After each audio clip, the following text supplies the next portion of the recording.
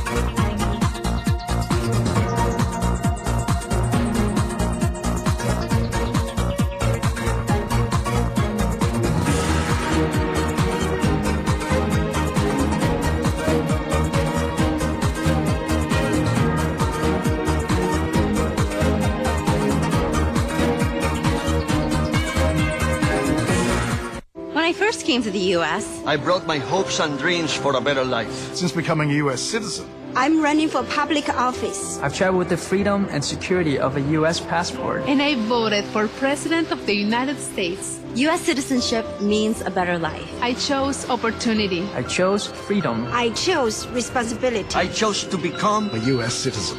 I'm a proud American.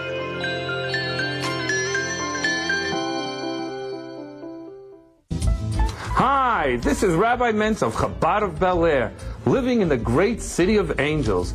You are watching LA City View 35, our channel, our city.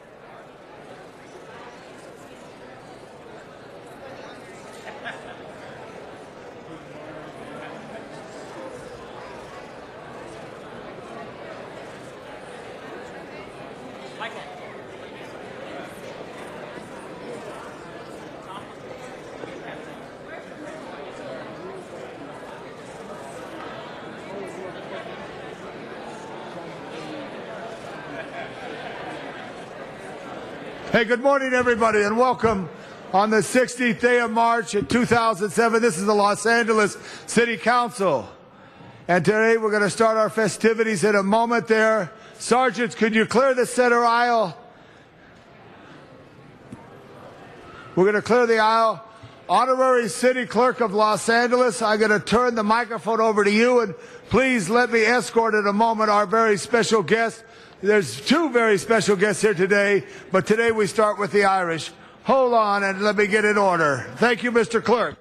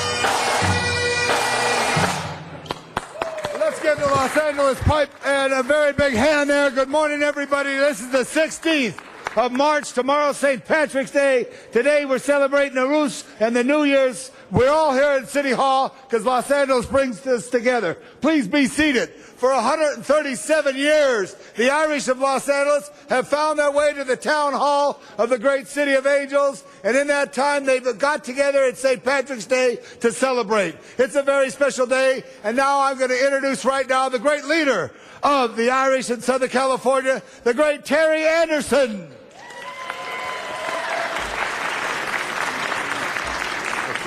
Thank you, Tom. As we celebrate the 137th Irish Day civic ceremonies, I know we have time constraints, so we'll move this quickly. I'd like to invite Monsignor Patrick Loftus to do the benediction today for our ceremonies.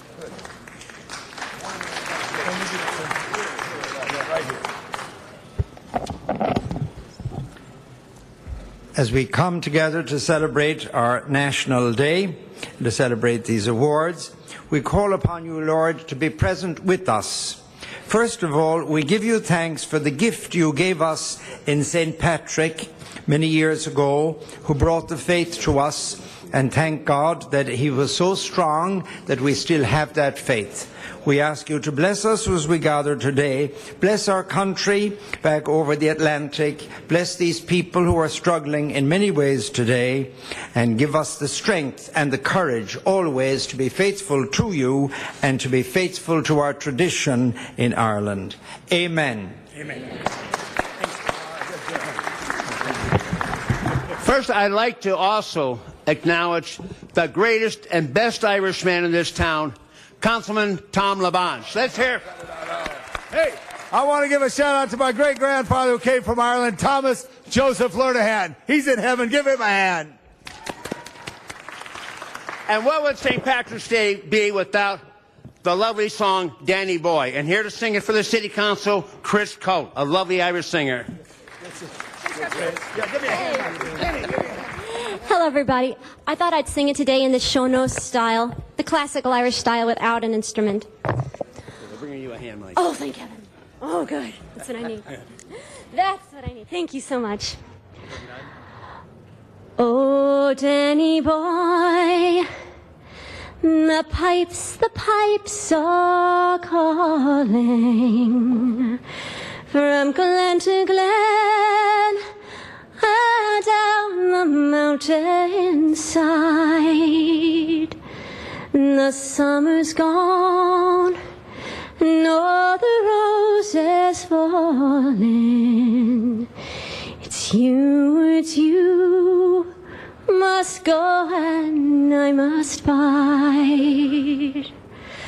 But come ye back when summer's in the meadow, or when the valleys hush and white with snow.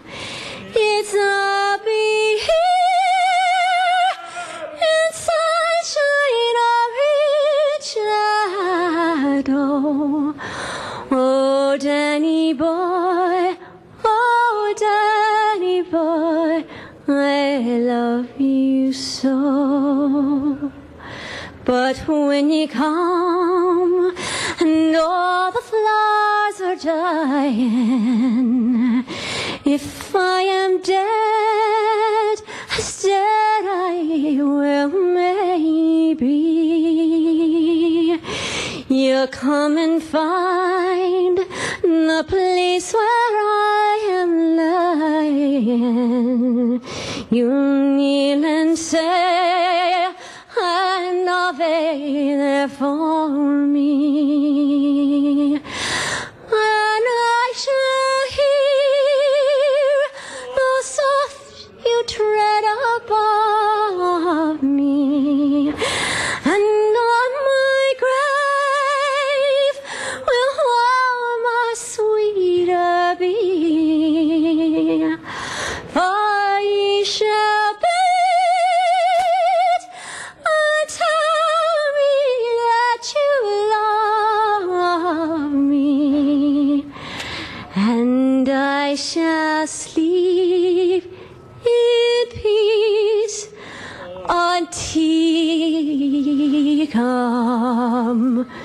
to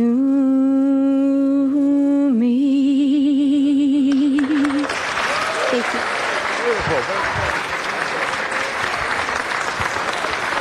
And thank you, Chris. And now we have a greeting in Irish, in Gaelic, the ancient language of Ireland, by Liam Linehan, one of our honorees.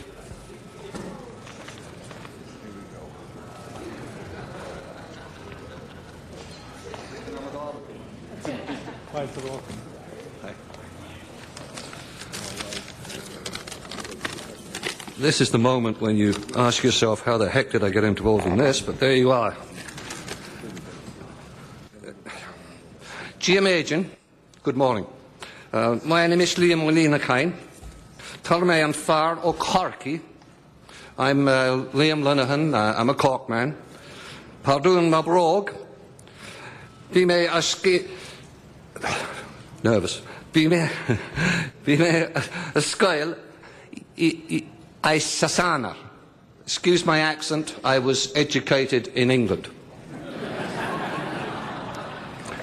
I was asked to think of something inspiring to say to you guys, and I guess what I would share with you is the fact that everyone is here because they're achievers. And I congratulate you for that. We have a saying in Irish, Ní féidir díot lagúil dolor. Don't let God, may God not weaken your hand. It means keep up the good work. Weakest, thank you. All right, good job, good job. And Kerry, the Honourable Consul General Finbar representing Ireland. Mr. President, members of the City Council, distinguished guests, Councilman LaBonge in particular, ladies and gentlemen, St. Patrick's Day is an enchanted time. A day to begin transforming winter days into summer magic and summer dreams. I know today, for some of you, is a particularly difficult day, is that the redistricting results will be announced, and I wish each and every one of you every success in the tasks ahead of you. You have worked hard and you deserve that success. Today also and tomorrow, Irish and Irish Americans can be found celebrating, and we celebrate in every walk of life. Perhaps here in Los Angeles, we are not forgetting the impact, and we must not forget the impact the Irish made to California's success. Remember that it was Mulholland, an Irishman from Northern Ireland, who brought water to this great city. And without him, there is no doubt in my mind it would not be the size it is today. Let us also not forget the first governor of California, not born in the United States, was from Ireland, Governor Downey. So we celebrate today, throughout and this month, our Irish heritage. Let's not forget the contributions by our forefathers in making this great nation the success it is. The sacrifices they made, leaving their homes often with only the clothes on their back, to bring to this country a determination to succeed and work hard. So I know you're delayed. I will not delay you further. Uachtaran, which is Mr. President, members of the City Council, Tásulagam Gomwinif Shgalir, Suivness Agus Tanavas, Aslam Wonangay, Lala Podrig. I hope you all have a wonderful, safe, healthy St. Patrick's Day. Thank you indeed. Thank you. Stay up here with us. Good. And Terry Anderson, what a great Council General and remarks. So let's get right into the awards. All right, I wanted to note, I thought they were redistricting the seats in Ireland. No. I didn't know for the LA City Council. Anyway, I would like to introduce now, we have a number of our Rose of Tralee debutantes here today. They will be presented tomorrow night at the Grand St. Patrick's Day Ball and Rose of Tralee presentation. And one of them will be selected to represent Los Angeles in Ireland this August. I'd like the Roses here to stand and take a bow. Good job, Terry. Good job, Bill. Good job. All right, let's get the award going. All righty. At this point, we'll put our glasses on because we're Irish. We'd like to present the Irish honorees. There were 150 nominations, a little over 150 this year. And the Irish Fair Board submitted a number to Councilman LaBonge, who submitted them for approval, and they are being honored by the Los Angeles City Council. The key test is, have the individual, through their accomplishments in charity, in the business world, in any variety of ways, community activism, have they engaged in activities that bring great credit to Irish America. And we are pleased to say all these have. Our first honoree today is Monsignor Patrick Loftus, well-loved County Mayo born Irish, retired pastor of St. Mel's in Woodland Hills. Good job. Good job. All right, who's next, Terry? Here we go. And Dennis Zine, they miss you at St. Mel's there. Get in that confessional box. Okay. Liam Lanahan, Irish businessman, board member of the Celtic Arts Center, and fluent Irish speaker. Good job. We're going to go right there. Okay, good. Here we go. All right, good. Thank you very much. Johnny O'Callaghan, Irish actor, writer, producer, and star of Who's Your Daddy at the Victory Theater. Johnny, get up here. Terry, get out of the way. They'll get a picture. Boom. Good job, Johnny. Thank you. Here we go, Terry. Emer Noon, Galway-born, composer and creator of the concert show This Is Ireland. All right, good job. Anna, good job. God bless you, the baby coming. Come over here, right here. Get a picture. You're out of the way, Terry. Get behind. Turn this around. Oh. Boom. Okay, good job. Thank you. Thank you. John Parker. Here we go.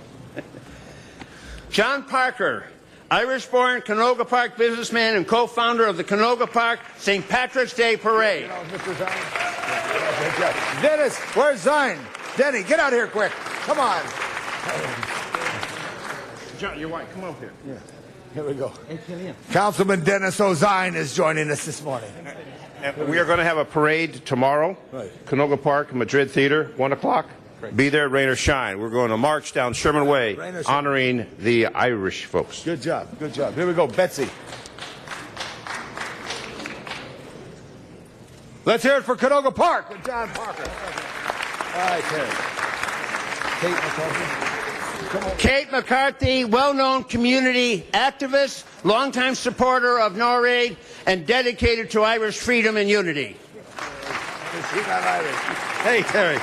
Hold that bottom, Terry. Thanks, Betsy. Congratulations, Kate. Good job, Kate. Chris.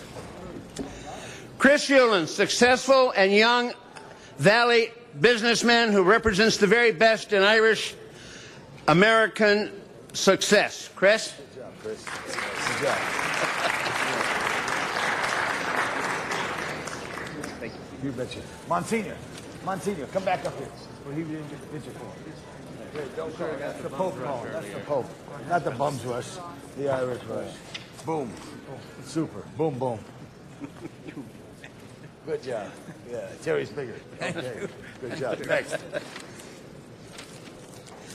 Cahill Maloney, Limerick-born and known locally as Mr. Guinness, sales manager for a major Southland distributing company and president of the Islands Golf Club. Good job. Good job there. Here we go. Thank you very much. Thank you. Margaret Mary. Peggy Lehrman, from Northridge, who has been involved in so many community activities and helping the underprivileged and the poor. We are pleased to honor Peggy. Hey, Peggy. Margaret Mary Peggy Lehrman. Come on there, Terry. Give her credit. She's full Irish. Good job. Thank you. Thank you very much. Here, Mitch, come here. Here, Mitch, come here. The councilman of the 12.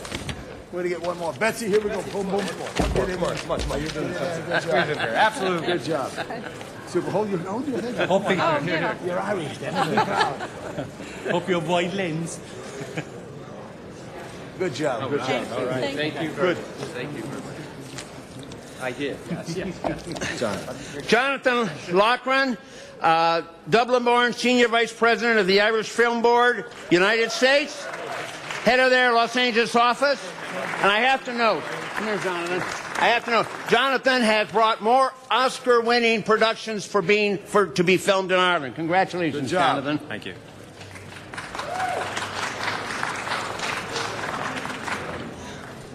Bring some to film in L.A. Okay. Good job, man. Good job. I'd like to honor I would like to submit for honoring an outstanding young man who has been very successful in leading the Los Angeles Gaelic Athletic Association, Brian Sheehan. All right, Brian. Is that your wife with you? Thank you. Huh? Is that your wife? All right, here, stay here. Put out to your wife there to shake. Say hello to your wife. Hi, Barbara. Thanks for all your support and inspiration. All right, that's it right there. He was talking. That's his wife. Give his wife. Here we go, Terry. And you already heard from this honoree, the very lovely singer, very lovely young lady, Chris Coate, Irish-American singer and leader of the Chris Coate and Black Rose Band. Good job. Thank you.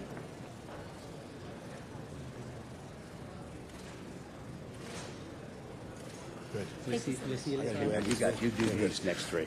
Now I want to call on what we did in Los Angeles, and the bagpipers will love it here. For the LAPD representing Los Angeles Police Department, the great Commander Andy Smith. Good job, Andy. What's your baby's name?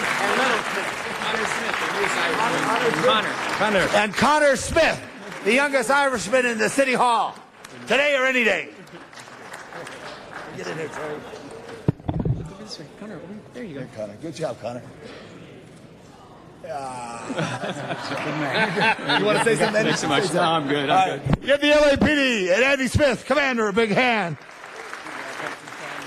A much-loved firefighter, Captain Sean O'Reilly, LA City Firefighter of the Year for the Irish community. Sean.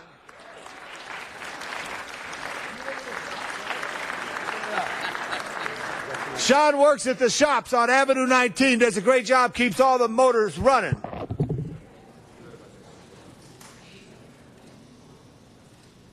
Good job. Thanks very much. Yeah, thank you very much. Thank you. Good. And also, just in 2 years, we will recognize the anniversary, 100 years, when the immigrant from Ireland, William Mulholland, got the water to feed the Pueblo. This year's Mulholland Award goes to a great representative from the Department of Water and Power, Michael James Bonner. Michael's just completing over 30-plus years of delivering water to Los Angeles for the DWP in the honor and the great tradition of William Mulholland.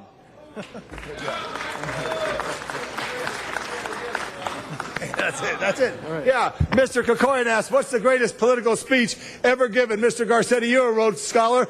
Point. It was by William Mulholland. Boy, it's a Rhodes Scholar. It's San Fernando Road, Eric. Right up on San Fernando Road, right by the aqueduct. The water came down from Owens Valley, and it said, there it is, take it. And that was the speech. It was the shortest speech ever made. But let's give William Mulholland and his memory a big hand. All right, here we go. Now it's a very special, the last two for the Man and Woman of the Year. And again, I want to salute Terry Anderson, our great leader for the Southern California Irish American community, and a member of the Studio City Neighborhood Council. Valley Glen Neighborhood Council. All right, I got you.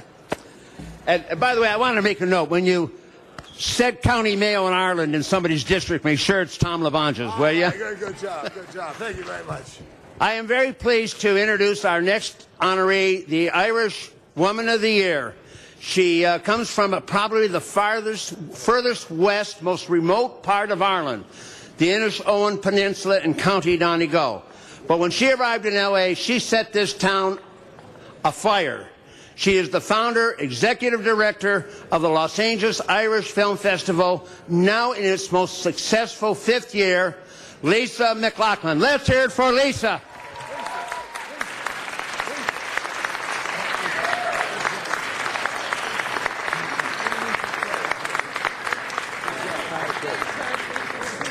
Thank you. Just a couple words. Okay. Take a picture quick and then we'll say a few words.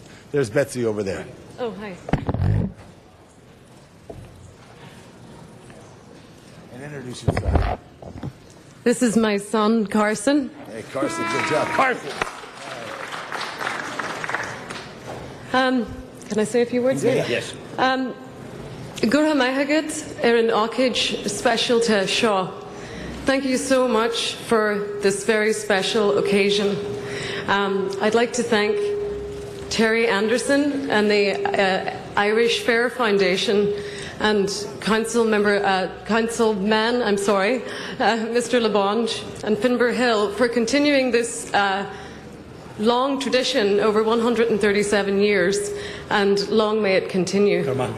I would also just want to, maybe make a little personal kind of connection so you know how important this is to me.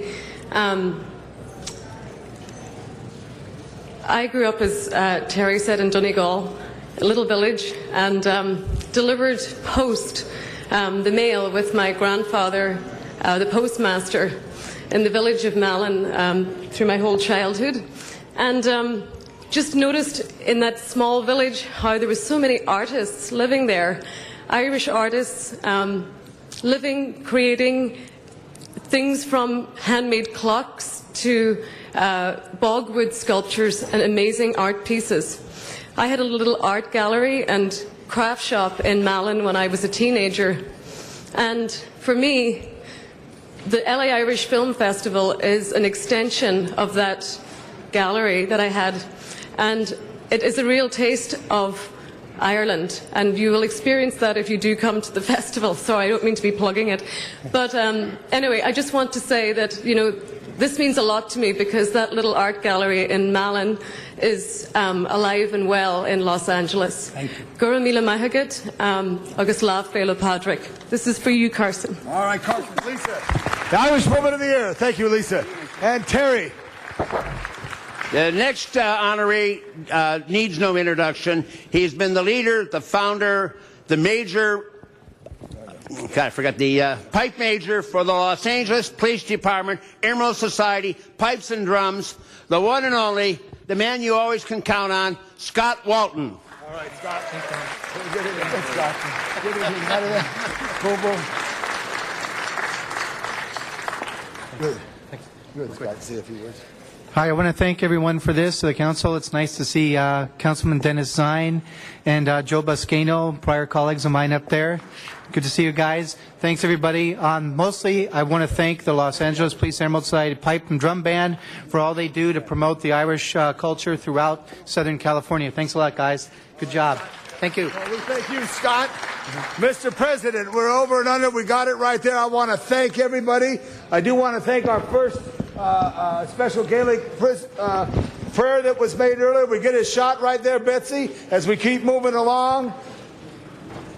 It's a great day in L.A. Thank you. Mr. LeBonge? Yes. Mr. Garcetti would like to say a few words. Okay. Mr. Garcetti? Thank you very much, and thank you. It's a very, very happy day today. Thank you very much, Mr. LeBonge, for doing this, and thank you to everybody from the community for coming out.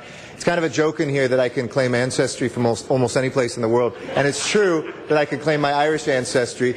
It is the Baines family that invented the Baines-covered wagon, which settled the West. So it was the youngest boy who immigrated from Ireland because otherwise he had to join seminary, and he came here, and it was a great-great-grandfather of mine who invented the Baines-covered wagon. It wasn't the GM of the time, but it was like the Chrysler of the time, maybe the number 2 or number 3 covered wagon. But because of that, many Irish and other Americans settled the West, and all of us can celebrate all these currents that we have today. And Mr. Englander and Mr. Weezar doubted that ancestry, but I just wanted to stand and very proudly embrace it. Thank you. Hey, man, I always believe Eric, he's a Rhodes Scholar. Mr. President, are we complete? Wait, we gotta have one more thing. One more thing, Terry. Let's have a loud thank you for Councilman Tom LeBonge, our host. Here we go. All right, Mr. President. Thank you. We got everybody. Fellas, here we go. I want to thank my mother and my father, Mary Louise LeBonge, former Irish Woman of the Year, a great school teacher at East LA, one of 11 children. I'm one of 8 children, and there's nothing like the Irish. God bless the Irish. Let's go, fellas. Here we go. Out the door. Everybody up. Let's go. This way. I'm going to tell the pipers that.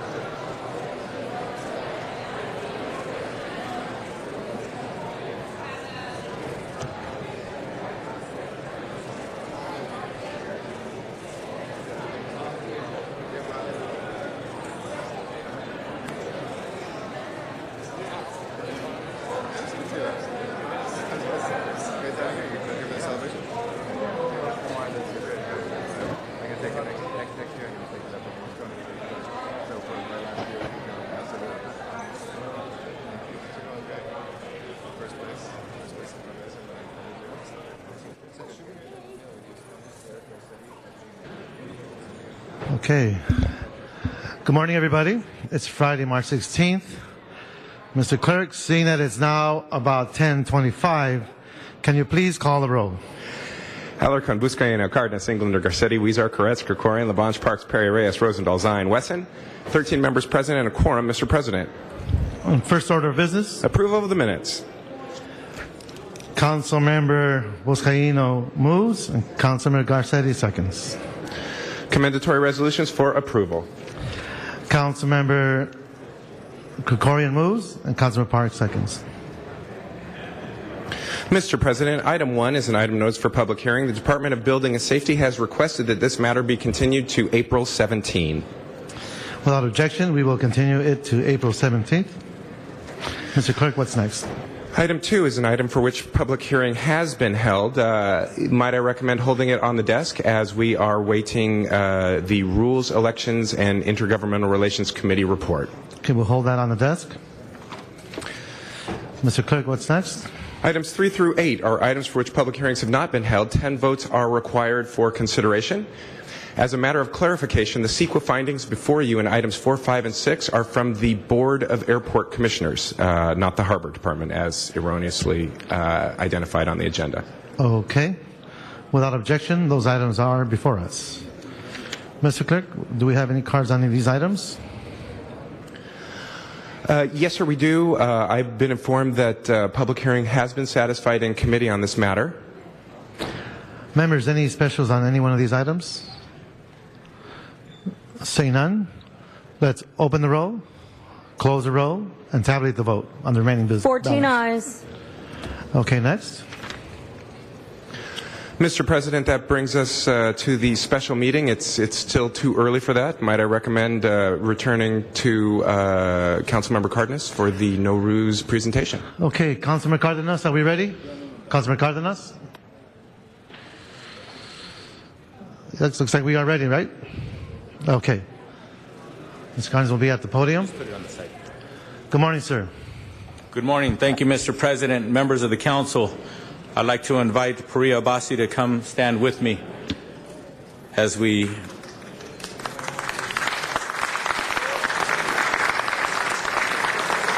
officially recognize Nowruz here in the city of Los Angeles for the 8th time, even though Nowruz has been celebrated for thousands of years.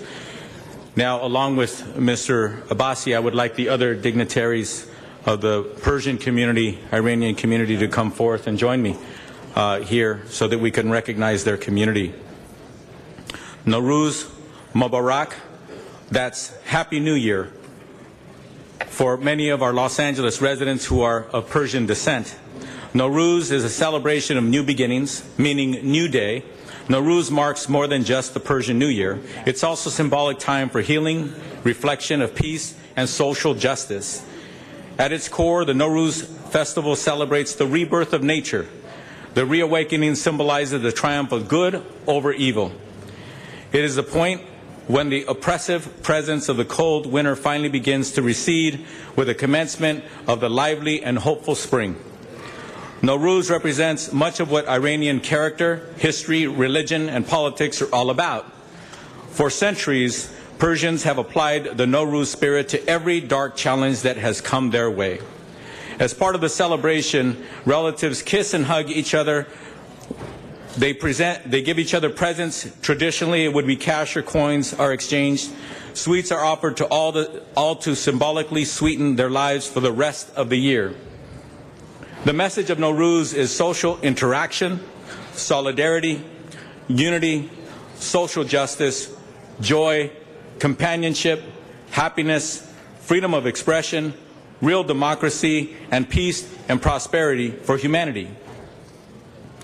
For the 8th year in a row, I am extremely honored to join my colleagues and friends here across our wonderful city in recognizing and announcing the coming of spring, which is Nowruz, the Persian New Year, a celebration of life.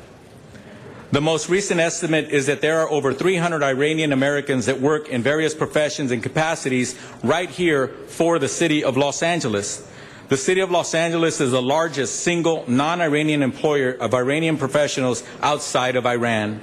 Many of the Iranian Americans in the city entered civil service with the city and have proudly served the great city and her residents for over 2 decades. And I also would like to add that the most educated immigrant community to this great country is people who are Iranian Persians who come here with more bachelor's degrees, master's degrees, and doctorate degrees than any other community in the world.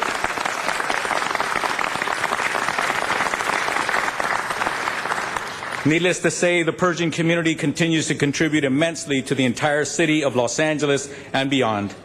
My best wishes to all and Happy New Year. Nowruz Mubarak.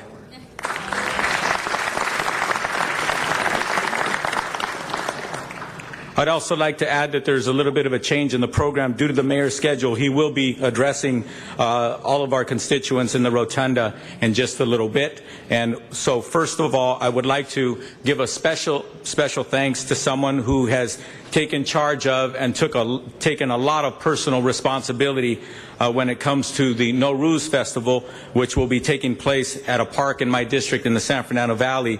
It is now the largest gathering of Nowruz celebration in the country, and we as a city should be very, very proud of that. And the person who has taken it under his wing, under a lot of personal responsibility and personal commitment, is Bahman Mojalal. Where is he? Where'd he go? There you go. Everybody calls him Mo for short, but I think it's important that we all know who he is, whether you call him Mo or his family and friends and his community call him Bahman Mojalal. Once again, he's a perfect example of what Iranian people bring to this country. People who are willing to sacrifice, people who love the opportunity to serve, and who always want to make sure that the person next to them is enjoying the moment even more than they might be enjoying the moment. So it's that kind of sacrifice and commitment that has made Los Angeles the center point of the largest Iranian Nowruz festival in the entire country in just 8 short years. So with that, I'd like to invite my good friend from the Midnight Mission Food Bank, Larry Adamson, to the President and CEO of the Midnight Mission, to say a few words. Thank you. Good to see you again. Thank you, Mr. President, members of the Council. We are extremely honored to be part of the Nowruz celebration and to point out to all of you that spring doesn't just begin in their homes. They've brought it to those who are the less fortunate of our community here in Skid Row. And later today, we will be celebrating a large Nowruz festival for all of those on the streets of Los Angeles. And we thank them and their foundation for its continued support of the work that we do in helping the underserved of Los Angeles. Thank you so very, very much. Thank you. Also, I would like to point out these beautiful young girls who are here to celebrate with us and show us some of the traditional way in which it's celebrated back in the home country. But once again, the Persian community is so giving and understanding that I'm sure they probably knew that we were going to be celebrating St. Patrick's Day, and as you can see, one of the young ladies is in green garb. So once again, always giving and sharing to their fellow community. So with that, I would like to introduce someone who is a leader in our community, someone who has rendered service that is far beyond what we could actually compensate him for, someone who is running our convention and growing our convention far, far beyond the capacity that it's been in the past, and that is my friend Pariah Abbasi.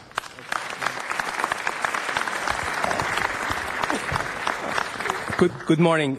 Before I begin, I just want to extend a heartfelt appreciation from the entire Iranian American community to Councilmember Cardenas. He has been a steadfast supporter of the community. He is why we are here today. Thank you, Councilmember.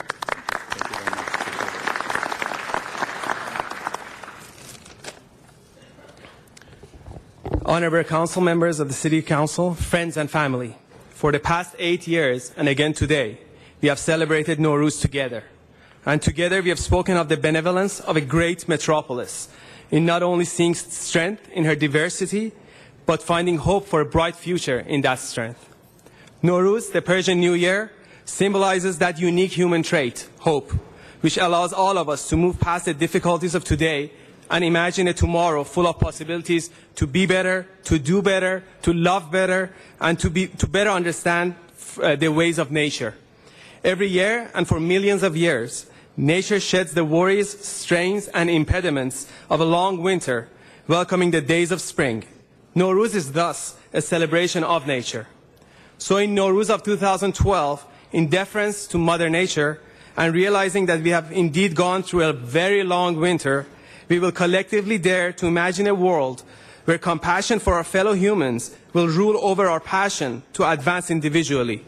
A world where we strive for peace more than despair in war, and a world where we build for next generations rather than waste what previous generations have built for us. If today and in this chamber we can imagine and hope for the world, we have allowed ourselves to believe in Nowruz. Council members, on behalf of the Iranian American community, I thank you for allowing and encouraging us to celebrate Nowruz, a celebration of hope that has now become an integral part of the Los Angeles cultural mosaic, and further extended from our boundaries to cities and states across our nation. Best wishes for a healthy, happy, and prosperous New Year for all Angelenos. In closing, and with the Council permission, I would like to extend a brief best wishes in Farsi. از جانب شهر لس آنجلس، شهردار شهر لس آنجلس، انجمن شهر لس آنجلس، نوروز باستانی را به همه پارسیان در سرتاسر جهان تبریک گفته، آرزوی سالی پر از عشق، امید، شادی، سلامتی و صلح را برای تمام مردمان جهان داریم. نوروزتان پیروز، هر روزتان نوروز. Thank you.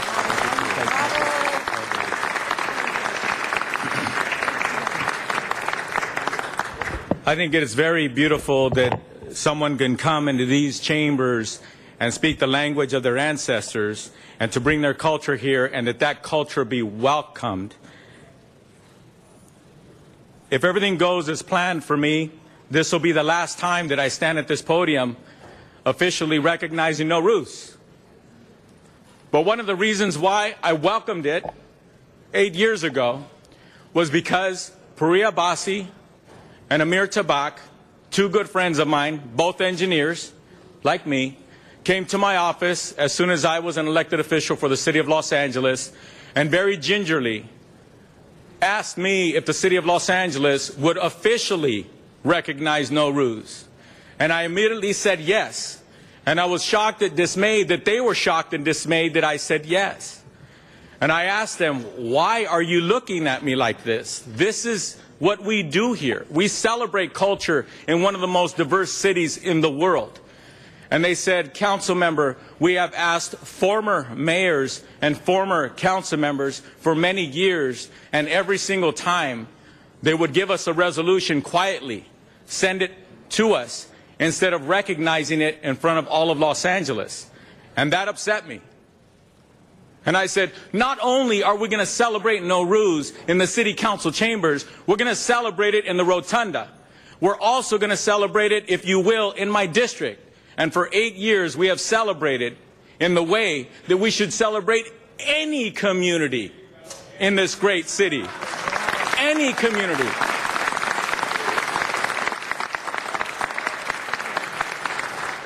Today is an example where it is our responsibility as leaders is not to fall for the ignorance and the fear that if we embrace our brothers and sisters, that we will suffer for it.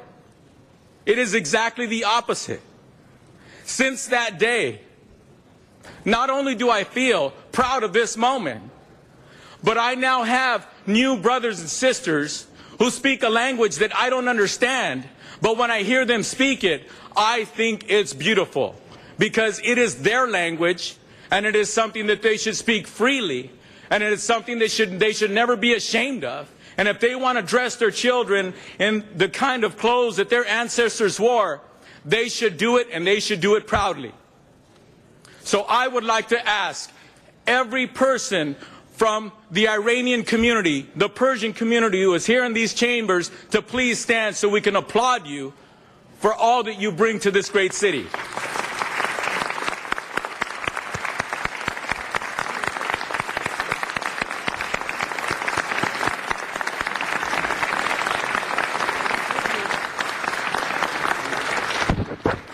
So with that, once again, I very proudly present this resolution signed by every elected official of the city of Los Angeles to the Persian community, the Iranian community, on this annual 2012 Nowruz. And may it be celebrated for hundreds and hundreds of years in these chambers forever. Thank you. Councilman Cardenas, before we depart, we do have several council members on the queue. I'd like to begin with Councilmember Zine.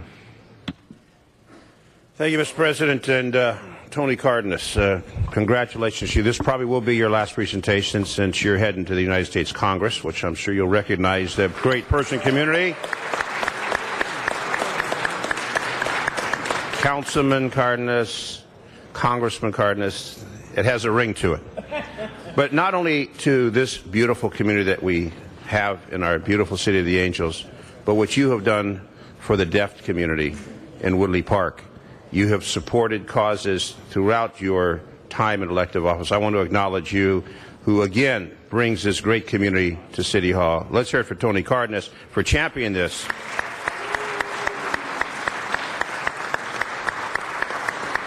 And only in America, only in the great land of America, will you find us showing respect to the Irish, to the Persian, to the African American, to the Latino, to all the different cultures that make up this great city. Only in America will you see us sitting together, enjoying each other's history, each other's flavor. I know the food today is going to be fantastic, and I love Tati. Tati is fantastic. But to all of you that are here, this outpouring of love and support shows what this city represents. Our strength, our diversity, the man who leads our convention center. We're bringing more and more conventions, Abbasi, to the Los Angeles region, but to all of you. And it's not only going to be in Woodley Park a celebration, it's going to be one on Westwood Boulevard. We're going to shut down Westwood Boulevard and have a presentation there.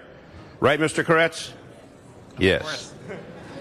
So to all of you, and I'm Lebanese, so I know what it means to have ancestors in another part of this great world of ours. But when you go to other countries, they don't have this celebration. They don't have this unity. They don't have this love and support. I'm not done, but I guess I am done. Your time is over. Nowruz, congratulations.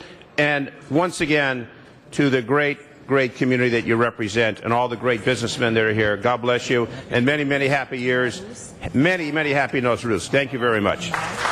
Thank you, Councilmember Zine. Our next speaker is Councilman Koretz. Well, it's great to see all my friends from the Persian community here in City Hall today.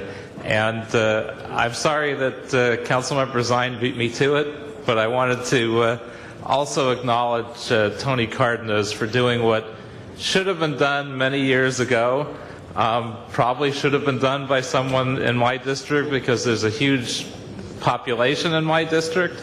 That's where it should have come from, but the fact that you did it and didn't have a big Persian population, but just recognized this as a community that absolutely deserved to be recognized and needed to be recognized and had the guts to do that, particularly as this is your definitely last time doing this in City Hall, because we know you're going to be a great representative of all of us in LA and Congress. I want to thank you for doing this for the Persian community. And let's give Tony a big hand for this.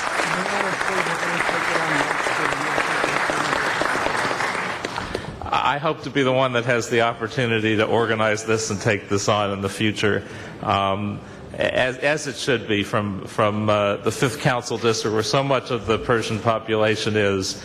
And I had the honor a couple of years ago on Westwood Boulevard to declare Westwood and Wilkins Persian Square, not to be confused with Pershing Square, but where the site of where some of the original Persian businesses in Los Angeles were founded. And as Mr. Zine said, we had thousands of people, and we do every year at that site. It's a great celebration. This is a great year for the Persian community. There's even a new Academy Award nominated movie, The Separation, or A Separation, which I think helped to expose people to the wonderful Persian culture. Thank you, Councilman Koretz. Pardon? Thank you. If I could just say, Eid Shoma Mubarak, and Dostet Dharam. Thank you, sir. Next speaker is Councilman Huizar. Thank you very much, and happy Nowruz, everyone. It's a pleasure to see you here again, and I want to also underline what my colleagues have said about Councilmember Tony Cardenas and bringing this for the 8th year here to celebrate the New Year, to celebrate the Persian community and culture. And Councilmember Cardenas, you mentioned that this is one of the most highly educated immigrants to come to this country, but we've got to remember a lot of these immigrants also came to this country leaving everything behind, starting with very little here, but they were able to build their lives and support one another to support the American dream, and they've shown that the American dream is alive and well. And that is also testament to the perseverance and the strong culture that we have with our wonderful Persian community in Los Angeles. And as I look out in the audience here and I see many friends and faces that I've gotten to know over the last few years, but one face that is not here today is that of Mr. Izzat Delajani, who has been with us for many, many years and been a strong supporter of the celebrating Nowruz here. I'm happy to see Mr. Delajani's family, Ms. Delajani, Sharam, Michael, and also Mirnaz and her family to continue to be here with us. We celebrated a few years ago naming 7th and Broadway after Mr. Delajani for his efforts to support the Broadway corridor, for his efforts to preserve our history in the city by preserving our beautiful historic theaters. And it'll be great to see that his memory will continue to go on 7th and Broadway. He was the first Persian to be named a square after, and I'm sure there will be more. Congratulations and happy Nowruz. Thank you, Councilman Huizar. Our next speaker is Councilman Garcetti. Thank you, and let me start by thanking soon-to-be Congressman Tony Cardenesi, who I think we should change your name and just add an I to it, because you have been not only honorary Persian but such a great leader, and thank you for telling the story so passionately every single year. He certainly is somebody who should start the Persian American Caucus in the United States Congress, and looking at those at this moment in time, the concerns when we look around the world and we look for peace and when we look for justice and freedom for everybody, it is a sobering moment to come together, but it is a day we come together to remember. And thank you, Tony, for your great, great leadership. And we can all fight out who's going to do it next year. I'm termed out, so I can just do it for a year and then after them. But seriously, how often do we get to celebrate a holiday that has roots that are 5,000 years old? References King Gilgamesh when you look back 3,000 years BC. When you look at the traditions of renewing everything, the Chune Takune, when we clean up the home and we go out there and give ourselves a fresh start, some of the great traditions that are a part of this, you know, the Hafsin with the apples and the garlic and everything that we put out, the vinegar, the sumac, the senjed, everything that is a part of celebrating what it is to see the bounty of the earth and also the bounty in our families. You know, it's also a time for us to reflect, and you told the story so well, the Delajanis and the contributions they've had. I wanted to tell the story of just the Sapir brothers, another great example, Iranian Americans who have made tremendous contributions in our city. Coming here with almost nothing, one of the Sapir brothers began as a parking attendant on the Chinese theater, took out a small bank loan to start a chauffeur's business, and now they have the 10th largest tour company in America, Starline Tours. When you look at whether it's in jewelry, whether it's in real estate, whether it's in our tourist industry, whether it's in the hospitality industry, and our great, great general manager of our convention center, which has doubled since the time you have been there in terms of going from 30th to 15th, and I think under your watch we may even go up higher than that. And I know that the future holds great things for you in this city as well. We celebrate here in Los Angeles what we all know is the largest population of Iranian Americans outside of Iran. Thank you, Councilman. But also, and I'll conclude on this, the cradle of civilization itself. Many people say that democracy began in Greece. We know if you read history, it began in Persia. It began here, and as we are in this temple of democracy, we celebrate that renewal and all the contributions you have made. Thank you very much, and Happy New Year. Thank you very much. Our next speaker is Councilman Rosendahl. Thank you, Mr. President. Many of you have met Margaret Hashaminejad, who has stood next to me with her husband, Ali. Ali's now 87, but he goes back every year and provides free medical support as a doctor to the Iranian people.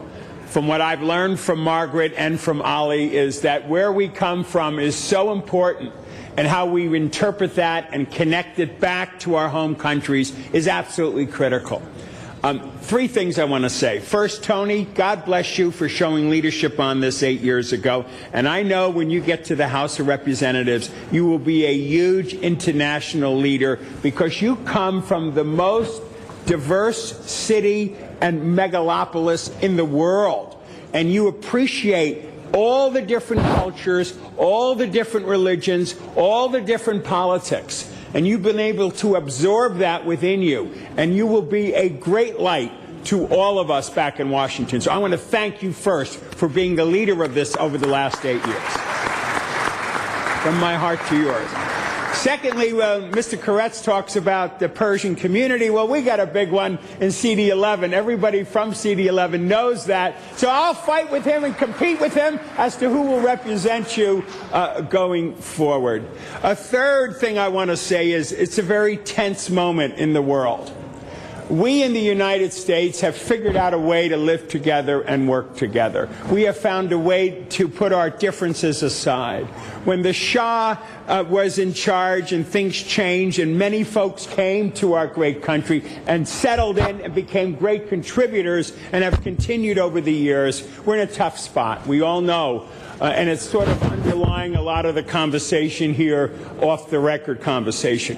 I hope the world can appreciate what we've been able to do here in L.A. and translate that to international peace throughout the world. Thank you. Thank you very much.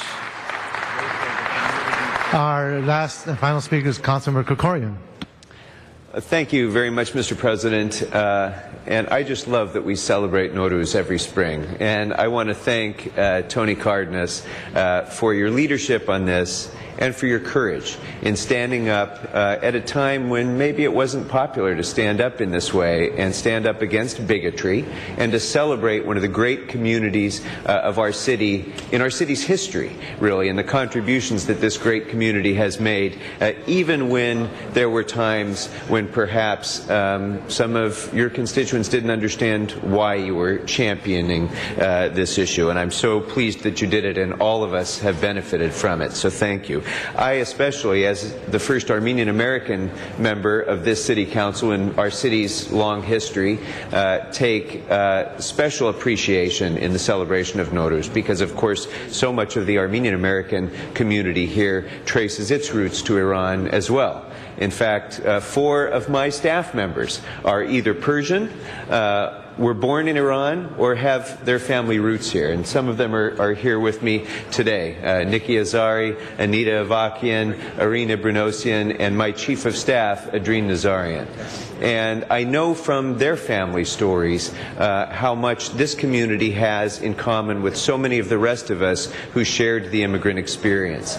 My chief of staff, Adrien Nazarian, born in Iran, came here at a time when Iran was suffering through the pain of revolution. His family picked up with nothing and settled here in America, and he rose to the point of becoming chief of staff of a city council member in these chambers. And I think that is a story that all Americans can take great pride in. And that's the kind of experience that so many of our Iranian families here in Los Angeles have experienced as well. Mr. Garcetti made some poignant comments about democracy being born in Persia. And we know that right now, throughout many parts of the world, we've been experiencing the Arab Spring, which was in many ways inspired by the democracy movement, I think, in Iran. And so, again, Iran is leading the way. The people of Iran are leading the way in a way that will be transformative of the future of, I think, the entire world. And so, for that, all of us, again, are grateful to this community and to the people of Iran. And may democracy always flourish there.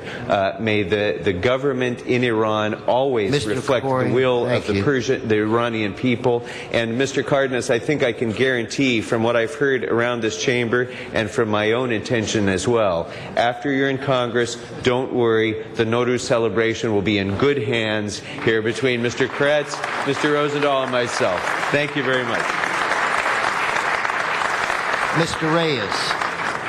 Thank you, Congressman. I also want to thank Congressman Cardenas for his leadership in making this possible. I also want to thank all of the important folks that are standing around you. They all have done such an important role for this city. In particular, I want to thank the Villajani family. I worked with them for almost 20 years. I've seen them become great stewards in properties throughout the city, but in particular, what they've done in downtown, as mentioned by Councilman Huizar, but also in Center City West, also around Alvarado and MacArthur Park. They've been strong stewards. There's a sense of compassion in how they look at the issue of equity and social justice. And the family's been able to stand up some very difficult situations, but they've always there to speak about the needs of the people. For that, I thank you, and thank all of you for all your hard work.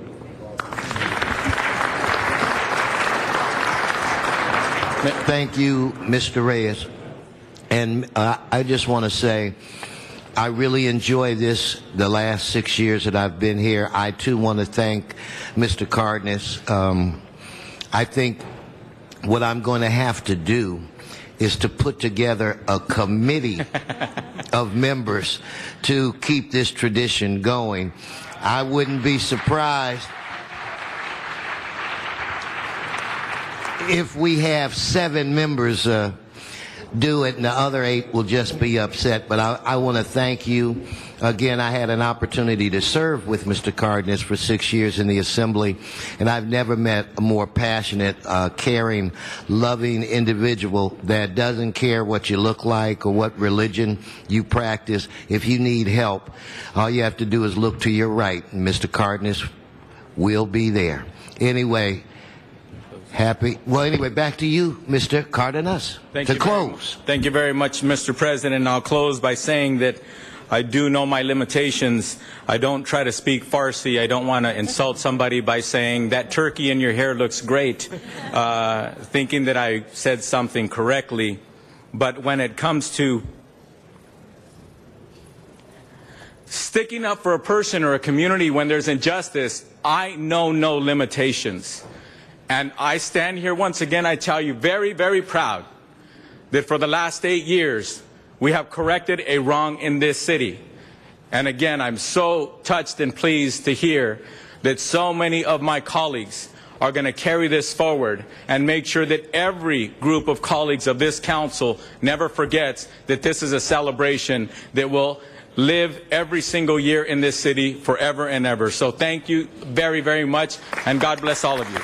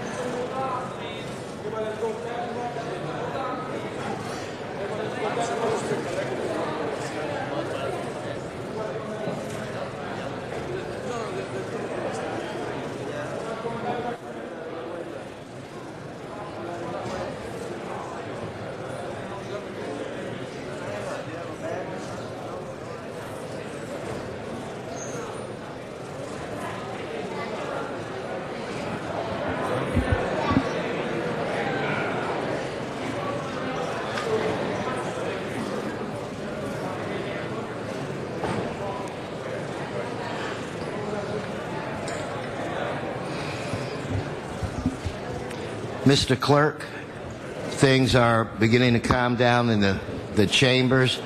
At this point in time, what I would recommend we do is we go to the special meeting so that we can hear item 9. We have several individuals who have been here since before 8:30 this morning to testify on this issue. At a minimum, we're going to have, at a minimum, 1 hour and 40 minutes worth of public comment. Very good, sir. In recessing the regular meeting and going into the special, I will now call the roll. Alarcon, Buscaino, Cardenas, Englander, Garcetti, Weezer, Koretz, Krikorian, Labange, Parks, Perry, Reyes, Rosendahl, Zine, Wesson. 15 members present and a quorum, Mr. President. All right, so at this point, I want to start with public comment. The first person I want to call on happens to be in the Valley, and that's Sharon Brewer. So if we could go to the Valley for Sharon Brewer. After Sharon will be Peter Hartz and Beverly Ventress. 1 minute. It'll be 1 minute. Sharon Brewer on the special item number 9, I guess it is. It's about addendum number 4. CD5 has proposed that a portion of the Sepulveda Basin south of Los Angeles River, west of Balboa, and connecting with the proposed boundaries of CD5 would transfer from CD6 to CD5. Evidently, there's not an agreement. What the problem is if you don't go and allow CD5 to go and have this property, you will be keeping Quimby funds from going to this park and any parks that are within 1 to 2 miles of the CD5. And this is not right.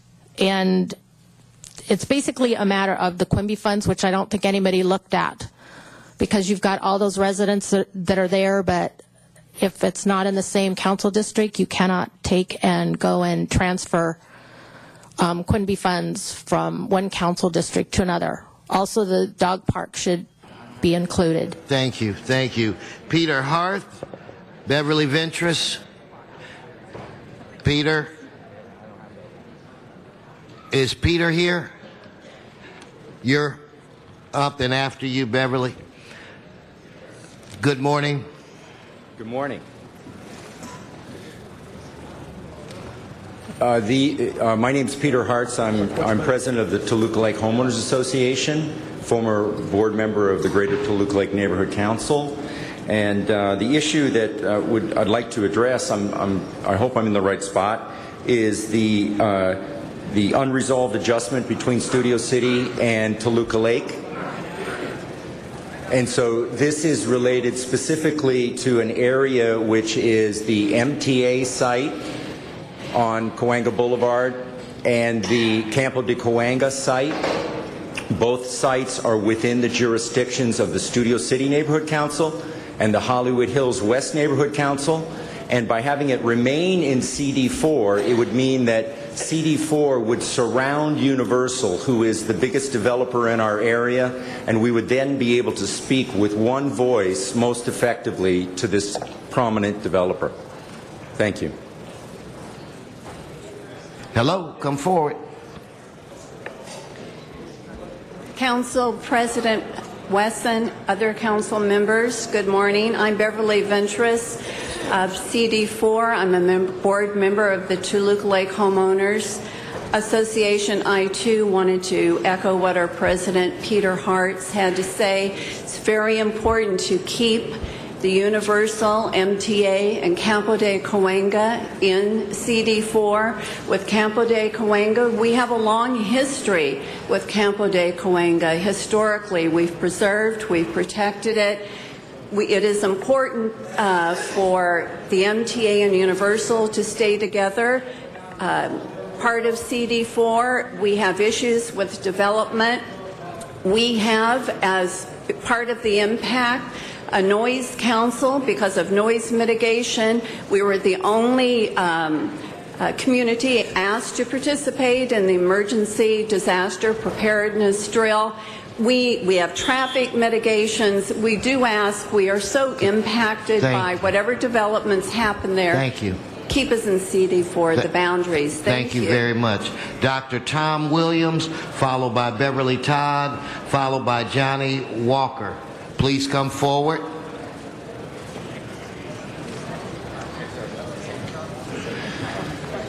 Dr. Williams.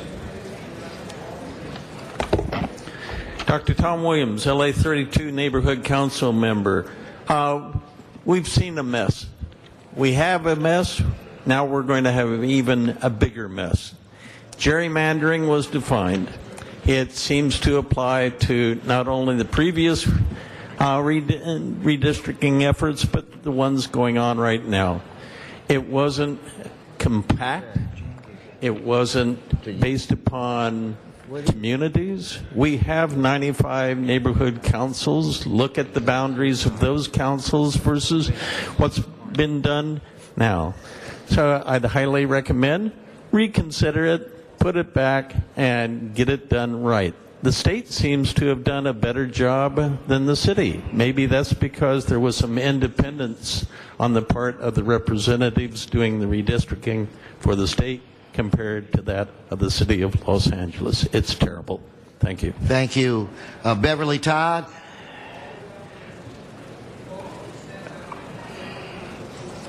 Good morning. Good morning. Thank you for giving me this opportunity to ask a question. I would like to know, why was this redistricting necessary, and why was it done just to the 8th or to the 8th and 9th district? I happen to reside in the 8th district, and I'm very puzzled as to why this was done, why these steps were taken. Will someone answer me now, or will I be responded to later? We'll have someone respond to you later. Okay, thank you. My other comment is, I am opposed to this restructuring, this redistricting, unless the order is amended to support the maps submitted by Council District 8 and 9 on March the 8th, 2012. Thank you. No, thank you. So next we'll have Johnny Walker, followed by Bobby Jean Anderson, followed by Pat Sanders. Please come forward. Yes, sir. I wish I were Johnny Walker. My name is John Walker. I'm the president of the Studio City Neighborhood Council. I served on a couple of these commissions in the past year and a half, and I know how hard it is. I'm here to speak today on the Toluca Lake Studio City issue. There was a map discovered that clearly showed boundary lines without any encroachment of any kind into either Studio City or Toluca Lake, and I'm really not sure why that hasn't been entertained and embraced. I would also respectfully remind both this committee and all the council members in this chamber that this is supposed to be a democratic process, not a political process. The people are supposed to be represented, and there are rules that the Commission has regarding contiguousness, interests, things that are important to us that have no political issue attached to them at all. Thank you. Thank you. Bobby Anderson. Thank you. I am one of the commissioners who sat on the LA City Council Redistricting Commission. I was in the minority. I voted against the map. I voted against every one of the proposed maps and the final draft map. And I voted based on the fact that CD8's population was taken based on race alone. And I believe that that factor, being the primary factor, makes the map indefensible. And I would ask that you all would go back to the table and give CD8 its population back. That was the largest population of black majority in the city of Los Angeles for a number of years. And I don't know why it would be, seem to be okay that you would reduce the largest black majority community with the largest black CVAP based on race alone. So I would ask that this council would not vote for a map that shows that kind of disrespect to the black community and make African Americans, after 20 years of the civil unrest, irrelevant. Thank you. Thank you. Pat Sanders, Reverend Nicholas, and Reverend Joe B. Hardwick. Good morning. My name is Pat Sanders. I'm a native of Los Angeles. I was born in Boyle Heights. I reside in Los Angeles over half of my life. Along with my father and my mother, we have 92 years of city service. And I'm speaking in opposition of the redistricting maps unless the maps that were submitted on March 8th are approved. These redistricting maps will negatively impact the African American community socially, economically, and politically. It also disrespects the elected representatives of two council districts. It really amounts to slapping them upside the head and taking everything from them. This blueprint will please, come on, don't use up my time. This blueprint will eliminate the that really eliminates the African American community, is illegal, immoral, and unethical. It really does not pass the smell test. It's like it's something else we're missing here. The commissioners who voted against the maps. Thank you. I'm sorry. The commissioners Thank you. Pastor Nicholas and Reverend Hardwick, please come forward. Followed by President Davis. Mr. President? Yes, sir. I'm Pastor Nicholas of the Pilgrim Missionary Baptist Church, and I'm here to ask you and the council to reconsider the 9th District and leave downtown as part of the 9th District. This is one of the greatest cities in our world and nation. It is so great that if it was set aside as a nation, it would be the 13th largest economy in the world. If you take downtown out of the 9th District, it will make the 9th District the poorest district of any city in the nation. And we should not have Los Angeles to be known as having the poorest district of any city in the nation. This is a great city. Tom Bradley would be turning over in his grave if he knew that this was on the table as it is. Do the right thing. Keep the 9th District and the city together. Thank you. Pastor Hardwick. To this august body, I've been in the 9th District for 57 years. I want you to think just for a moment, after the officers in certain districts would have left their term in office, the community will still be there. The community will still be there. I'm asking this council to please reconsider. We have too much at stake. Please do not vote this. We must go back and consult the citizens in that community and get their permission. After you're out of office, 8th, 9th, and 10th, after you're out of office, the citizens will still be there, and we will have to deal with this later if we don't deal with it now. Thank you so much. Thank you. President Davis, Lana Shackelford, Pastor Oldham. Thank you, Mr. President, and allowing me to address this situation that concerns well over 400 churches, well over 600 pastors and ministers. Concerning Council District 8 and 9 should remain whole. The proposed map will do harm to our community. It will destroy economic opportunities, making us the poorest, harming the interests of all the people of Los Angeles. It's hard to imagine the 8th and 9th District doing well with fewer resources. There's no way that the district will benefit from losing downtown. We urge you, the mayor, to vote no. As church leaders, we are united. You can balance the population easily without doing harm to our community. I'm asking you to do the right thing. Do not remove downtown from Central Council District 9. It will do harm. We're asking you to vote no. We're asking you to do the right thing. Thank you for this opportunity, Mr. President. Thank you, Mr. President. Ms. Shackelford, please come forward. Hello, thank you. I'm Lana Shackelford. I've been authorized to speak on behalf of the Studio City Residents Association. This association represents more than 2,000 households in Studio City. The Studio City Residents Association joins and supports the statements made and the position taken by the Studio City Neighborhood Council. Additionally, in equal importance to the Residents Association, it fully supports the latest adjustments to the CD2 map placed on file recently by Councilman Paul Krikorian. These adjustments, as submitted, satisfies the concerns of our particular neighbors in the Toluca Lake area who wish to remain in CD4. But more significantly, it avoids any domino effect which occur with a change of boundaries in adjacent council districts, causing unnecessary changes in areas of common interest. To ignore these pleas would be to cause unwanted, unnecessary, and grand unpleasantness in these areas of common interest. Thank you. Thank you very much. Pastor Wendell Odom, followed by David Gaines, followed by Glenn Bailey. Council President and all the members of the council, I am Reverend Wendell M. Oldham, Jr., the pastor of Lewis Metropolitan Church and also the presiding elder of 11 churches in the Los Angeles district. I have never seen such segregation economically upon a community, and I have pastored churches from Washington, D.C. to Louisiana, and I know the impact of economic isolation.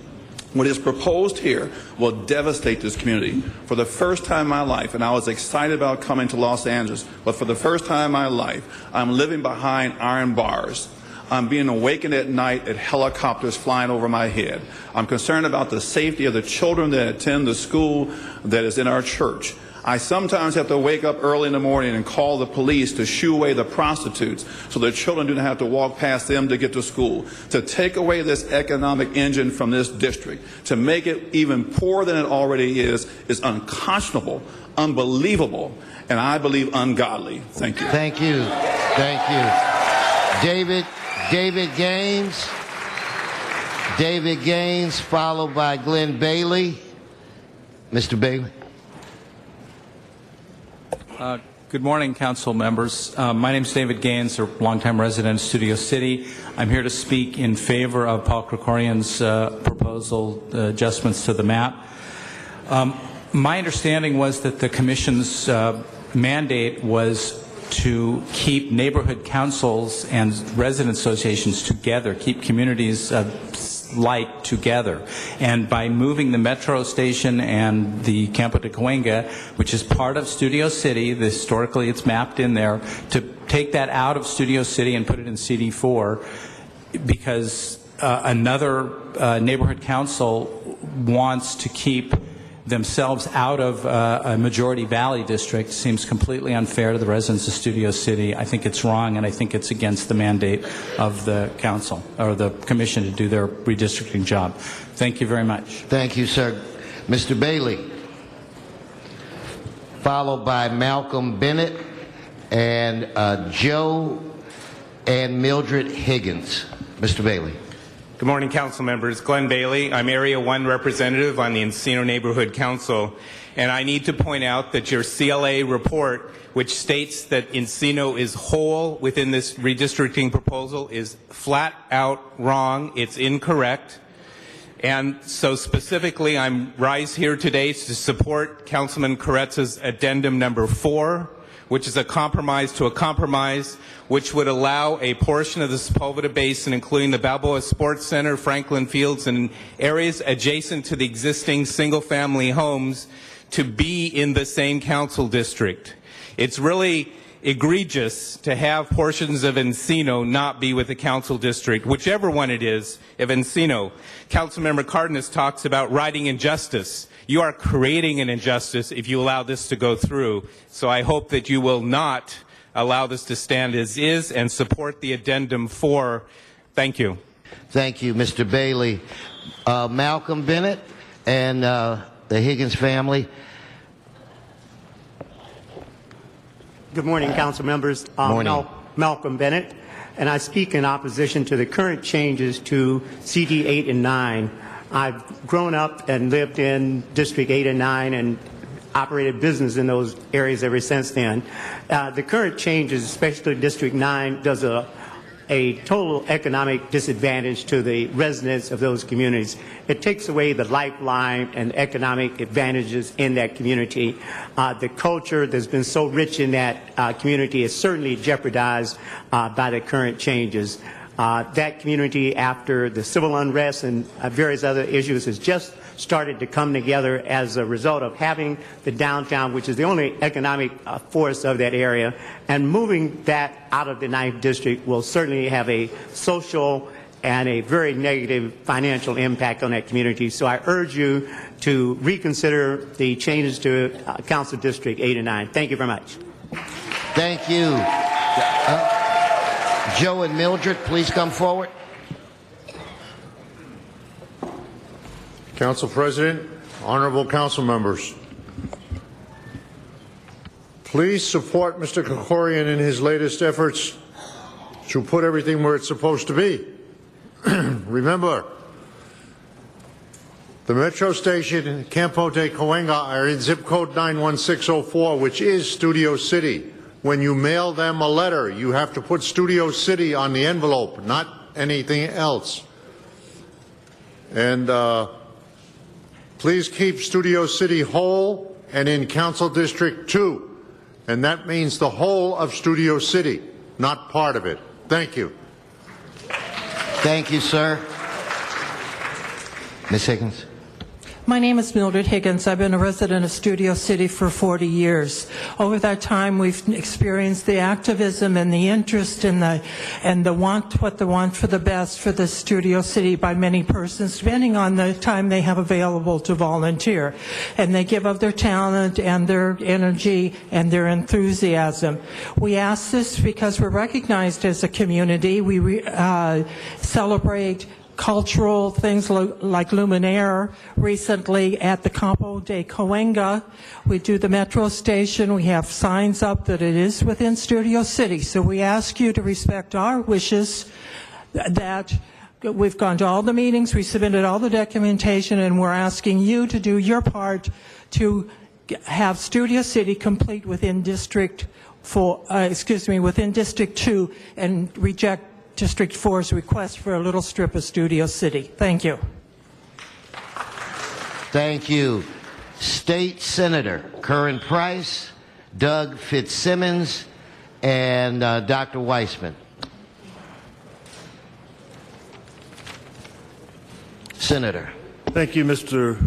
President. Members, I flew down from Sacramento today to provide my support of the current revisions to the redistricting plan for council district boundaries. These boundaries have been subject to much discussion, and in my estimation, the most recent proposed revisions are reasonable. To highlight the changes to South Central LA. No, wait. No, we don't yell, we don't boo, we don't cheer. So every speaker is going to be shown respect. You will be shown respect. So, Mr. Senator Price, we will start your time over again. Go on. Thank you, Mr. President. To highlight the changes in South Central region, adding the city and councilman's residence, as well as a major shopping center of economic activity back into the 8th District is certainly appropriate. Further, these adjustments maintain the letter and spirit of the Voting Rights Act of 1965, in that the voting power of minorities remains intact. These are lines that work well for South Los Angeles in that we retain the opportunity to maximize our voice electorally and in the Los Angeles city government. It should be noted that Los Angeles may well be a model in this approach. Elected officials have worked with a volunteer panel that served in an advisory capacity with temporary staff to build this city's future in the second decade of the 21st century. I applaud a process that saw broad citizen engagement and a timely scrutiny by the City Council. I know you have until July to statutorily finish this work, but we all know there's no need to put off for tomorrow what can be resolved today. Thank you. I thank you for this time and your attention to this most critical matter. Thank you. Okay, now let's keep it down so we can keep moving. Doug Fitzsimmons and Dr. Weissman, I see you. Come on up, Doug. Good to see you. Good to see you. Thank you, Mr. President. Good to be here before the council today. I am Doug Fitzsimmons. I'm president of the South Robertson Neighborhood Council. And while unfortunately my council didn't have time to take an official vote on this, I'm here today to urge your support for Amendment A2, the Westchester Amendment, specifically so that parts of my neighborhood council remain in CD10. I have had the opportunity to speak extensively to the residents of the area. They are virtually unanimous in wanting to stay part of CD10. So I ask you to support that amendment here today. Thank you. Thank you. Dr. Weissman.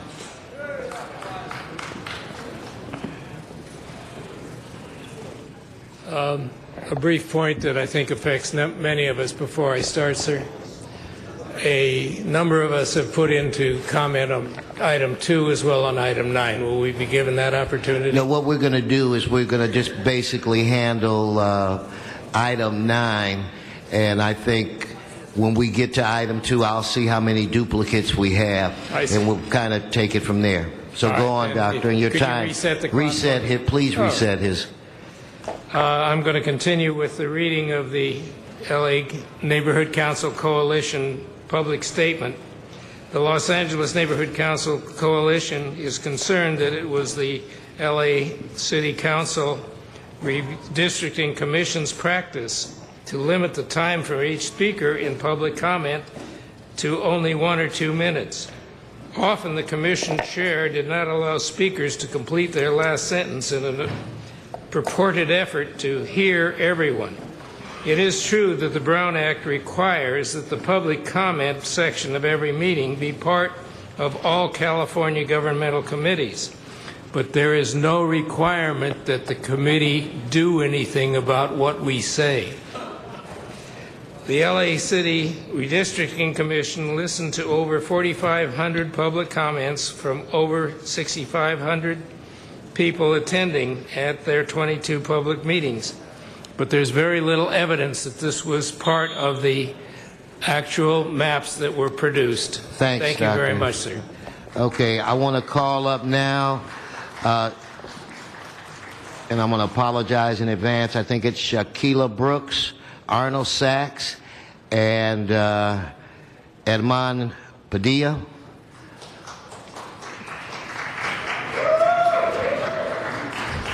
Mr. President, for clarification, the Rules, Elections, and Intergovernmental Relations Committee report for this item has been submitted and distributed to Council for its consideration. Thank you, Mr. Clerk. Ms. Brooks? Hi, my name is Shakita Brooks. Get a little closer to the mic, dear. I'm Shakita Brooks. I'm a part of South Los Angeles Youth Build. And they back there, if y'all stand up.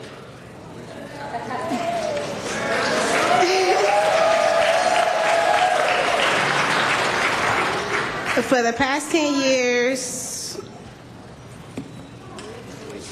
For the past 10 years, City District 9 invested in the following job creations, thousands of units for the affordable housing, improvements in our parks, and effort to build mixed income communities. In conclusion, the most cultural diverse district in the city of Los Angeles is tied together in our effort to build a stronger District 9. Thank you. Thank you. Mr. Sachs? Mr. Padilla? Mr. Sachs? Mr. Padilla? Mr. Sachs may be outside. I'll put his card on the side. Good morning. Good morning.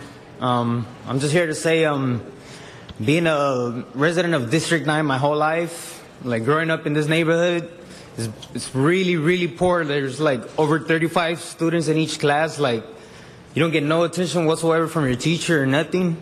It's like really, really bad. So what y'all doing is like putting us even more down, dude. Like, we can't even pick ourselves up, you know? Like, we're trying to get our education. As y'all can see, we're a part of Youth Build. They're teaching us how to be better leaders in our community. That's what I'm trying to do right now. I'm really nervous speaking to y'all, but I'm doing it just so we could get a better education, because I really want my education. I don't know about y'all, but I really want it. And That's messed up. You're just making the poor even poorer and the richer even richer, man. So, give us a little help at least. Just, y'all ain't even got to help us. Just leave us alone. Leave District 9 alone. Please.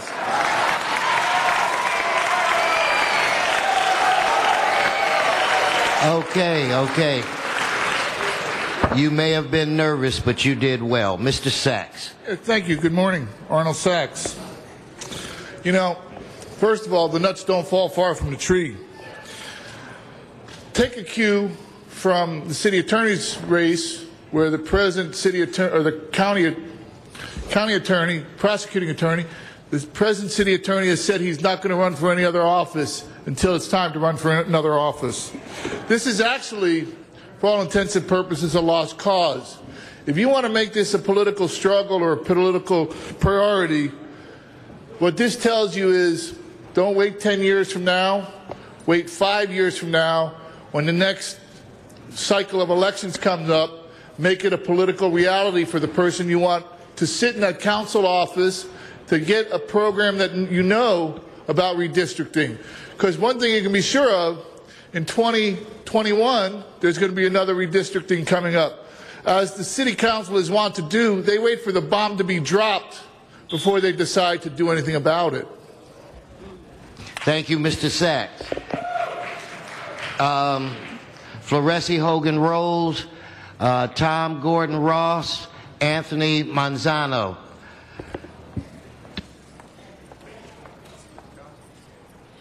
Good morning, Mr. Councilman, Council President, and elected officials.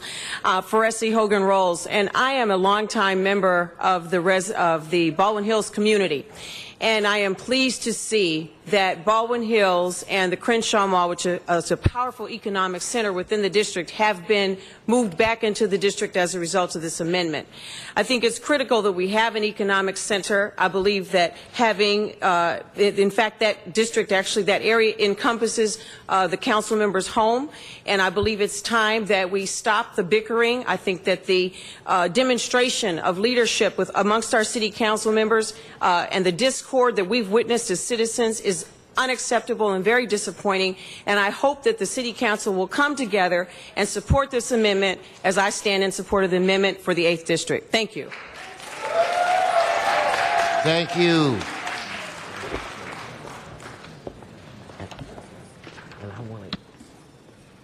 Good morning, council members and residents of Los Angeles. My name is Tony Golden Ross, and I am a longtime resident of Los Angeles and the Baldwin Hills Estates community. I'm also a steadfast supporter of the 8th District. I believe our leadership should stand together on issues of importance relevant to our community and band together on critical issues such as redistricting. It's important to have a great 8th District and not one that is divided.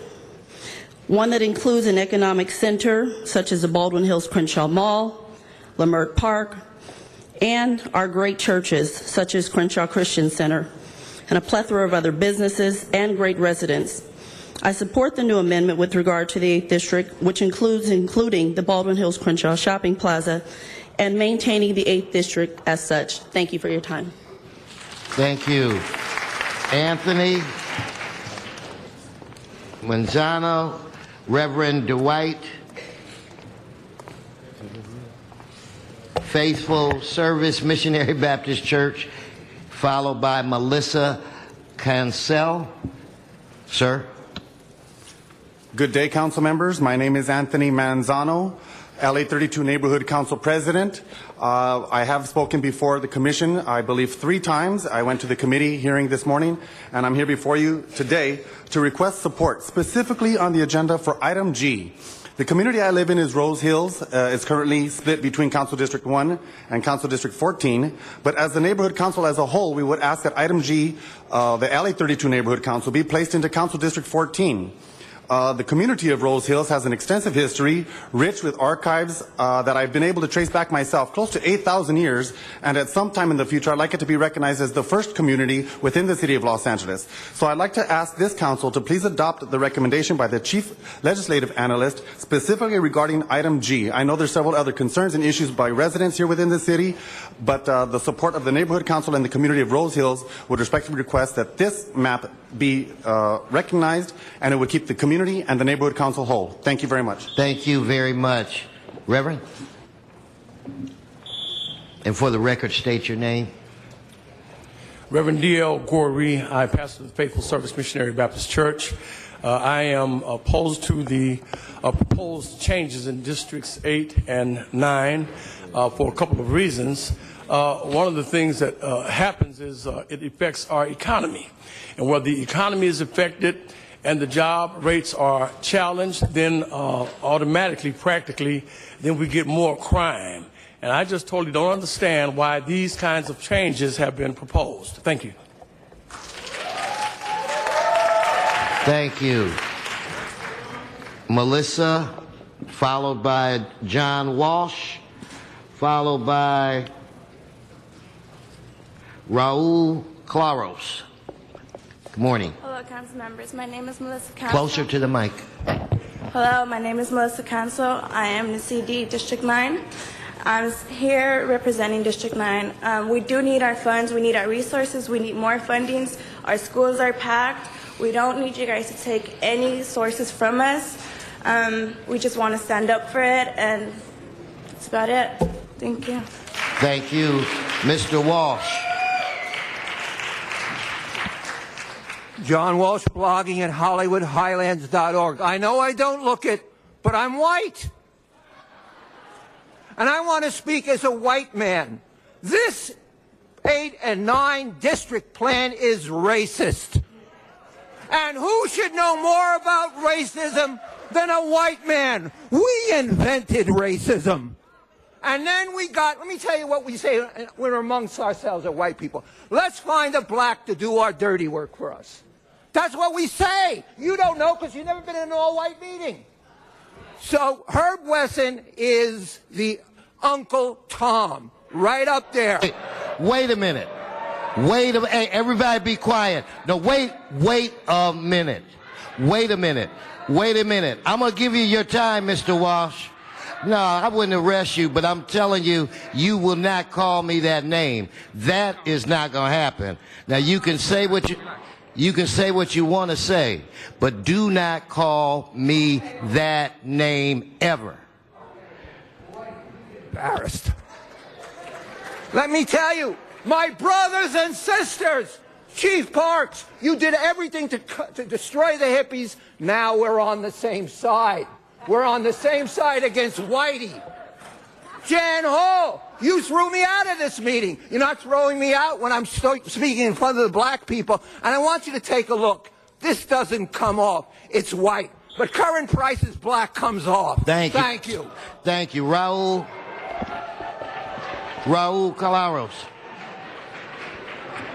Followed by Ann DeBello and Susan Polafranco. Wow. Raul. Mr. President, council members, Angelinos, my name is Raul Claros. I am a teacher in the new proposed 9th district. I am a park advisory board president in the 8th district. I'm a neighborhood council member and a founding booster member in the 1st district, as well as within the 10th district. I'm here to advocate on behalf of the 2nd largest community in the entire state of California, the 3rd largest in the entire country, yet a community that is not currently represented in local government by a Central American elected official. In our elected officials, we need master collaborators. We feel that we have that in the 1st district. We feel that we have that in the 10th district. Westlake, Koreatown, Pico Union, and South LA, the Latinos that reside there, work, and play there are Central Americans. The 10th district is the only district that connects Koreatown, Pico Union, and South LA, and unites our communities that are split into 4 council districts. So today, on behalf of the Central American community and as a stakeholder in all the districts that I have advocated for, I ask you to support the Commission's maps. Thank you, Raul. Ann DeBello And Susan, are you? You were at the committee hearing. Oh, there you are. Yes. That's Susan. Hi, it's Susan Polifronio. Thank you for letting me speak again. I appreciate the council's time. I just wanted to say that I have lived in and had a business in Hollywood on Franklin Avenue for the last 32 years. My husband's been in Hollywood since 1950. And I'm really appalled at the fact, I know this is a small issue for a lot of people, but I'm really appalled at the fact that you've divided Hollywood, you've divided our district down the middle of Franklin Avenue, and you've basically said we're part of the valley now, that we have no input and our historical association with Hollywood Boulevard has been completely severed. We have no input in development. We have no input in anything. We're just going to be a little shadow of something that nobody's going to care about. Above us is a sign that says the Hollywood Hills. I'm on the flats. There's renters, there's homeowners, there's nearly 50,000 people that are just have no association left, even though we're called the Hollywood Hills. I was past president of our neighborhood council.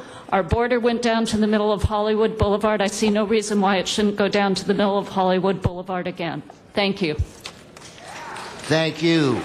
And Pastor William Campbell, you waving off there? Underneath there. And I want to call up Richard Moore. Mr. Mayor, in your absence, Mr. President, members of the council, I'm extremely disturbed. I have a long memory, and your pants have been ripped. I was born at 51st and Hoover. I grew up in Second Baptist Church. I'm a graduate of Jefferson High School, all in 9th District. What you have done is absolutely devastating, absolutely, unequivocally devastating. I call on you to change and not to adopt the proposal that has been presented before you. It is devastating. I am personally disturbed. Thank you, Reverend. Richard Moore, followed by Don Cameron and Vinay Chandra. Richard G. Moore, 50-year resident of Baldwin Hills, born in South Central, raised in what we call Koreatown. In addition, my sister lives in Westchester. Every one of those communities are upset, Mr. President. This morning, we wake up into the paper and we see that, I also a retired school district teacher with LA Unified in the 9th District. I've testified, this is my 4th time. We wake up this morning and we see that lawyers will be involved. I resent the fact that I, as a private citizen, must pay money to sue my government. My government gets to use my money to defend themselves. I have to go to a judge of which we're paying more money. Stop this whole process. We don't have to have it done until June 30th. Please, please, please. I can tell you that this isn't fair. This isn't equitable. But what I can tell you is that it's wrong. Thank you. Thank you very much.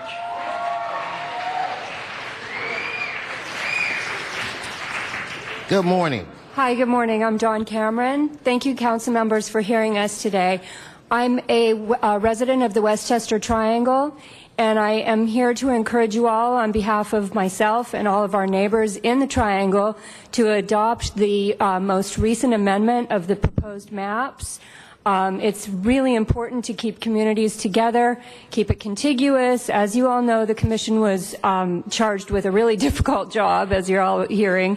But please adopt the most recent amendment to keep Westchester intact and in CD 11. Thank you. Thank you. Come on up, Mr. Chandra. Thank you, Mr. President. Council members, we're just here. I will just echo on Don's statement to you folks that please keep Westchester intact as CD11 instead of splitting us, the little triangle that we're in, and putting it in CD8. Sir, we all have bought our properties there for a reason, and we don't need to be split up to be put somewhere else where we lose all our values. Values as citizens, values as property owners, and just like to plead to you people to just keep CD11 tagged as a whole. Keep the triangle, Westchester Triangle, together with CD11 as it has been, and it is a great place to live, and we want to do it. We want to keep it that way. Thank you. Thank you. Thank you, sir. Ronald Taylor, Lisa Kennedy, I believe it is, Eric Metz, please come forward. Good to see you again, sir. Yes, sir. Good to see you also, Mr. President. And council members, thank you for your attention this morning. I'm Ron Taylor. I'm a resident of Studio City and an elected member of the Studio City Neighborhood Council. I also want to thank our Valley neighbors from Toluca Lake who spoke earlier in the session. Thank them for framing the argument in favor of placing the Campo de Cahuenga and the Metro in CD2. The stakes involved in development of this location are extremely high for reasons that I don't have to explain.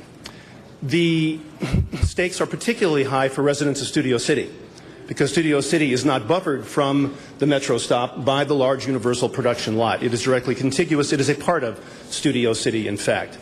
If democracy is to be respected, and if the interests of all stakeholders are to be respected, then it's really important, obviously, that not just one council person and one neighborhood council be involved in the decision about how this location will proceed in the future. More people should be involved, at least those council members and those neighborhood councils that are most directly affected by the future of the Metro and the Campo. It should remain in two. Thank you, sir. Okay. Ms. Kennedy, followed by Eric. Ms. Kennedy. Hello, good morning. I would like to say to all of you that this is a sham, and we all know it is. It doesn't pass the smell test. As I told you last time, I'm also an elected official, board member on the Beverly Hills Unified School District Board of Education. And I'm going to tell you, you took an oath, your vote is sacred, do the right thing. I'd like to say to the mayor, where are you? Where is the mayor? He is an architect of this injustice. He will take this injustice this summer to the convention and represent the Democratic Party. Does the DNC approve of this? Would anyone approve of this dog and pony show? Absolutely not. I ask the mayor, step up, come out of the shadows, tell us what you think. Do the right thing. And to Mr. Garcetti, you are running for mayor, show leadership. To Mr. Koretz, the 5th District has a Wiesenthal Center there. You have more compassion for them than these people here? I would like to say to Mr. Cardenas, congratulations for No Ruse. Thank you. This is more important. Thank Do you. the right Eric Metz, please. Eric Metz, followed by Latrice Jackson and Jante Pruitt. Eric, Latrice, and Jante Pruitt. Yes, sir. Eric Metz. Want to be very clear. I'm a resident of CD9 right now. I live at 8th and Flower Street. The folks who are not represented here right now are folks from downtown who live and work downtown like myself. It's very important that this map be developed in such a way that downtown has one unified and consistent voice. Downtown has too much going for it, too much activity, too many news bars, restaurants, venues, and nightlife things, and too much new development to be split between multiple districts. It's very, very important this be just one cohesive, unified whole. I strongly support that it be included in CD14. Thank you. Thank you, sir. Please come forward. Good morning, Councilman and President Weston. My name is Latrice, and I have been a resident of South LA for over 35 years, and I live in the 8th District. I just want to say thank you to the committee for leadership during the redistricting process and the ways the community members, like myself, have been able to participate. I would like to express my support for your current maps. I am encouraged by the possibilities for development in my district and look forward to working with the council to see my community grow and be a place I know it can be. Thank you. Thank you. And next, I think, is it Ms. Pruitt? Good morning, council members and President Weston. My name is Jante Pruitt. I've lived in South LA all of my life. and have been a resident of District 8 just as long. This process is very new to me, and it's been a lot to witness. I've been attending the hearings from the beginning, and I can say that I do appreciate the hard work that the committee has done. We've seen District 8 has seen a district like this before, and so I know that there's tremendous possibilities for what can happen in District 8. I look forward to working with the council to continue to make South LA and District 8 a place that I can continue to be proud of. Thank you. Thank you. Thank you.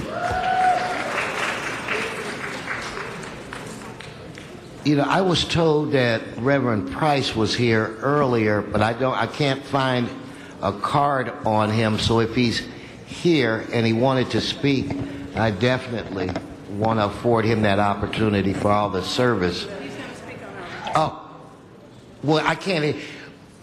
I'm gonna let you come to the mic. I can't hear you. I do have a card. The apostle had to leave, but my name is Robert Rubin. Okay, well then I will let you speak in representing. Thank you. So, my name is Robert Rubin.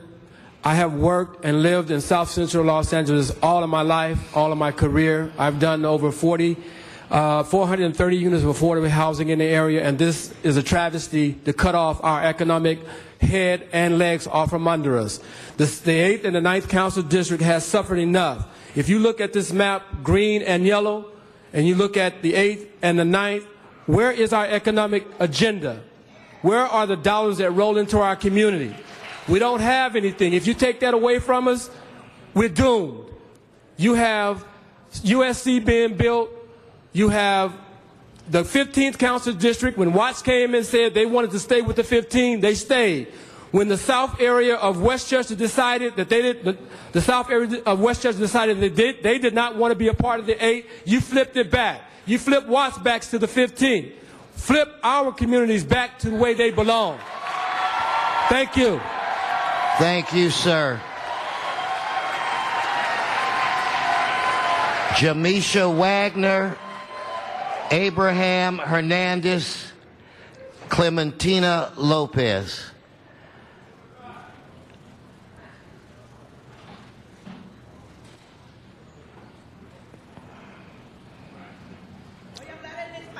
Well, we have translation. Okay. Welcome. Mi nombre es Clementina López. My name is Clementina Lopez. Y he vivido 30 años en el sur de Los Ángeles. I've been living in South LA for 30 years. Soy activista de mi comunidad. I am a community activist. Y le quiero dar las gracias al comité. I would like to thank the committee por haber hecho su trabajo desarrollando los mapas estoy de acuerdo con ellos. For doing their work and for developing the maps. I agree with them. Gracias por haberlos hecho y gracias a usted, presidente del concilio. Thank you for making por ser un líder que apoya al sur de Los Ángeles. And thank you, Mr. Chair, for being a leader and for supporting South LA. Gracias. Thank you. Thank you. Next. Miss Wagner? Yes. Okay. Yes. Can we start her clock? I don't want to give her 10 seconds. So start now, okay. Good morning. My name is Jamisha Wagner, and I lived in Los Angeles all of my life. I would like to thank the council for a chance to be a part of this redistricting process and say that I support the current map with the addition of the Crenshaw Mall in the 8th District. Thank you. Mr. Hernandez? Good morning, council members and President Weston. My name is Abraham Hernandez. I live in the 8th District in South Los Angeles. This is my second time being a part of the redistricting process, and I appreciate the ways that the committee and council made it possible for community members, especially younger people like myself, to participate. I think that the addition of the Crenshaw Mall in the newest maps shows that the community's voices have been heard and the response has been a good one. I support the proposed maps with the current changes, and I am hopeful about continuing the strength of community voices with strong support from the council in response. Thank you. Thank you, sir. Okay, now I want to call up Joanna Harding, Patricia Hempfield, and Robert Cole.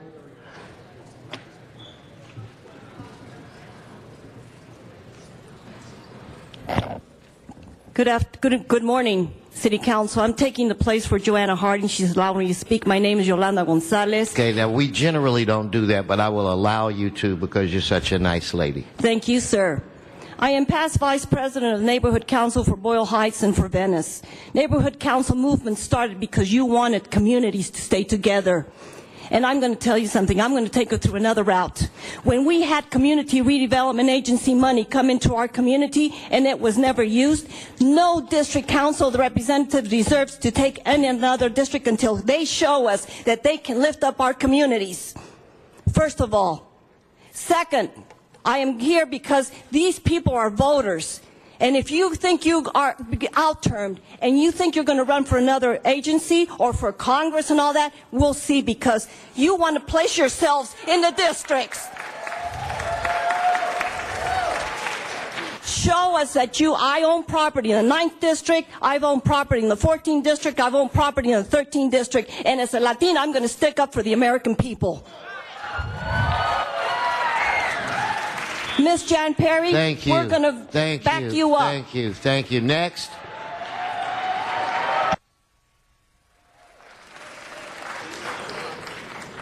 Good morning, Councilman Weston. Saw you a couple of weeks ago.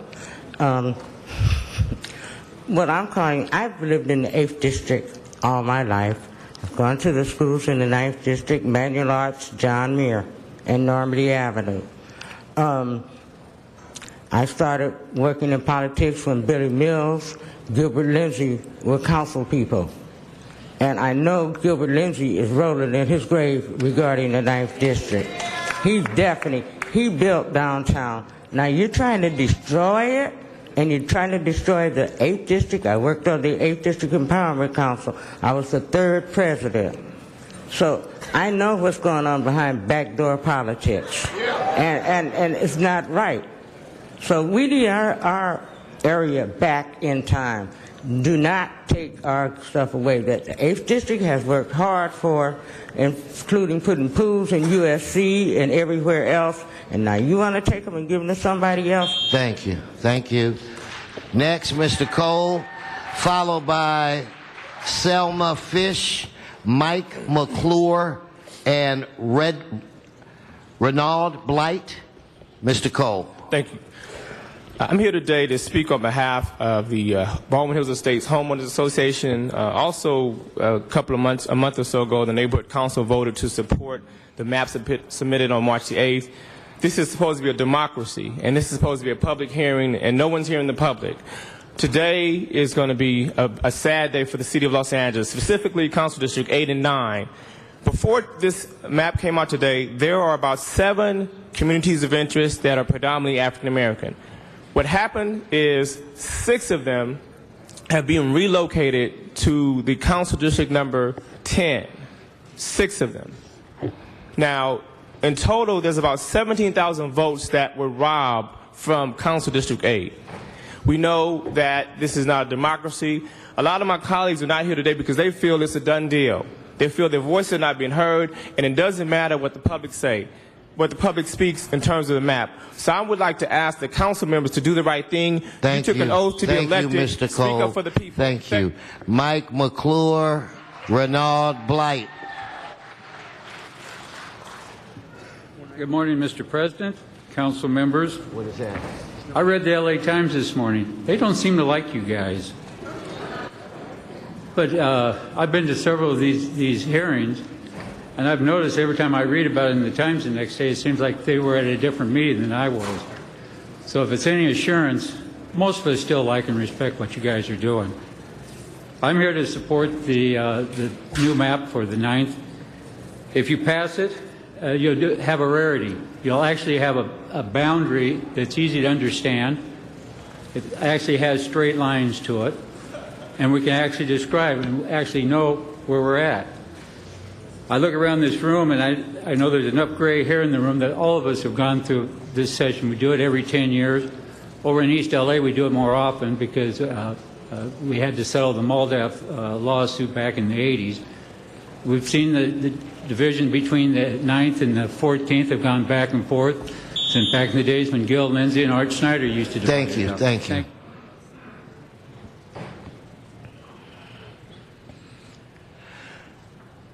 Maria Paz, and you're going to have to help me with the last name.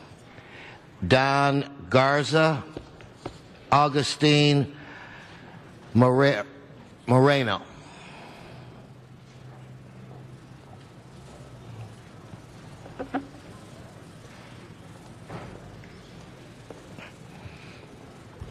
Good morning. My name is Selma Fish. Go on. On October the 15th, 1972, my husband and I opened up a clothing store on Pico and Santee. We were so fortunate when Jan Perry became our councilwoman. When we and other property owners in the Santee Alley needed help, a phone call to Jan Perry was all we needed to do. She would always meet with us, and if our concerns had merit, Jan would guide us and help us. Many of our achievements in the fashion district were due in large part to Jan Perry's vision and hard work. All you have to do is compare the fashion district to what it used to look like and what it looks like today. Thank you. Thank you. Next. Traducción. Can we get some translation over here? Where is our... Could you wait one moment? Traducción. Traducción, por favor.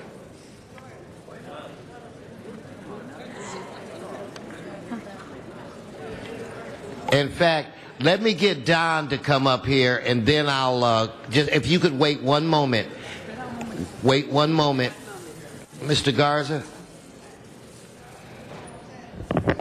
The next one. Yes. My name is Don Garza, and I am a resident of, right now, the 9th District. I live currently Skid Row adjacent. It has come to my attention that the property owners in the historic downtown bid, who basically are looking out for me on a daily basis with the bid and doing a miraculous job of it, considering the area around Skid Row is now regressing. I was at Skid Row for a long time, 11 years. But since the majority of the property owners have decided that it's in our best interest to be in the 14th Council District, then I have no choice that I would like for that part of the historic core to move into the 14th Council District. I think that would be the best move for a resident such as myself there in downtown Los Angeles. So a united downtown is the best route to take. Thank you, sir. Now, Miss, please come forward. Buenos días, miembros del Consejo, Presidente Wesson. Good morning, Mr. President, Chair Wesson, and members of the City Council. Mi nombre es María Paz Jaén y vivo en el sur de Los Ángeles por más de 30 años. My name is Maria Paz Jaén, and I live in South Los Angeles for over 30 years. Quiero dar las gracias al Concilio por tomar la responsabilidad de representar a los miembros de la comunidad. I want to thank the City Council for taking the responsibility of representing the community members. Les agradezco su trabajo y apoyo los mapas actuales. Gracias. I thank you for the work done, and I support the maps, the present maps. Thank you. Thank you. Mr. Moreno, I think. Buenas tardes. Mi nombre es Agustín Moreno, pertenezco al Distrito 1 y vivo en el sur de Los Ángeles. Good afternoon. My name is Agustín Morales. I am part of District 1 and I live in South Los Angeles. Les doy las gracias por el trabajo que han hecho en los mapas. Yo apoyo los mapas actuales. I thank you very much for the work done on the maps, and I support the present maps. Thank you. Thank you. All righty. Mike McClure, Renaud Blight, Cindy Hinch. I saw Cindy earlier. There she is. Just come forward, and Cindy, and you can go.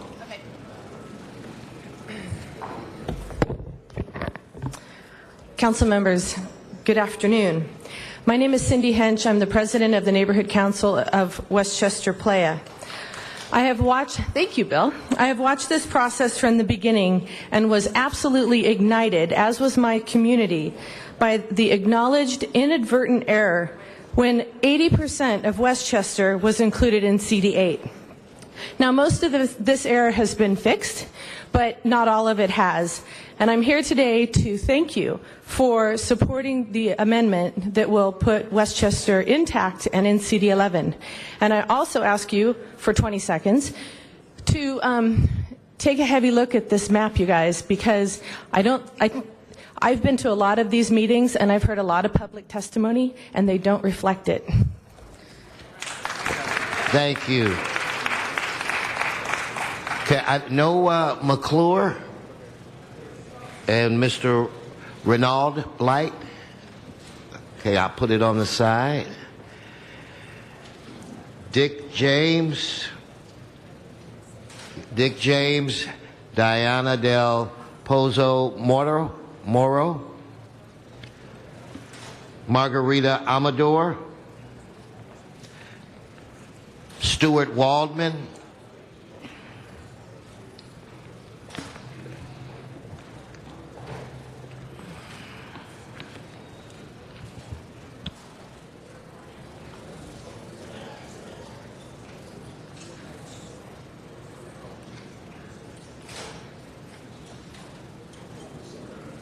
Yes, sir. Okay, good morning. My name is Diana Del Pozo Mora. I'm from Council District 14. I'm a very active community activist. I'm part of the Boyle Heights Neighborhood Organization. I'm the Vice President of the Boyle Heights Neighborhood Council. I'm the Executive Director over at Mothers of East Los Angeles. I'm the part of the Coalition for a Safe and Drug-Free Community in Boyle Heights. I'm also a member of the Malabar Street School Parents Club. I wanted to stress that I understand that the lines are, changed. I want to stress that I really agree that the new lines proposed can be opportunity for our community, and that I support the proposed map. Thank you. Thank you. Good morning. My name is Margarita Amador, and I'm a resident of Boyle Heights, been there all my life, and I'm just here asking that you support the map as it's presented, and also to continue to unify downtown to Boyle Heights. Thank you. Thank you. Stuart, and I'm still looking for Mr. Dick James. Yeah, thanks. And after that, it will be followed by Mark Wilson. Mr. Waldman. Hi, I'm Stuart Waldman. I'm president of the Valley Industry and Commerce Association. Let's be honest, this was a flawed system. We all know it, but we need to make sure that in 10 years we're not standing here again. This system was not fair and it was not transparent. So I'm here today to ask the Council to make changes to the system, to create a truly independent Citizens Redistricting Commission so the people will be heard. The commission was filled with former and current candidates, political staff, political consultants, donors. Those are not the people who represent the city of Los Angeles. So, thank you. So I ask that you make these changes so that in 10 years we have a fair and open and transparent system. Thank you. Thank you. Please come forward, identify yourself. Good morning. My name is Mark Wilson. I stand before you from the Coalition for Responsible Community Development. I stand before you to talk to you about my opposition for the current maps, and I strongly encourage downtown to stay in the 9th District. I say this because I have personally witnessed over the last 10 years economic investment, workforce development creations, more investment towards education. We've built coalitions with groups in Little Tokyo as well as throughout South Los Angeles to improve it, and we have some positive momentum. And I just strongly ask you to keep this district together and intact. My last few seconds, I do want to say, Councilwoman Jan Perry, thank you for the fight that you have risen for our district. We truly, truly appreciate it. Thank you. So there's no Mr. Dick James. No Mr. Dick James. If I could get Damian Goodman, Judy Price, and Lisa Sarkin, please come forward.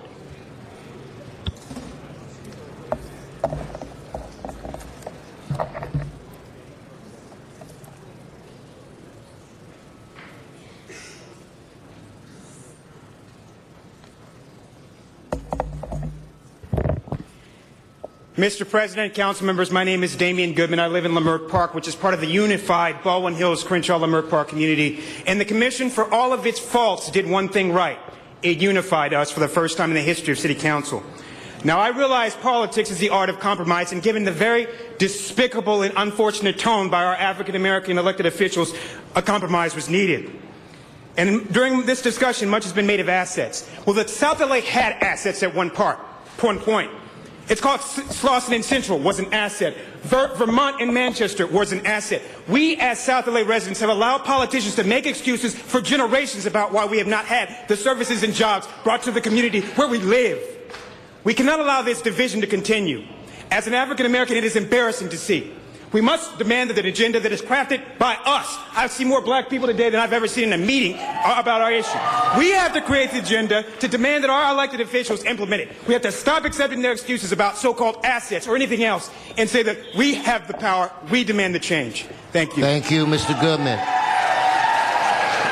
Ms. Price and Ms. Sarkin, please come forward. No, you don't have to run. Oh, that's all right. I'd like to get out of here, too. Judy Price, Valley Glen Council District 2.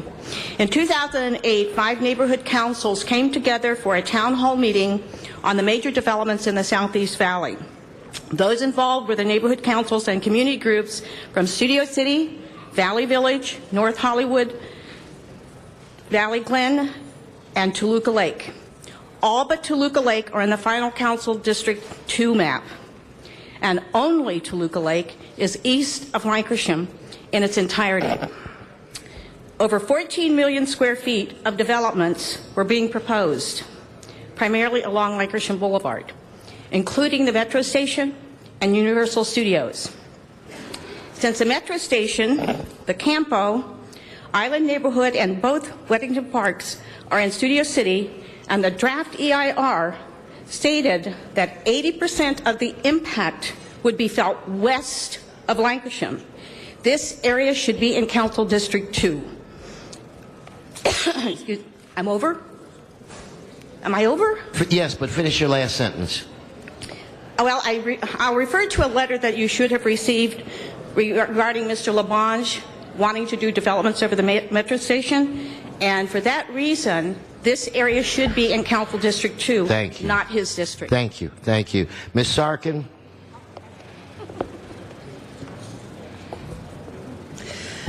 Good morning. Lisa Sarkin, Studio City Neighborhood Council. I'm the Vice President and Chair of the Land Use Committee. You've heard me many times. I'm not going to repeat what I said at the Rules Committee because I don't think anyone ever listens. But what I'm here to tell you is that we had the perfect CD2 map. It was perfect. And Toluca Lake doesn't want to be in CD2. So fine, let them go wherever they need to go, but don't mess up all of the other council districts that were whole in CD2 before. 7 council districts whole in CD4. The first time that the Valley ever had a district that actually looked like what it was supposed to be. You have my statement that I was going to say before, but I've given up on all of that. I'm mad. I'm not going to take it anymore, and I've been waiting for 61 years for the San Fernando Valley and Studio City to have the right place. The right place. I'm sorry, every time I say a P, it makes a loud noise. Sorry. But do the right thing. You don't have to follow what the commission had. The commission's information was flawed. They never received anything from Studio City. I brought in a box of 107 emails that were never distributed, and that is just the tip of the iceberg. Thank you, Ms. Sarkin. Is Reverend Geddes still here? Please come forward, sir, followed by Florencia Lopez and Jose Felix Carrera. Mr. President, and to the council, the 8th District and the 9th District are pastors in the Los Angeles area, and to look at our community is not about the politicians, this is about the community. Once the politicians are out of office, we still have to work in the community.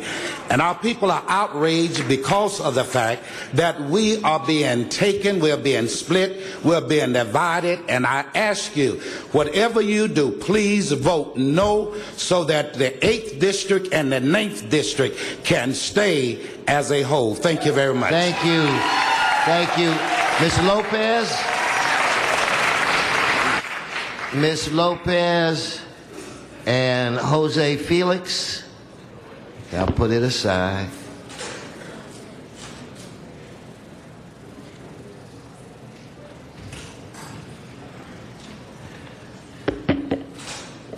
Paul Habibi, Patricia Harris. Did I already call Patricia Harris? Did she already speak? Name sounds familiar. Robert Rubin. Please come. Good afternoon. I am Patricia Harris, and I am with the Church of Scientology of South LA. And I am opposed unless the maps submitted on March 8 by Council District 8 and 9 are used. Please leave Council District 8 and 9 alone. Thank you.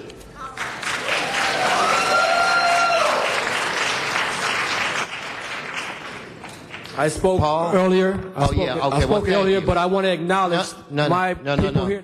No, I'll ask your people. All of the Crenshaw people, please rise. All right, thank you. Do we have Robert Rubin? That was me.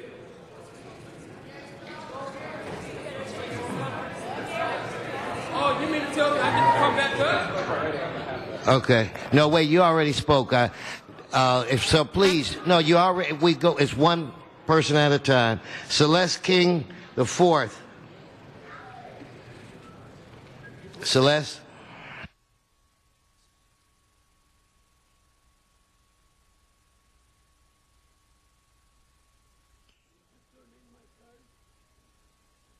Please come forward. Good afternoon, council members.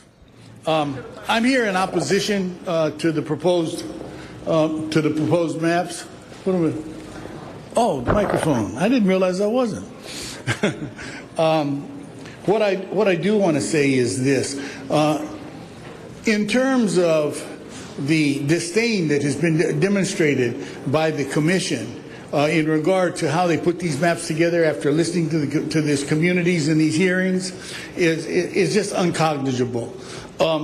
I have been in conversations through the Congress for Racial Equality California with groups around the city, including some of the Koreans and Latinos, and we are of the position that if the council goes forward with ratifying the proposed maps, that we are going to file a lawsuit in the courts in regard to abuse of process. And we would like to avert that by you actually creating an independent council and averting this thing with a non-ratification. Thank you. Jose Felix?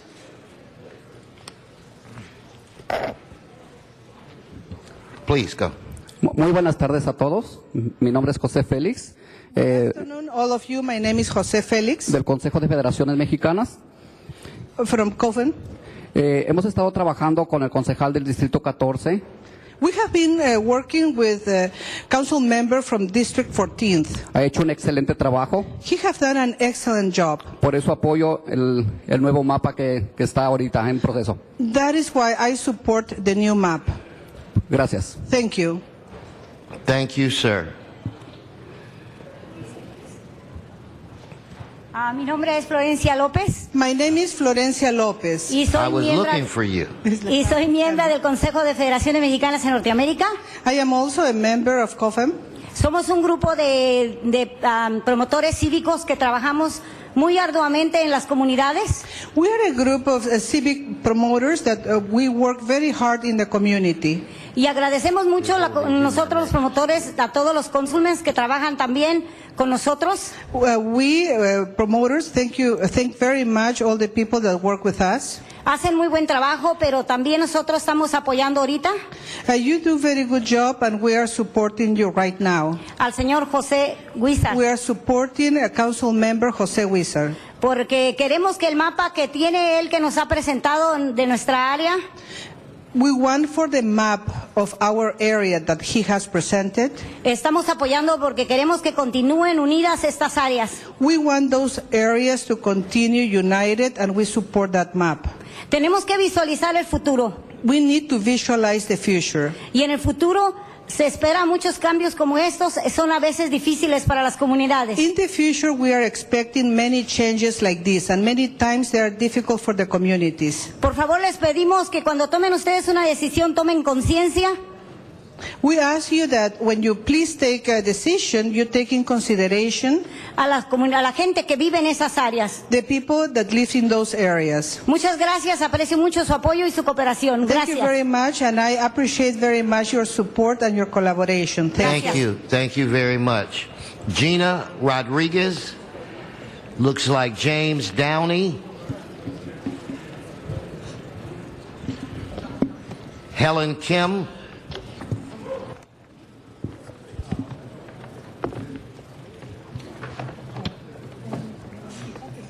Gina Rodriguez, good afternoon. I support the motion. I have been very pleased with the CD14. Councilman Huizar and Arturo Gonzalez. Ana Cubas has tremendously supported El Pueblo Olvera Street merchants, and I vote for them the redistricting of Uniting Downtown LA. If they have been as supportive to us as they will to the new part of the district, you will be fully confident that they have your back. Thank you very much. Thank you, Herb. I think you just called my name William Rodriguez, right? Okay. Just go ahead. Okay, I'm asking you about, again, some of the redistricting. CD14 should not have all downtown LA. Of course, you know I am running for LA City Council District 1.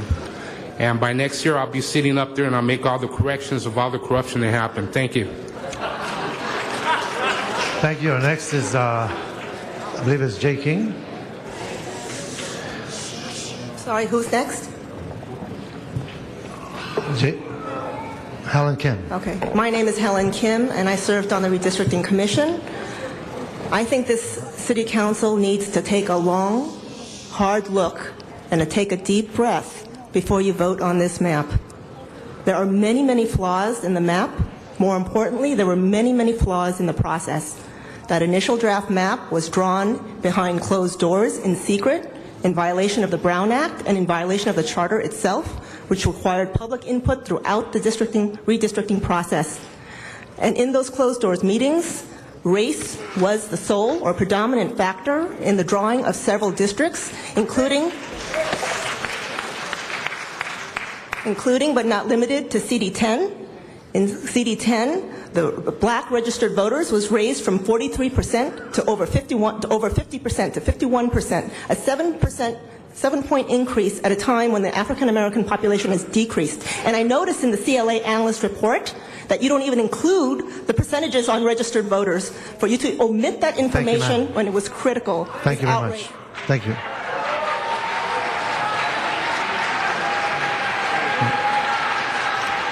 Next speaker, please. Please. I'll keep the committee going. Sir, give us your name. Hi, my name is Paul Habibi. I think you called my name but skipped over my card, so.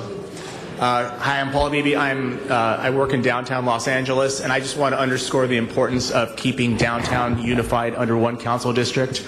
Right now, downtown represents over a dozen disparate districts. Obviously, it's come a long way. But if you look at an uncertain economic situation and you look at what's really going to be a springboard and a key driver to encouraging investment and development in Los Angeles and the downtown sector, it's important that real estate developers, that investors, that business owners have sole and singular representation under one council member. If you look at what CD14 has done with respect to bringing back Broadway, I think there's really that's a harbinger of what can be done with the rest of the downtown districts, and it's important for those who are investing in downtown to be able to have sole representation and to be able to encourage planning, policy, and economic development that comes from a single council district. So I support putting all of downtown under CD14. Thank you. Thank you. Our next speaker is Joy King, Rose Rios, and Emmanuel Deliage. Joy King. Is Joy King here? Rose Rios. Emmanuel Deliage. Thank you so much to the City Council and to all the city officials. It is a pleasure to stand before you. I support the change in District 10 since Herb Wessing been our councilman in the 10th District, and I've been there for over 40 years. Thousands of jobs has been created through this man. Lowe's.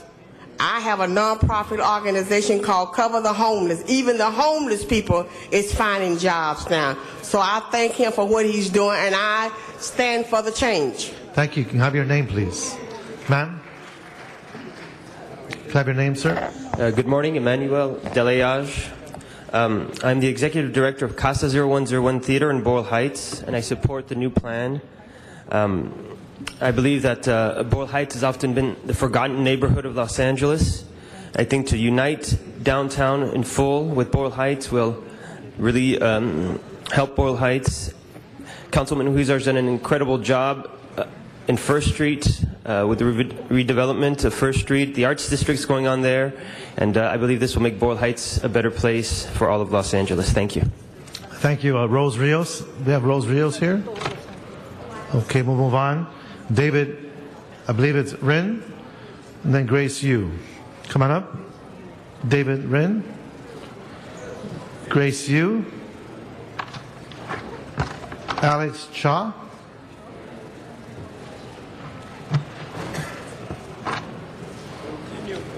David Rin, Grace Yu, and Alex Cha. Okay. Council members, my name is Grace Yu. I'm the Executive Director at the Korean American Coalition.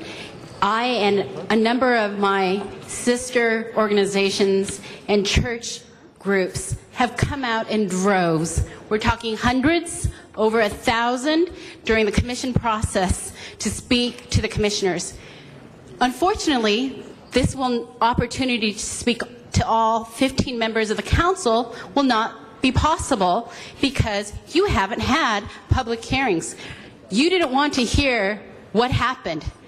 Creating a map is not pretty, but a lawsuit will be far worse. And that's the only place you're leaving us. And you think our grounds are weak?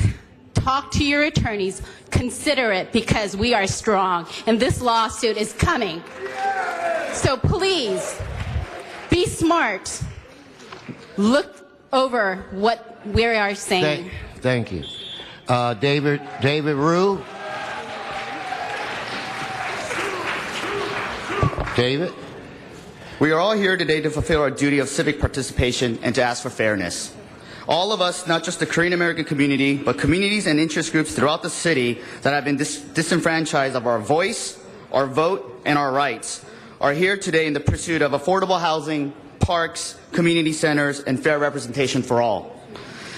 And from where you sit, and yes, we are in over our heads, and this is a fight that none of us were ready for, and we don't have the resources, the organizations, the political skill, or the political clout. And from where you're sitting, it may seem that we have a bunch of stones and we're trying to pebble you into submission. That may be true, but we have much more. We have the strength of faith, power, prayer, and with our 1,300 network of churches, we have started a prayer chain for the City Council. We ask that God fill your hearts with love, that you can love all your brothers and sisters regardless of race, sex, and creed. I'm not a preacher, but this reminds me of the story of David and Goliath. When all hope was lost and an entire nation was gripped in fear amid the awesome display of power and might, it was the power of faith and prayer in one small stone. Thank you. Next, I think, is Mr. Cha. Good morning, council members. My name is Alex Cha. I'm an attorney in Koreatown. I am a member of Wilshire Center Koreatown Neighborhood Council. As we have conveyed to you in many occasions, we believe that the map is completely wrong. Mr. President, this is not about you. This is for the people of Los Angeles, for the citizens of Los Angeles. Therefore, we will be filing a lawsuit very soon, and we look forward to the fight. Thank you.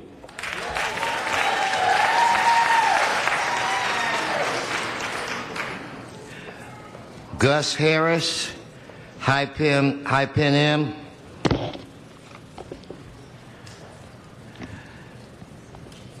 Haypen.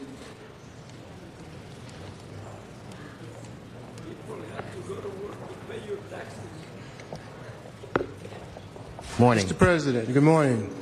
Council members, my name is Gus Harris. I'm a member of the United Neighborhood Council, president of the Jefferson Park Board of Directors, and I have a letter here I'd like to read to the council district. To the Los Angeles City Council from Jefferson Park Crime Prevention Coalition. Subject City, Los Angeles City Redistricting Map. The Jefferson Park Neighborhood Crime Prevention Coalition is located in southwest Los Angeles area. Our neighborhood coalition is a very diverse group of residents who meet on a monthly basis to discuss issues or problems that face our community. City Council Member Herb Weston has provided us with representation from his office and has kept in ongoing communications with our group on a multitude of issues. We ask the Los Angeles City Council member to maintain our 10th district and accept the redistricting map as submitted by the Los Angeles Redistricting Committee, signed Eula Jackson, President. I also have here 17 signatures. Thank you. Thank you, Gus. Thank you very much. High Pen. And then after High Pen will be Russell Brown. And I can't make out the last name, but I think it's George Washington Graham. George Washington Graham and Russell Brown. Good morning. My name is Hei Panim, and I'm here on behalf of Korean Churches for Community Development and the greater faith community that represents 1,500 churches. There's a Jewish saying that says, if we're not for ourselves, who will be for us? But at the same time, if we're all about ourselves, then what are we? And if not now, when? And so today, we are here because we can no longer delay. We can no longer stay out of the fight. One of the pastors this morning at the press conference said, until now, the faith community has been silent. But this whole process and the injustice has compelled them to come out in great numbers. President Herb Weston, again, this fight is not about you. It is really about creating a voice for the community. Here, when we ask for the 13th district, it's not just the Korean community, but the Latino community who will win if we're placed in the 13th district. Koreatown, if you look at what services are there, we would like to claim that because of you, we have thousands of jobs, thousands of senior center projects and youth centers. So again, please listen to our cry. If God is for us, who is against us? We ask you to be standing. Thank you. Okay, I'm looking for Russell Brown, George Washington Graham, Yolanda Garcia. Please come forward. Russell Brown, are you here? George Washington Graham, Yolanda Garcia. Jorge Garcia. I had 2 cards on Jorge Garcia.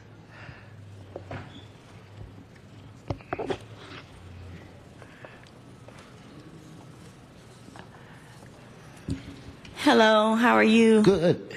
And I'm here to tell the truth. And what's your name? I'm here representing... Your name? My name is Carolyn Owens Horton. No, we didn't call. You have to wait till you're called. Under George yeah. Washington Graham. You have to wait till you're called. You did. You called George Washington Graham. Yes. Using that momentous name of Washington, she's here to tell the truth.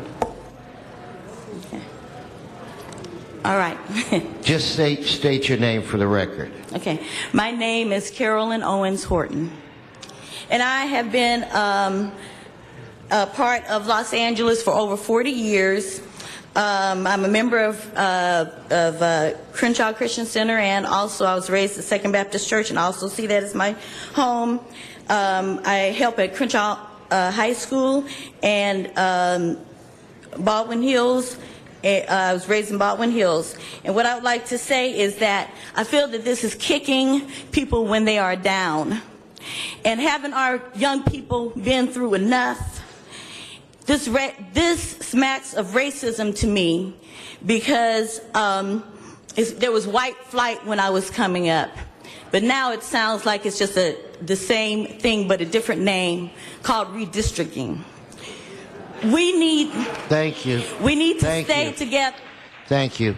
Ms. Garcia, is that you I see in the back? Will be followed by Francisco Rivera and Julio Spears. Yes. Hi. Good afternoon. I am a resident of El Sereno, and I am here because item 3G should not even be on the agenda, for Rose Hill is not a community. Okay? I am here to say for the record again that there is no community of Rose Hill or Rose Hills, yet Councilman Huizar advocates for this non-existing community. We have been communicating in person, via appointments, emails, and in writing to Huizar's El Sereno field office. Yet, because we want this division to stop among our community, and yet Huizar has chosen to ignore the greater community of El Sereno and favor a few who are pushing for Rose Hills. For the record, on file 110187-S3 on Appendix J, that needs to be corrected. This appendix lists 8 communities of Los Angeles, and on those 8 communities, Rose Hill is listed there. And Rose Hill has not gone through the process. It has not been approved as a community. All the other communities have gone through the process and been approved. Thank you. But Rose Thank you. Next speaker, Don Francisco Rivera. Yeah.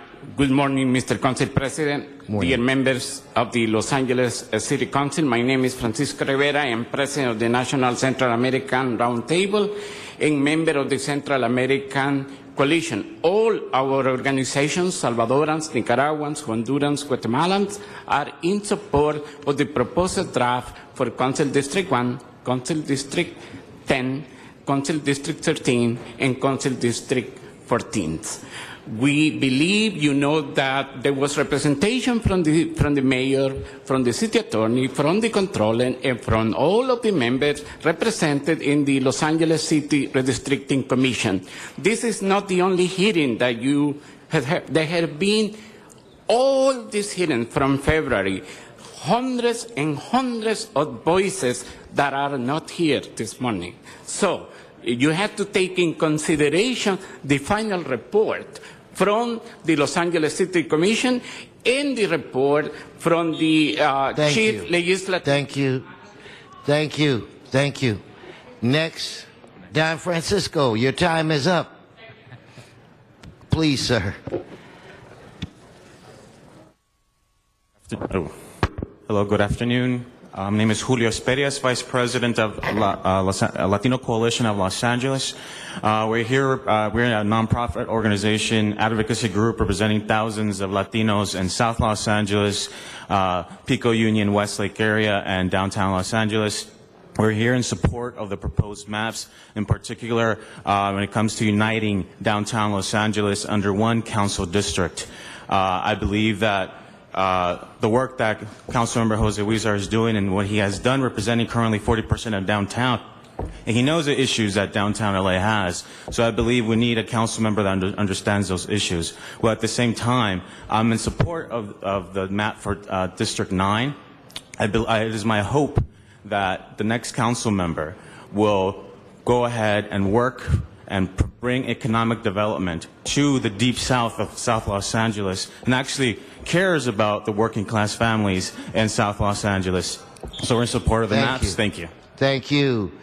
William Min Edwina Chisholm, Rico Valdez, Chauncey Monterell. Please come forward. I see Mr. Mim coming. Edwina Chisholm, Rico Valdez, Chauncey Monterell. Mr. Mim. Thank you, sir. My name is William Min from Voiceless Koreatown.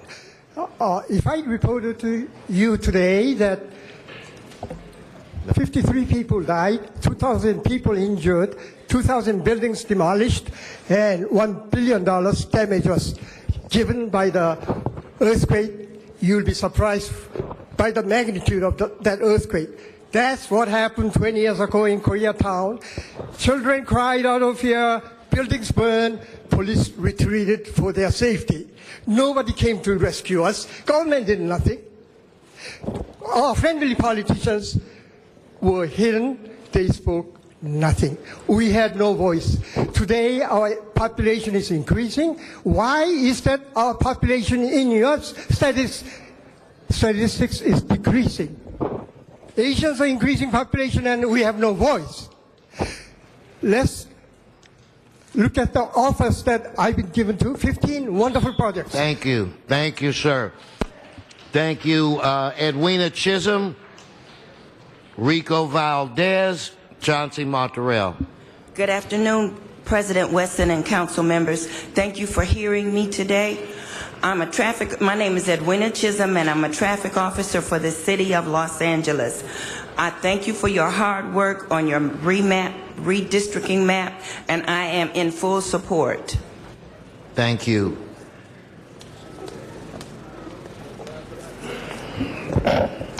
Hello, my name is Chauncey Martorell, Executive Director of the Thai Community Development Center. I'm here to just basically say that through this redistricting process, what you've witnessed is really the coming of age of the Asian Pacific Islander community, and there's no turning back. Either we assert our rights or forever remain invisible and relegated to being just a minor minority.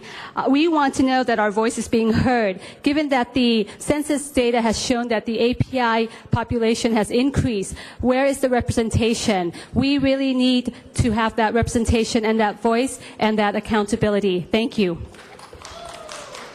Thank you. Are you Mr. Valdez?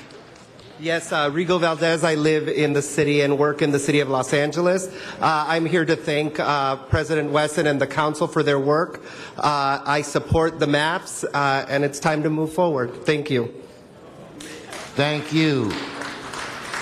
Adamosa Tom Brown, Graham Franklin, Ual Bar Zimmer, Adamosa Tom Brown, Graham Franklin,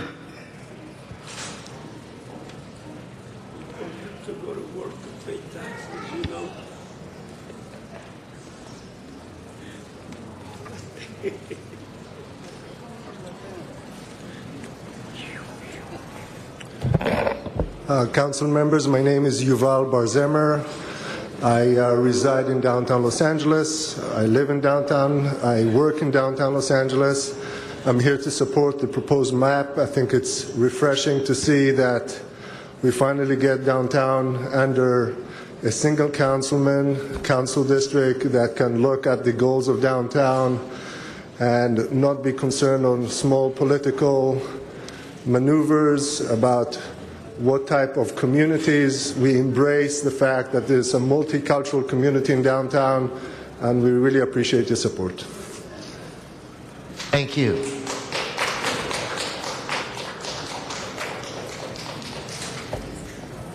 And you are?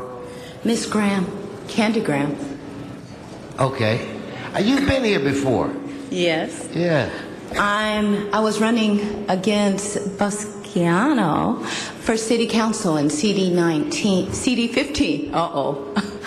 The reason I'm here is because I'm against redistricting. I'm against redistricting. We have over 1 million property owners here in Southern California that are also against redistricting, that are active voters. I have 99% of the people here, irregardless of what the city is seeing right now via the television, that are against redistricting. I don't want for this to be a closed session issue to where they can paint everything white and say that we're for it, when there's over 99% of the people here that are against it. Thank you. Thank you. So I don't see Mr. and Mrs. Tom Brown. Blair Beston, Tyler Murphy, Joan Jackson. Blair Beston, Tyler Murphy, Joan Jackson, please come forward. Good afternoon. Good afternoon. Good afternoon, council members. My name is Blair Beston. I'm the executive director of the historic Downtown Business Improvement District. And when this process first started, the board voted to unite historic area of downtown under one district, Council District 14. The reason being projects like bringing back Broadway and the LA streetcar are essential to the continued revitalization of downtown. They're essential for the future of downtown and the unification of downtown. As a new resident and someone who speaks to a lot of residents and has been in downtown a long time, I can say that overwhelmingly, honestly, people do want to see downtown united. There's no denying that. Thank you. Thank you. Ms. Jackson, please come forward. It's good to see you. Thank you. This redressing plan can enable council members to grow into a better relationship with people that they do not know. Today we are involved in making very important decisions here, but we can do it without tribal mentality fear. The first steps in this horrible affiliation are anger and hate. The devil steps in, blocks your mind, and seals your fate. You are no longer capable of using your mind to obey God's laws. In fact, you are rendered incapable to see your own flaws. Let's remember that we are all human beings, and we can learn how to love.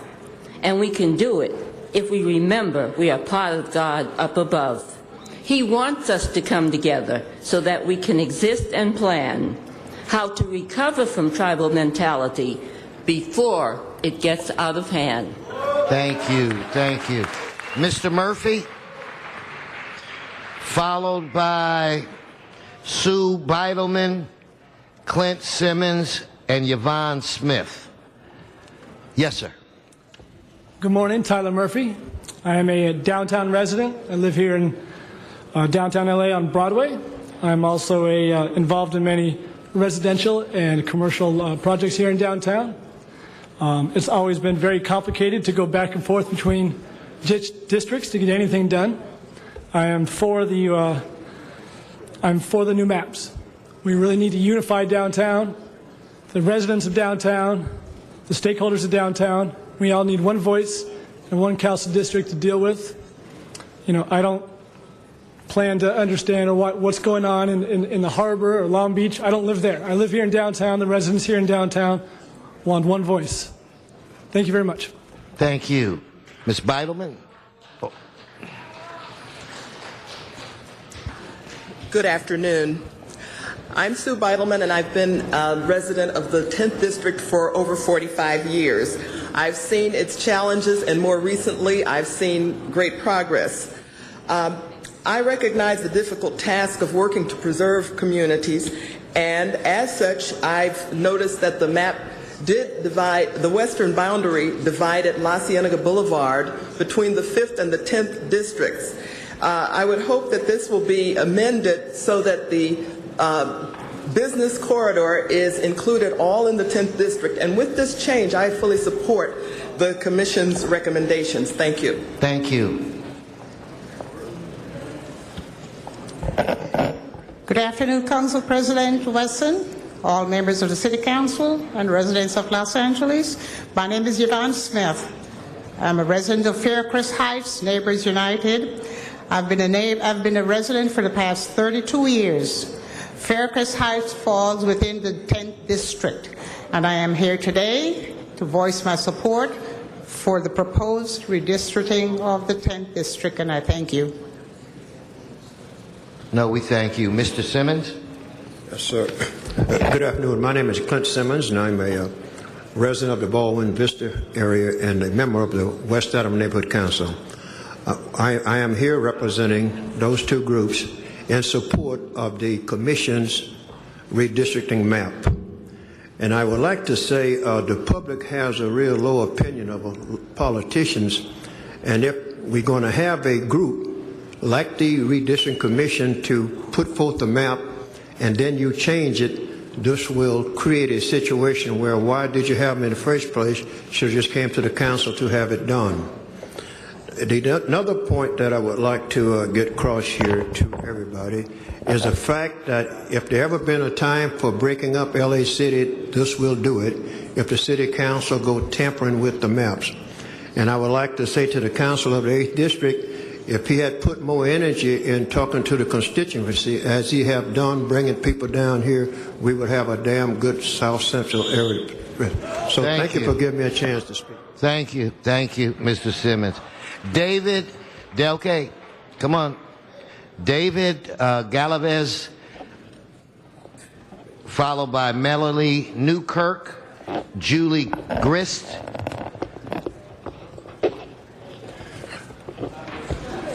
Good afternoon. My name is Ron Smith. I am a member of Pico Neighborhood Council, at-large member. I've lived in the 10th District for about 40 years, and I'm here to support the change. And I also ask for the Santa Barbara, I think it's Santa Barbara Park area that's in District 10 now, be developed so we can get more jobs in that area. Thank you. Thank you. David. And again, Melanie Newkirk, Julie Grist.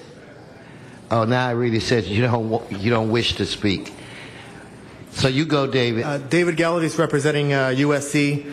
I'd like to take this opportunity to again officially state the position of the university on this important issue. University has only one request, and that is that the property that we own and operate in and around the University Park campus be placed in one single council district. University Park campus is where we teach our students, where our students live, where we conduct our office operations, and where we invest millions of dollars in community outreach programs. We are a single community and a community of interest in every way. The campuses of all the other universities in the city of Los Angeles are in one single district, and we ask for that same request be met. We believe our request to be placed in a single district is fair, reasonable, and makes sense, and we've also expressed this opinion at commission meetings as well. Thank you for your time. Thank you. Please come forward. Yes, the Honorable Herb Wesson and members of the City Council. I was a former member of the work to the City of LA, and I applied for the State Commission on Redistricting. I am opposed to the way the district lines were drawn. I live in Council District 8 at the Village Green, and we are opposed to the way the district lines were drawn. We would like the council to make us whole again in Council District 8 and in Council District 9. Thank you. Thank you. Linda Romney, Bill Huey, Michael Delajani. Good afternoon. And so it is that our forefathers gave us a form of representation. A representation. That is what you, as our councilmen, are supposed to be doing. You are to be listening to your constituents. Now, when you redistrict, you're taking that information from the census. You're not taking it from your voters.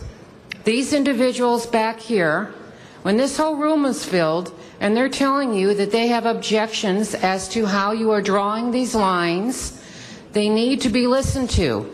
They're not here just to exercise their First Amendment and blow off steam. They have stated quite clearly that if you do not follow the will of the people, the government for and by the people, that there will be lawsuits. That should not be necessary. You have been elected. What we should do is we should reapportion it so that there should be 9 central districts. Thank you. Thank you. Thank you. Next.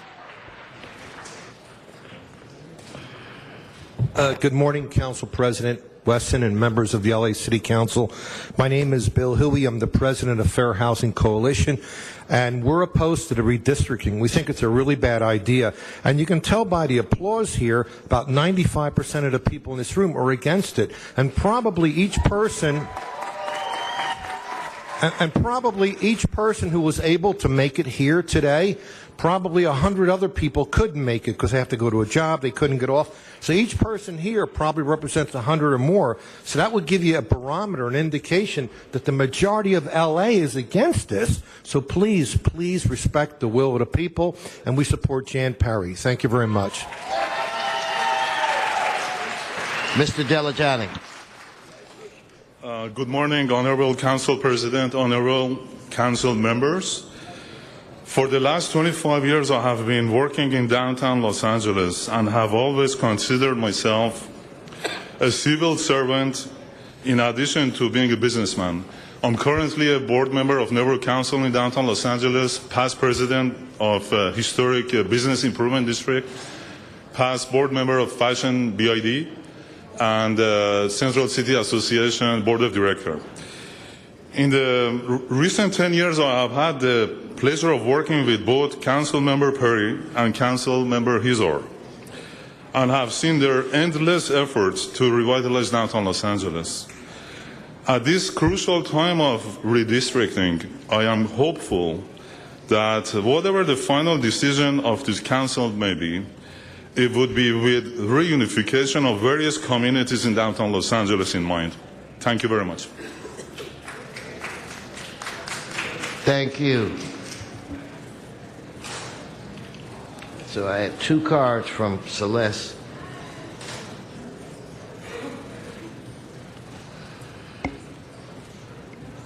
Is there a Rico Valdez, or did I already call Rico?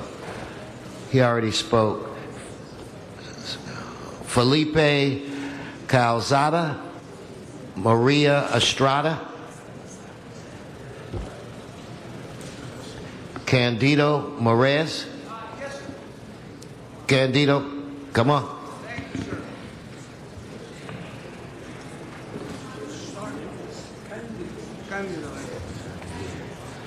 Thank you, Mr. President. Candido Maris, proud resident of the 12th District and a member of the Van Nuys Neighborhood Council. As a young boy, I felt and saw racism, could do nothing. As a young man, I saw racism and could do very little. But as a 58-year-old man, I can stand here and tell you that the redistricting is wrong. What's happening in the 6th District is racist. To do what happened to us as minorities, to blacks and Hispanics many years ago, is now happening to whites, to Orientals, and to others. It's wrong. This city belongs to all of us. White, yellow, black, or brown. LA belongs to all of us, Mr. President, all of us. Thank you, Candido. Tony DeClure, Mimi Soto, Martin Epstein, Pierre Mohammed.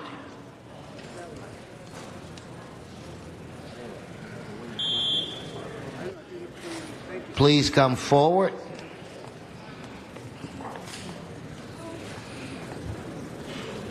Good afternoon and welcome. Thank you.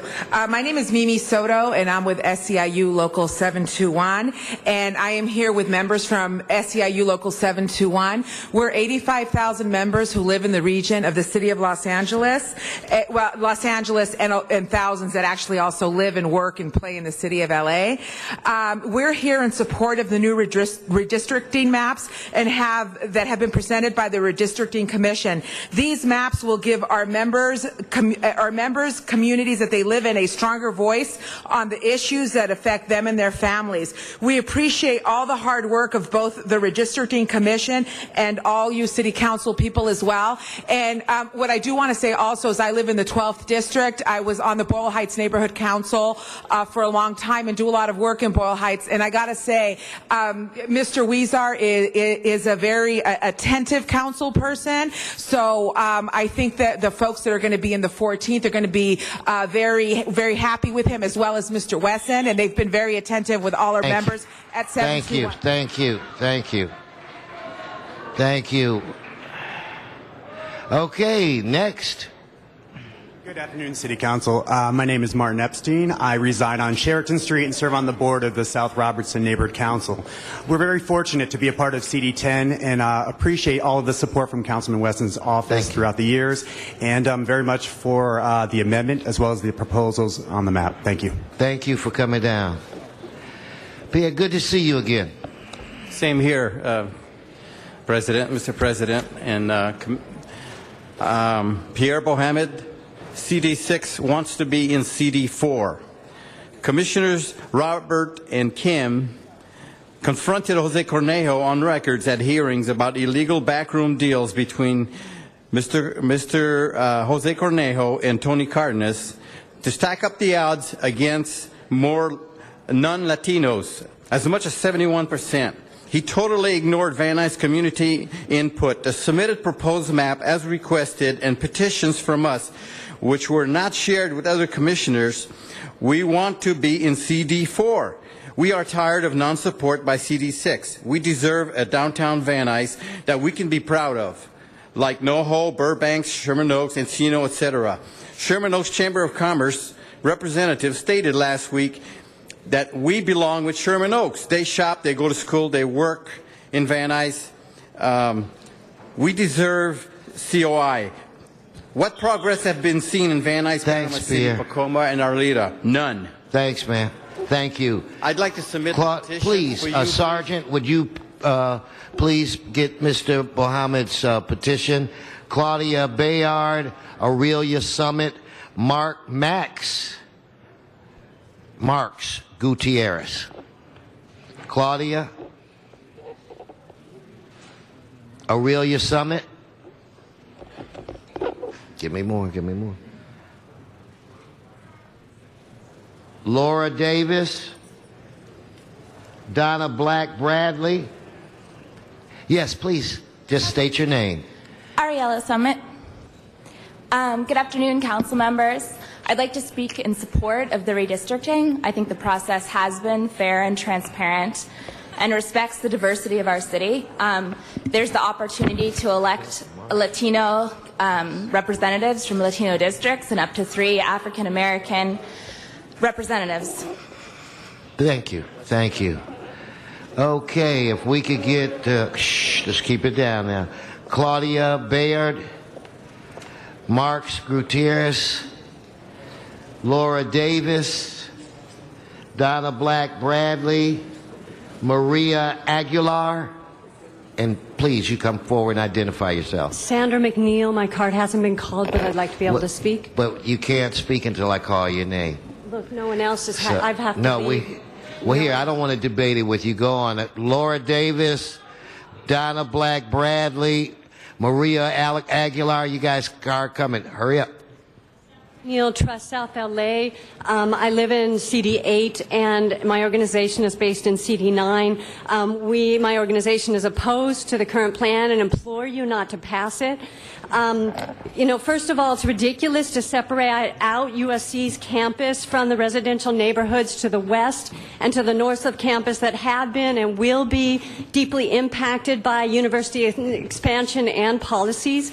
I haven't heard anyone from our neighborhoods advocate for this decision, and I don't understand why it's being done that way. Secondly, the disinvested portions of CD9 should not be separated out from downtown, where the political and financial decisions that have substantially created the financial and physical reality of South Los Angeles have been made. South LA has the right to continue to be tied to this seat of power. Thank you. Thank you. Next, please. Do we need Here we go.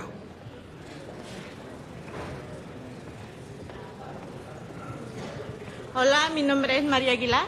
Put the microphone. Hello, my name is María Aguilar. Buenas tardes. Good afternoon. Yo apoyo la propuesta del Distrito 14. I support the proposal for District 14.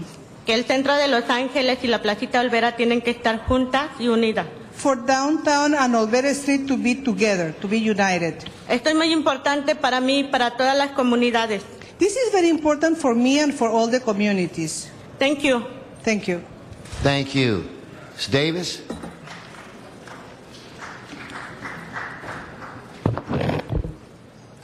Go. Oh, okay. Thank you. My name is Sandra Bryant. I'm from the 9th District. As great as this country is, we don't always get it right. Africans were enslaved and families were separated. This map is separating communities that have worked together over 40 years in the 9th District. Native Americans were placed on reservations and Japanese Americans were interred in concentration camps. In this 9th District map, this is establishing modern-day reservations and concentration camps without fences and armed guards, not based on race, but based on poverty. Look at this map. How can you in good conscience agree to adopt this plan when all of the 9th District is in the lightest color on this track? It is a shame. It is a shame. And I'm ashamed if you go ahead and go through with this today. Thank you. Thank you. Thank you.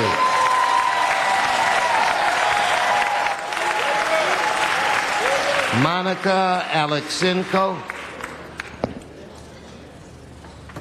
Laura Davis, Donna Black Bradley. Is Reverend Louis Logan here?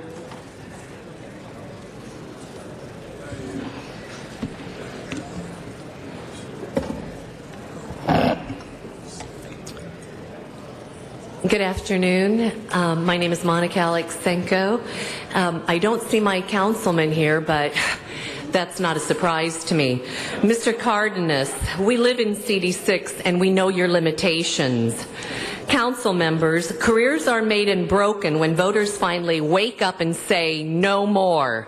Throw this map out, roll up your sleeves, and serve the people who elected you. Mr. Cardenas, if you vote to ratify this map, forget about Washington. And as for Mr. Cornejo getting your council seat, no way, Jose. The self-serving corruption on the redistricting commission was clear to those of us who attended the hearings, and we also saw that many commissioners were manipulated and told how to vote. You all have an opportunity to do the right thing. Do it. Quit the backroom deals, the quid pro quos. Throw this map out, listen to the citizens, and represent the people of Los Angeles. Thank you.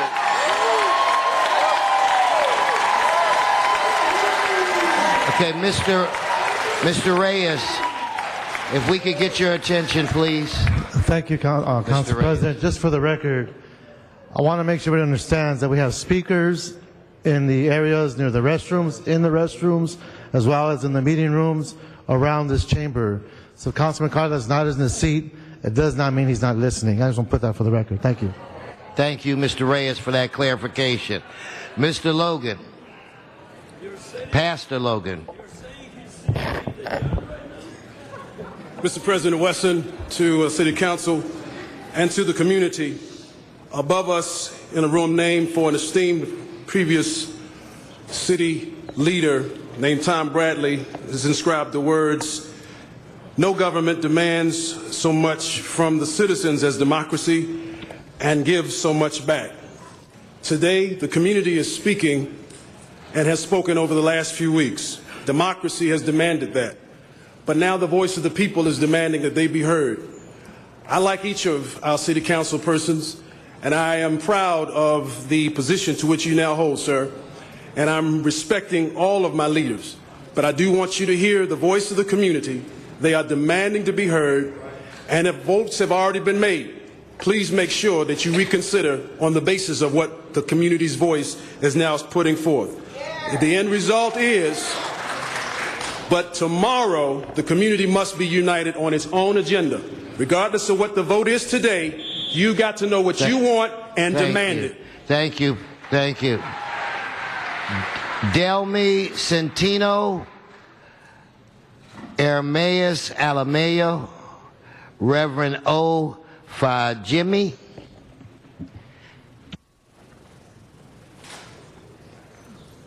Buenas tardes, mi nombre es Delmi Centino Good afternoon, my name is Delmi Santino. y pertenezco a COFEN. I am part of COFEM. Venimos a apoyar los cambios y ajustes que se le han hecho al Distrito 14 I come to support all the changes done to District 14th. porque pensamos que la Placita Olvera debe de pertenecer a Los Ángeles, ya que la Placita Olvera es la raíz de lo que es Los Ángeles. Yeah, we think that Placita Olvera should be part of Los Angeles because it is the root of what Los Angeles is. Gracias. Thank you. Thank you. Ermias Alamayo, Reverend O. Fajimi, Majid Sadiq, followed by Diane Lawrence.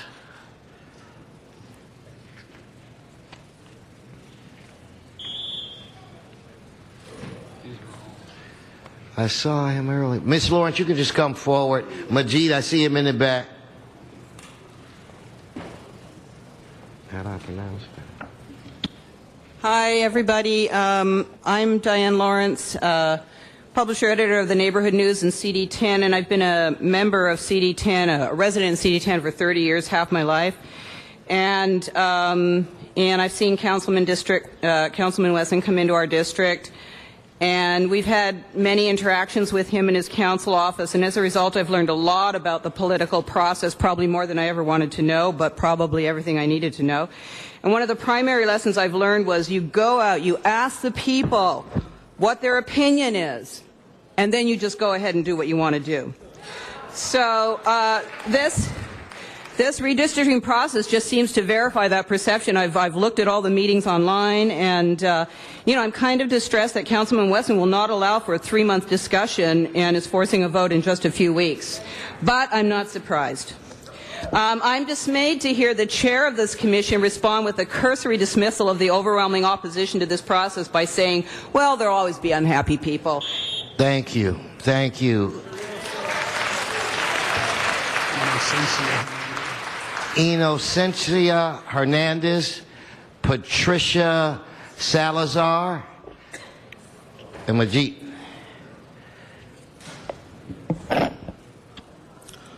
Good afternoon, sir. Mr. Chair, we are also proud of your leadership, and this great chamber has given us the honor, Little Bangladesh, on August 2010, and thank you, Mr. Tom Labange, Honorable Gregorian and Eric Garcetti, who has helped us in getting it.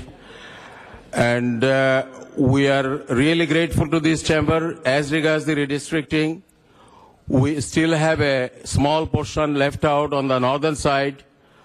We will be grateful if you can put it in, and we believe this redistricting will bring justice to our community as well. I thank you very much, Mr. Chair. Thank you. Please, next. Please come forward. Translation, please. Buenas tardes. Soy Patricia Salazar. Good afternoon, I am Patricia Salazar. Voluntaria de COFEM. I am a volunteer at COFEM. Y vengo a apoyar la nueva decisión tan atinada de ustedes para el nuevo distrito, I come to support the new decision for the new district. ya que el concejal José Huizar, como ustedes saben, es un hombre Council member José Huizar, as you know, muy justo y que en estos 12 años en que he sido residente, he's a very fair man, and in these 12 years that I have been a resident, es un hombre con tanta sensibilidad que ha hecho tantas mejoras. he's a man with so much sensibility that he has made many improvements. Y tenga la confianza que va a hacer muy buen trabajo. Gracias. Yeah, and we know that he's going to do very good job. Thank you. Thank you very much. Next. Stay there. Buenas tardes, miembros del concilio. Good afternoon, City Council members. Inocencia Hernández, mi nombre. My name is Inocencia Hernández. Estoy aquí para apoyar el Distrito 14. I am here to support District 14th. Y yo les quiero pedir a todos los que se encuentran aquí I would like to ask everybody that is present here today que no nos fijemos en quién tiene más poder o quién no lo tiene. not to pay attention of who has more power and who doesn't. Lo que quiero es que se fijen en las personas que están ayudando a la comunidad. What I want you is to pay attention to the people that is helping and supporting the community.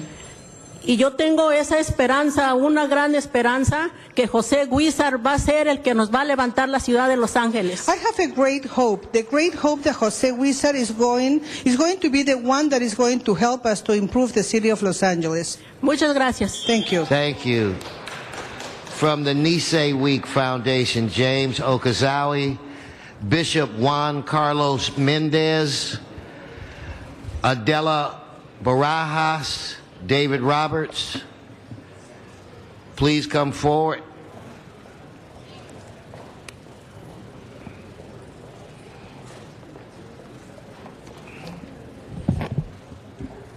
Yes, sir. My name is Bishop Juan Carlos Mendez. Good afternoon, ladies and gentlemen. I represent over 30 churches in the 8th and 9th District. I was also a cluster administrator with the Los Angeles Unified School District, so I understand the challenges of the 8th and 9th District. Our community is being divided along racial lines. It seems to me that there are two issues at stake that must be addressed in the distribution of votes in the 8th and 9th District. One, the Latino people are being moved like cattle from one district to another. And two, after all the support that we've gathered from African-American community, we're turning our backs on them. Having given the Latino community, been given all this assistance from the African-American community, we are now trying to weaken their community. When it's convenient to attack African-Americans, we do it. And when it's convenient, then we bring them to our side. I am strongly opposed against this division. Thank you. Thank you. James? Good afternoon, Mr. President, members of the City Council. My name is James Okazaki. I'm a member of the Nisei Week Foundation, an organization that's been around celebrating the Japanese culture, the Japanese American culture for over 71 years. And we celebrate that mainly in Little Tokyo. I wanted to be here to say that I think that the redistricting committee may have made some mistakes, and I just wanted to make sure that you guys didn't make the same mistake. And that is that we're supposed to keep the community of interest together. And I want to point out that Little Tokyo in the 9th District has a love, respect, and a long history going back to World War II. I don't know if you knew that, if you study black history, you understand in LA that Little Tokyo is called Bronzeville. So there's a lot of history, there's a lot of synergy, and there's a lot of close relationship that needs to be maintained. So Little Tokyo would like to stay in District 9. Thank you very much. Thank you. Thank you. Good afternoon. My name is Adela Barajas, and I'm representing CD9 Latino community and Black community, because we are a community. We're not one race or another. I would like for all of you to please pay attention before you start running my time. It is very important that you understand that if you vote yes on this, you're going to vote yes on increase of homicide, which I have been working on 5 years very hard with all the collaboratives of downtown and in South LA to decrease the homicide rates. My sister-in-law, her mother were both innocent bystanders of homicide. Now, if you say yes to this map that you're doing, you're chopping the head out of CD9. We have been working very hard to partner with these people in downtown, all over South LA, all over in CD9. We are a community. We're not black, we're not brown. And all of those of you who represent Latinos here and are saying that CD9 does not want this or does want this change, that's wrong. We do not want to change. We are a community. So we do not want this map. So do not say yes to homicides. Do not say yes. Thank you. To what you guys Next, are doing. Mr. Roberts.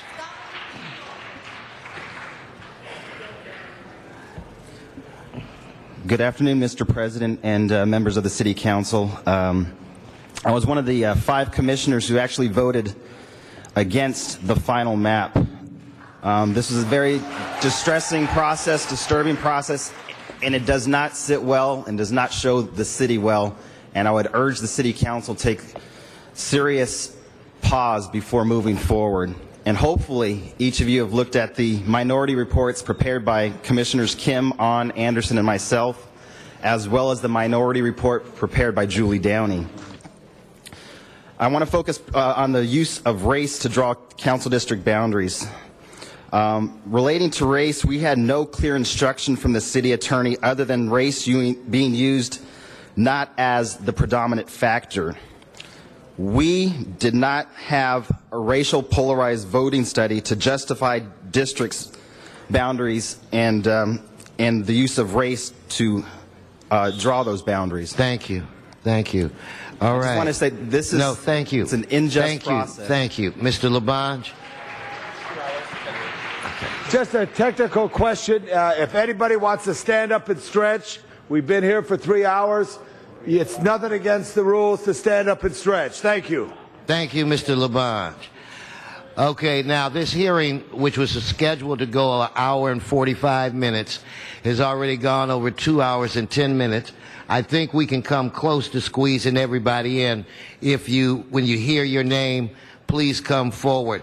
So for the last time, I'm going to call Russell Brown, Mike McClure, Renaud Bright, Frazil Cligg, and I have Timothy Abraham and Reverend Mark Nakagawa.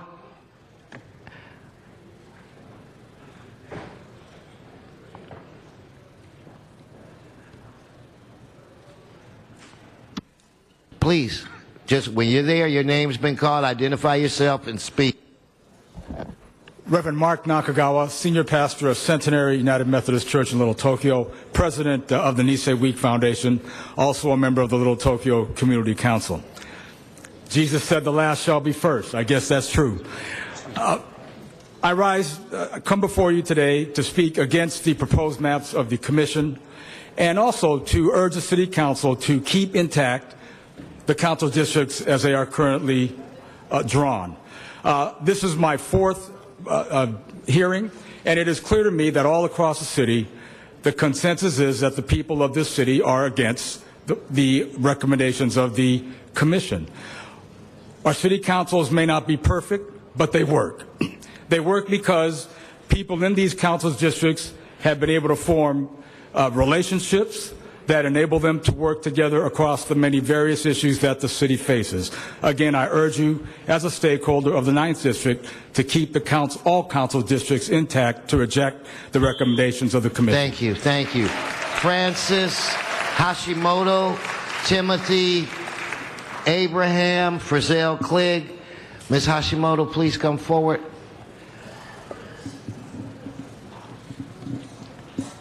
Esther Glaze, Carolyn Jenkins. So when you hear your name, please come up. Good afternoon, President Wesson, distinguished members of the City Council. I'm here today to oppose the map that the Redistricting Commission has proposed. I am a resident a property owner, and my family has been doing business in Little Tokyo for 102 years.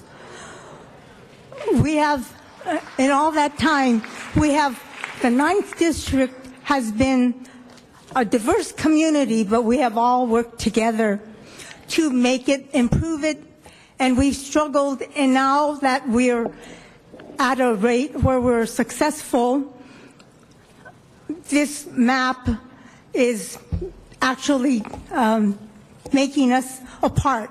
The Fashion District, Little Tokyo Fashion District, downtown, and South Central, we have all worked together, and we have looked at our problems. Please keep us together. Thank you. Yes, thank you.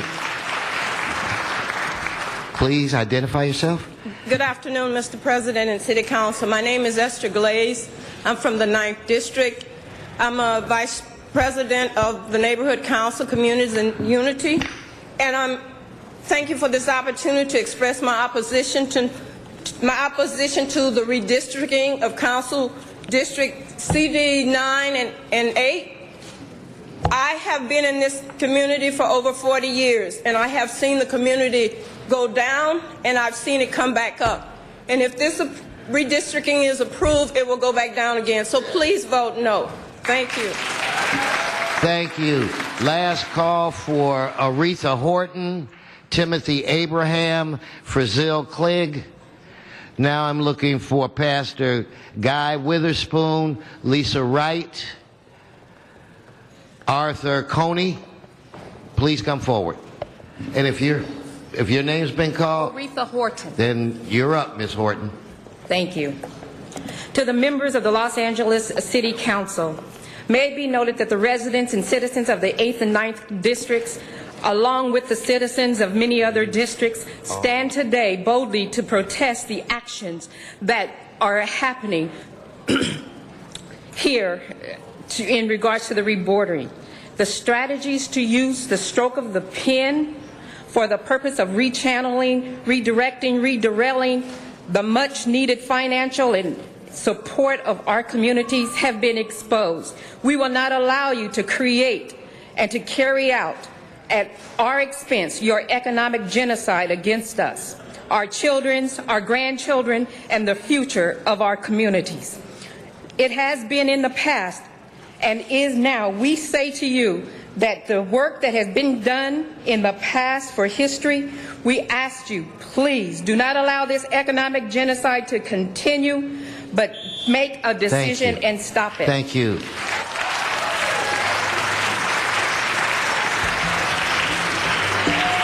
Pastor Guy Witherspoon, Bethel Missionary Baptist Church, South Central Los Angeles. Mr. President and council members, many years we saw no economic development in South Central. There's an old saying that united we stand and divided we fall.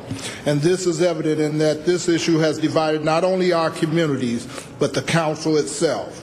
Over the last 10 years, I have seen a decrease in gang violence and an increase in programs for our community, such as the USC Institute of Violence Prevention and Summer Night Lights. I believe this proposed redistricting of the 9th is both unfair and illegal and will only take us back to a time when economic despair, widespread violence, lack of employment, and a division and polarization of race relations.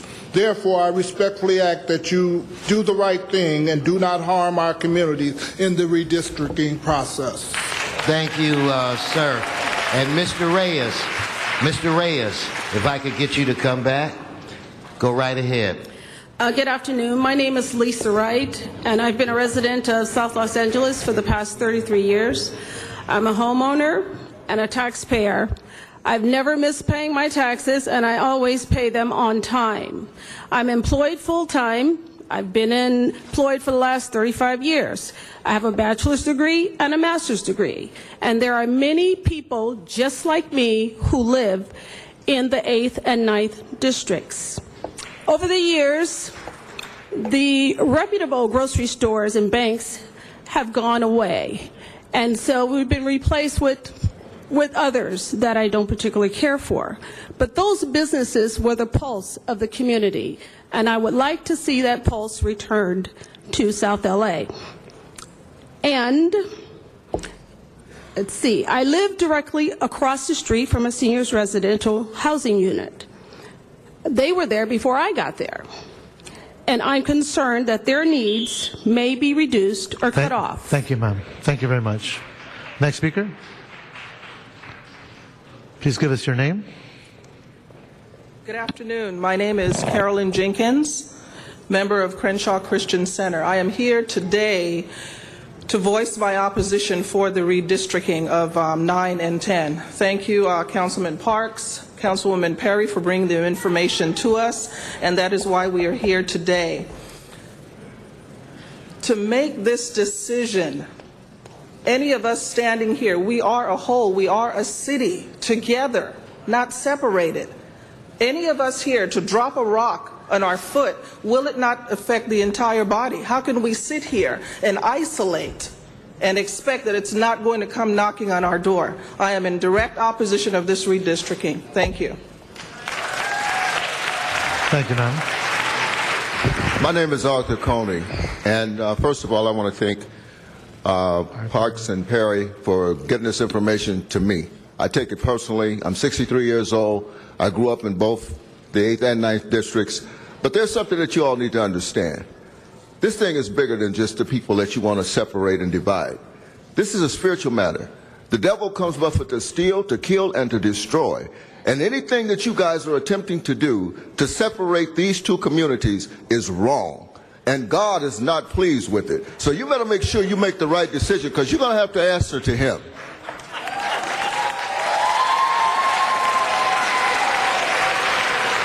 Thank you. Our next speaker is Lisa Wright. Lisa Wright, Sandra McNeil. Lisa Wright and Sandra McNeil, are you here? Okay, we'll move on.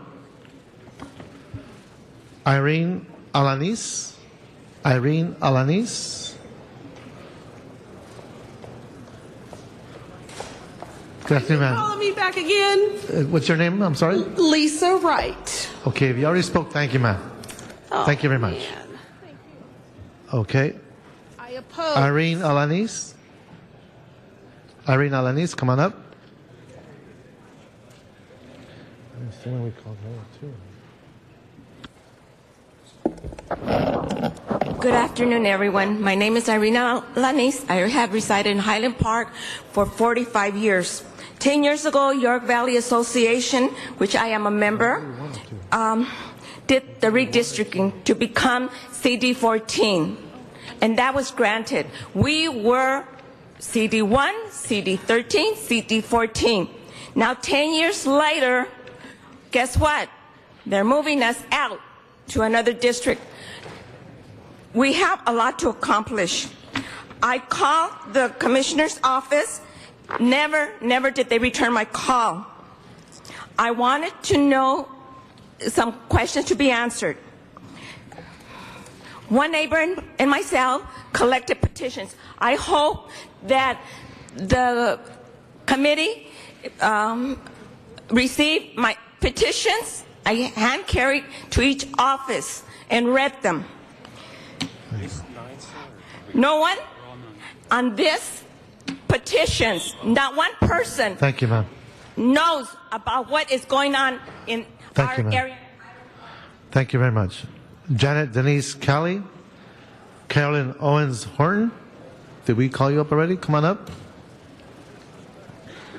Tanisha H. Johnson.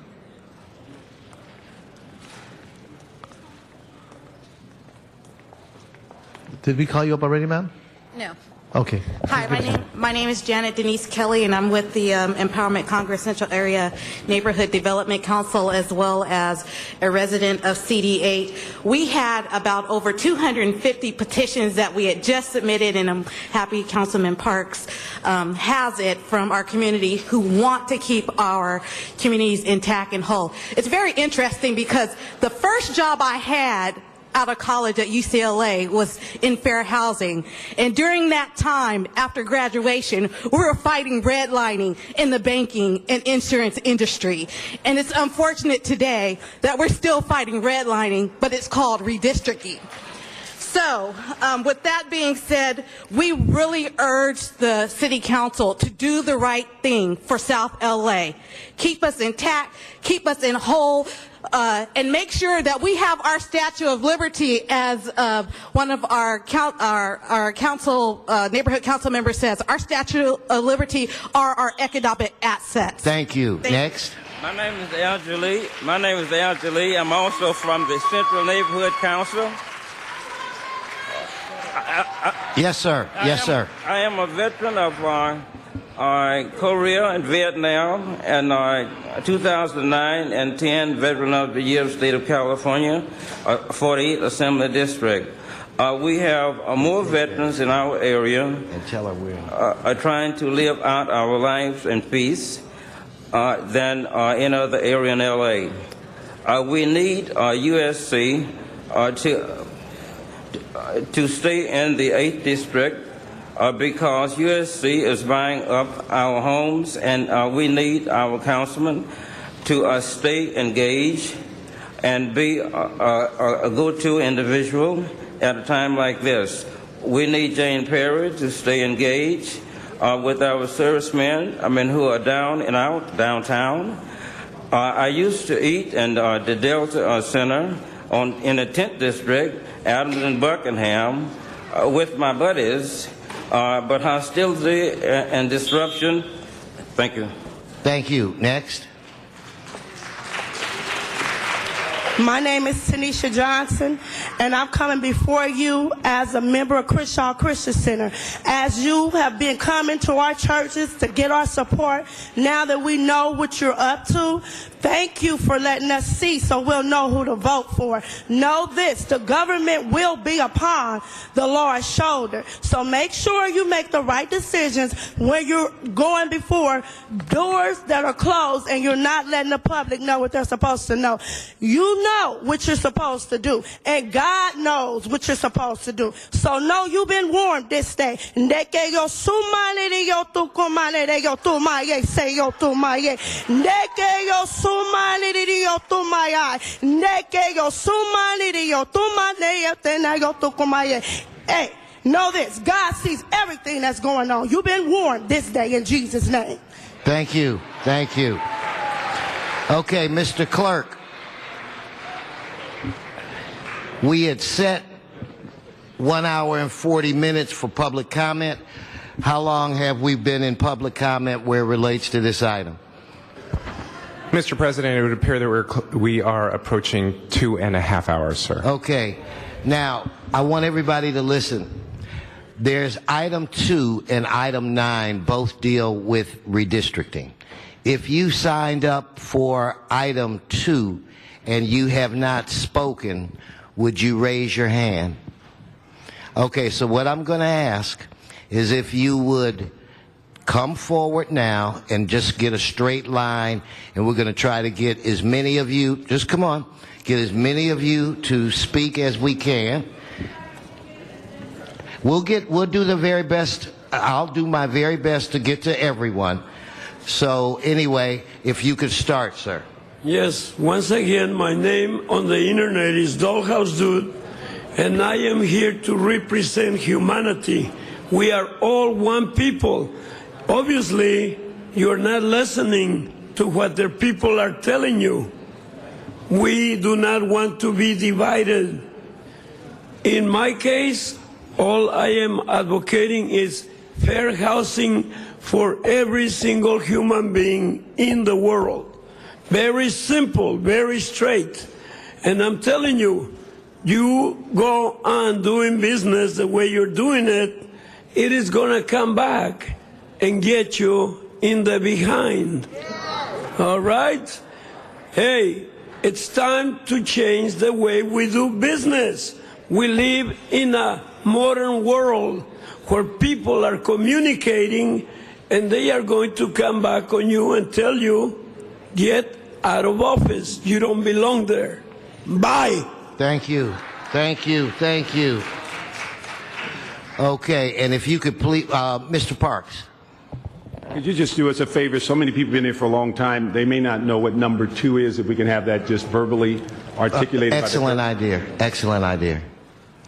And if you've already spoken on 9, if you signed up to speak on 9 and 2, if you already spoke on 9, then you will not be given a chance to speak on 2. We want to get everybody who signed up to speak on 2 to speak.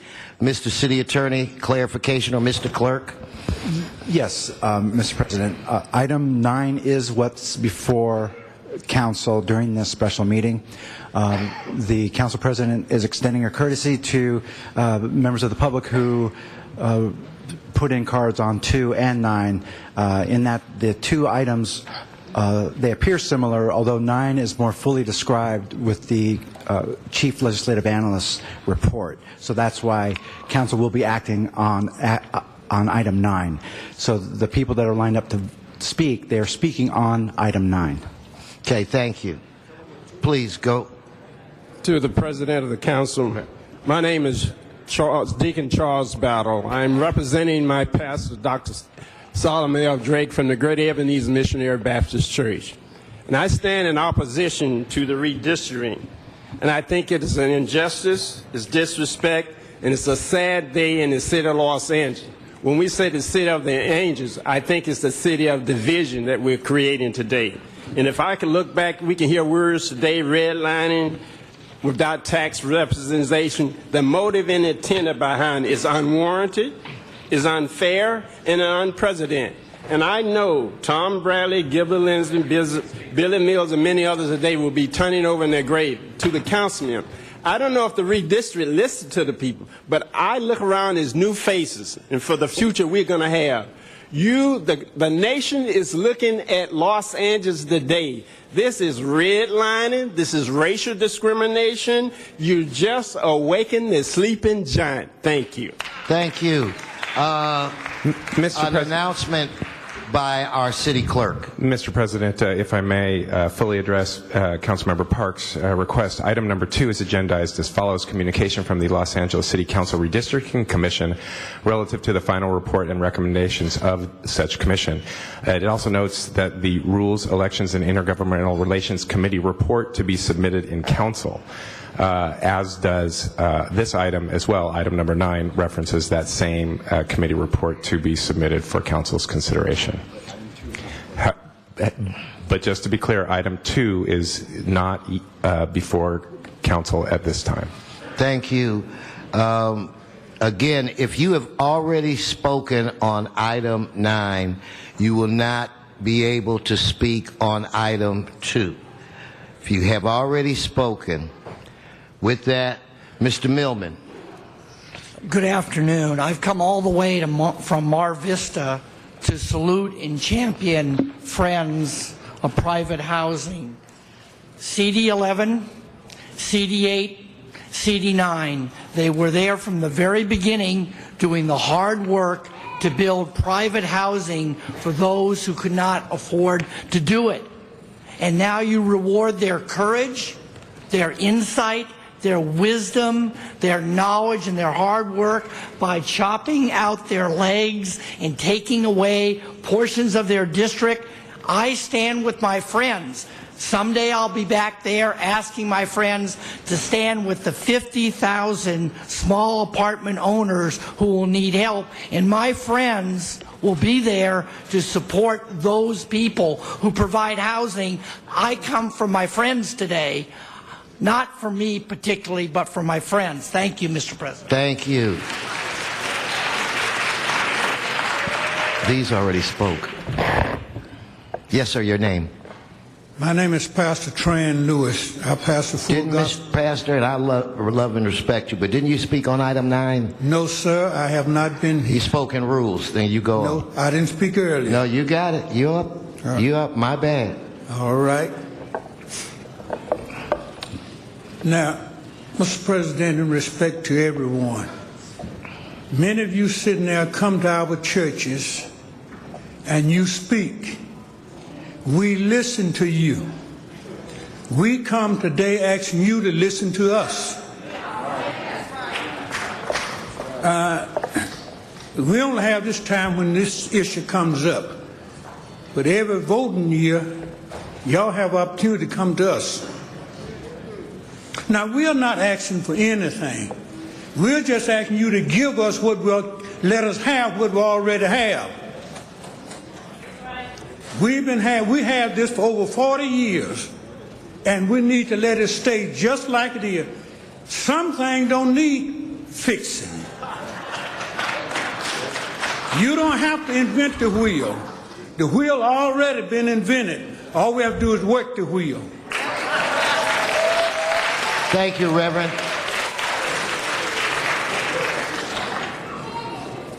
And state your name for the record. Yes, Jacqueline Arcourt. I'm an educator, property owner. Jacqueline Arcourt, educator, property owner, and an activist, and I haven't been for a while, but this situation brought me back. I just want to say that I'm for maintaining and I'm very opposed to the map. Without getting into the economic deprivations and the things that will happen, we need to sometimes get into ethics. I think it's unethical, unnecessary, unkind. It will diminish our voices. It will diminish our quality of life. And we need to begin to think about those kinds of things. For those of you who are listening and those of you who are not listening, it is time to listen to the voices.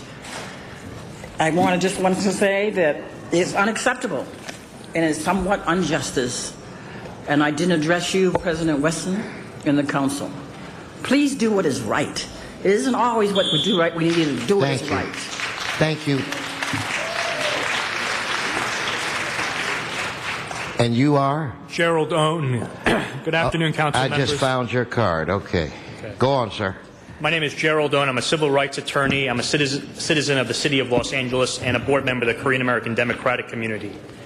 I'm here on behalf of my organization and the Korean American community to ask the council to reject the proposed redistricting map and place Koreatown in its entirety whole in a single council district and preferably in District 13.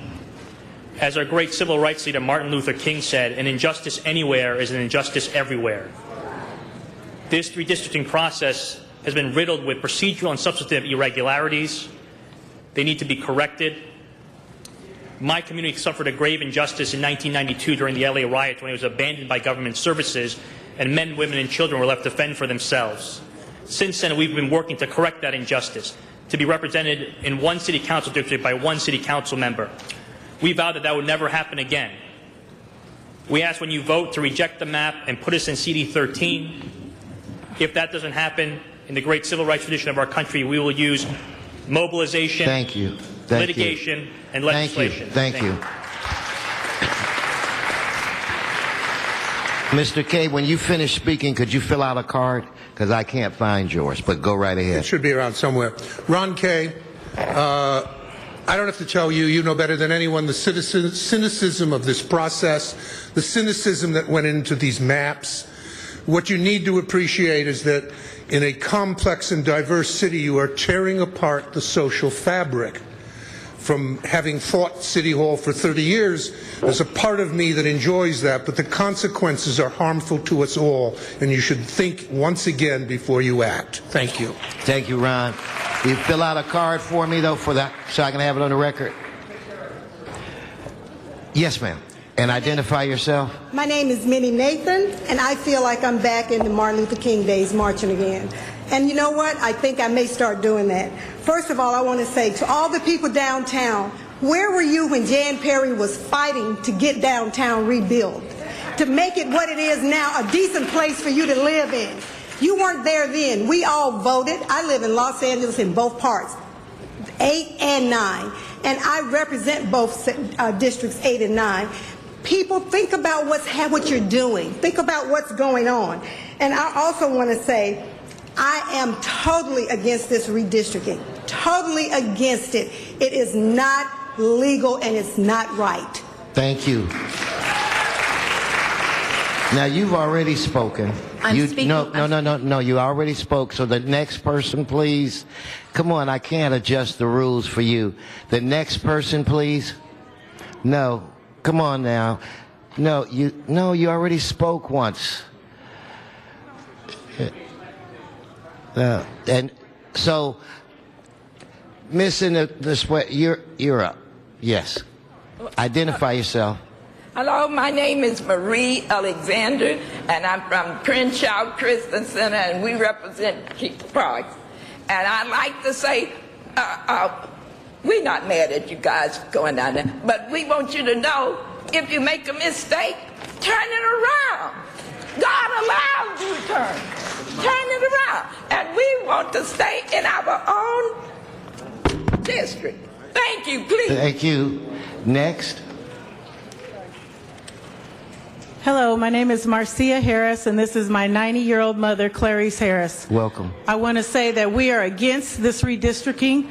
I want to thank also Councilwoman Jan Perry and Councilman Bernard Parks for all their hard work that they have done for us and continue to do. We live in Baldwin Hills. We are homeowners in Baldwin Hills. We are members of Crenshaw Christian Center, and we are hard workers at Crenshaw Christian Center, helping the community there and the community surrounding them. I work at USC, and we want to leave USC in District 8. And please reconsider this. Please do not go forward with this. We are opposed to the redistricting.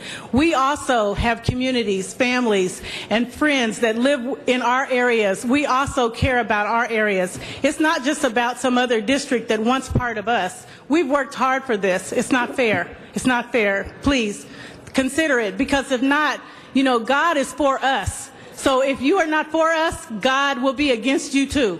Thank you. Next. Please, oh, no, please vote no. Okay, ma'am. Next. Hi, my name is Victoria Brown, and I was born in District 8. I live in District 8. I work in District 8, and I go to church in District 8 at Crenshaw Christian Center. And I would like for you to reconsider the lines and keep our District 8 intact and keep District 9 intact, because we have worked in those in the communities there. I also volunteered in those communities. So I would appreciate if you would reconsider those lines and keep us intact. Thank you. Thank you, ma'am. Next. Good to see you again, General. Good to see you again, sir. General Jeff, right? Yes, sir. Thank you, sir. Good afternoon. My name is General Jeff. I'm a proud Skid Row resident, and I'm also on the board of directors for the Downtown Los Angeles Neighborhood Council. I'm disappointed with the map that's currently on the table, and I'm also disappointed with the words of Senator Curran Price, who's also the chair for the California Legislative Black Caucus, and I wish they would pay more attention to the needs of the Skid Row community. The 2010 census states that the majority of the population in Skid Row is African American, so there is a direct connection to the South Central Los Angeles community. Also to the north, Skid Row shares a border with the Little Tokyo, the wonderful folks at Little Tokyo. Reverend Mark Nakagawa can speak to that himself. And in regards to CD14, you know, Skid Row will not be joining CD14. We're already a part of that. The majority of Skid Row is in CD14, and as long as I've been in Skid Row, which is over 5 years, CD14 has never hired an African American or an Asian. So how can they say that they truly represent us when clearly, literally, they truly don't represent us? Thank you. Mr. Huizar. President, I don't want to restate people's opinions. They have the right to opinions, but on facts, I do want to correct that. I have hired African Americans and Asians in my office, so I just want to correct that fact. Thank you. Yes, ma'am. Good afternoon. My name is Mary Randall. I am a resident of LA County, but my church home is Crenshaw Christian Center, and I am upset with what you are doing. There's no reason to disrupt this city the way you are doing, and I'm asking you to leave the districts as they are. Someone came up earlier and said that they represented SEIU Local 721, and they did not. They may be members, but please take that as a note. And I just want to say one thing. No weapon formed against us will prosper. Thank you. Next. My name is Robbie Davis. I've been a homeowner in the 8th District for 25 years. I am not a political scientist, neither am I a logistics expert. But however, after looking at your map, I've come to the conclusion that someone told the redistricting committee that there was a Hawaiian luau being planned and that they could use the 8th District to gut it as if it was a hog. Well, here's the deal. Everybody who's come up and thanked you has thanked you at the detriment of the 8th and the 9th district. You have done total harm and conferred no benefit. Now, whoever thinks they're going to prosper and get reelected by doing this, I'm making you a promise that every fiber within my body and those who are here, we're going to make sure you don't Thank benefit. you very much. Next, please. Good evening. My name is Laverne Tillis. I am a member of Crenshaw Christian Center. In addition to that, I've been living in Council District 8 for over 20 years. I am also a part of the Baldwin Hills area, which represent over 60% of the African American voting population. And I am here today in opposition of the Redistricting Commission proposed breakup of the 8th and 9th district. I feel that there is no need to do this at this time. The 8th and 9th district continue to grow, and the downtown area over the past 10 years have generated over 90,000 in jobs. In addition to that, I think if the downtown area is taken away from the 9th district, that it will be a detriment to the 9th district, and Thank you. Thank you. Thank you. Mr. Herman, the last speaker on this subject from the public. Fellow constituents, it is injustice. It is unethical. We're all aware of the problems that have this redistricting has created. But let's get down to the real business. The people here today are here to make a point, and that point is for you to listen. I see, I hear, and I know, Mr. Reyes, that there has been no African Americans or Asian in our community in CD14. And so I'd like to extend my support to all those here who made their comment that this is what we want. This is what we want. This is what we need. We're looking for that change. The reform that you've ignored because you did things in transparency, behind closed doors. It's no joke. It's reality. And I speak very clearly on behalf of not just the Koreans, African Americans, but our Angelenos who are aware of the problem that you've created. Thank you. Thank you very much. Okay, at this time, I think it would be appropriate to get the city attorney. In fact, just let me put on call the city attorney and our CLA. And I think Ms. Perry has a presentation. So why don't we start out, Ms. Perry, with your presentation?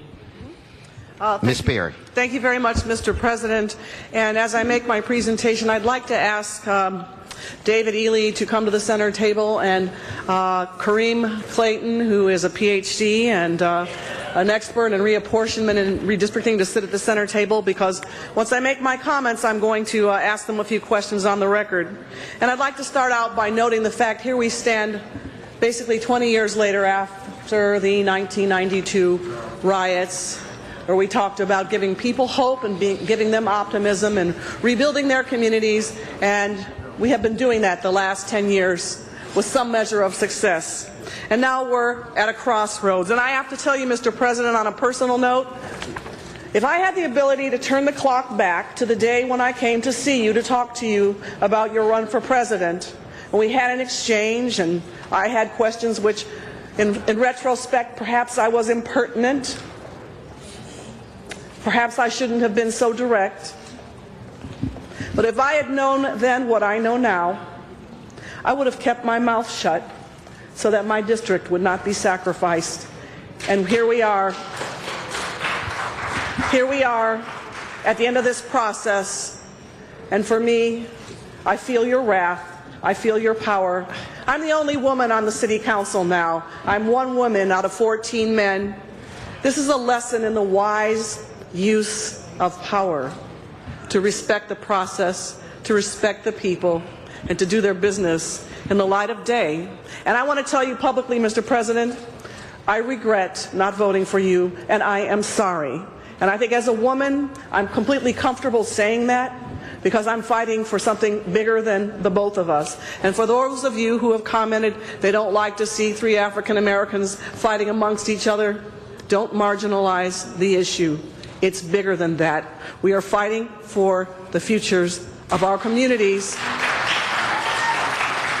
Our communities are integrated communities. I have been the proud representative since 2001 of African Americans, Latinos, Asians, whites, LGBT people, transgender people. There's everybody in my district, and I'm happy about that.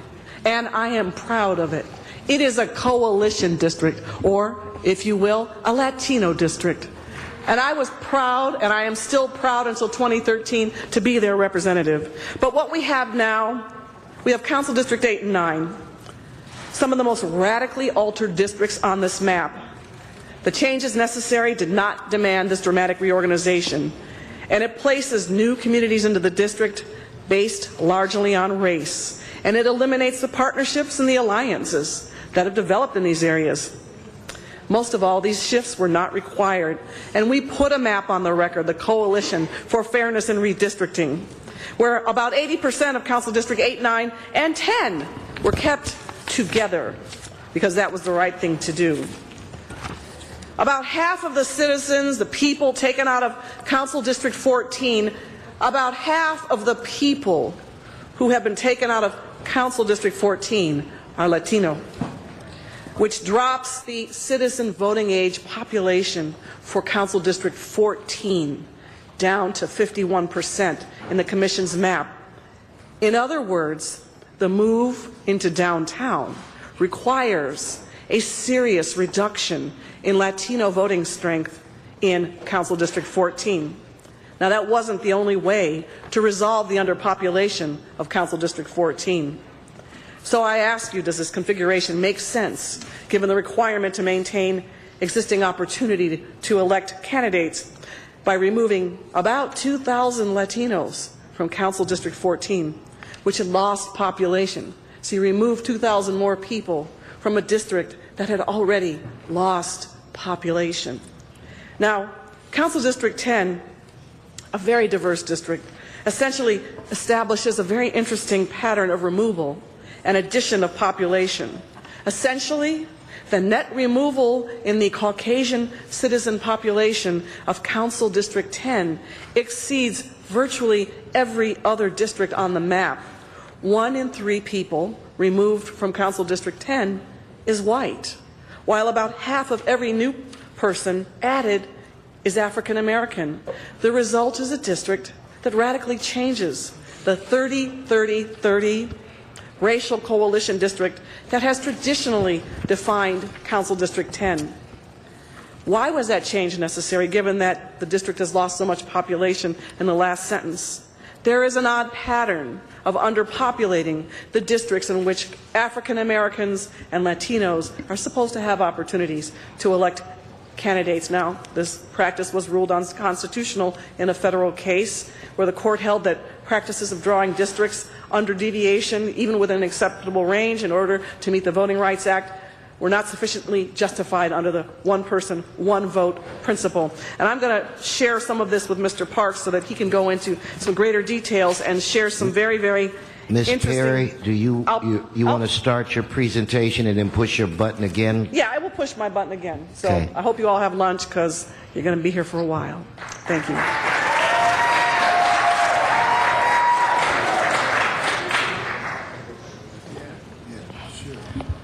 Well, are we going to begin this? Or Mr. Parks is in the queue. I can press my button again. Thank you very much.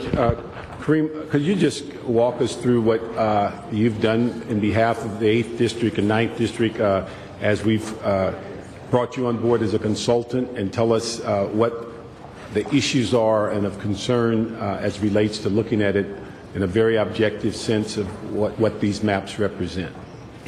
Yes, sir. if those of you all who are probably facing me, you may see some maps that I'm going to go through. I would like to talk about the proposal that was made on behalf of Council Members Parks and Perry. I believe it's entitled Amendment V or Issue V in the agenda. I will try to briefly, since I know time is short, focus on the... No, take your time. Okay. We'll focus on the districts that show the greatest distinctions from what the Commission proposal offered. But before doing that, I want to talk about three basic principles that the development of this map follows, because I think it's important, regardless of who draws the map or when it's drawn, that we establish principles and guidelines. And some of this will sound familiar. I'll try to be more specific, though, to give you a sense of how this matches up to what was done. First, this map first follows the equal protection principle. The 14th Amendment of the Constitution requires balance in population. We achieved a plus or minus 5% deviation, which is comparable to what the Commission map did. Sure. Okay.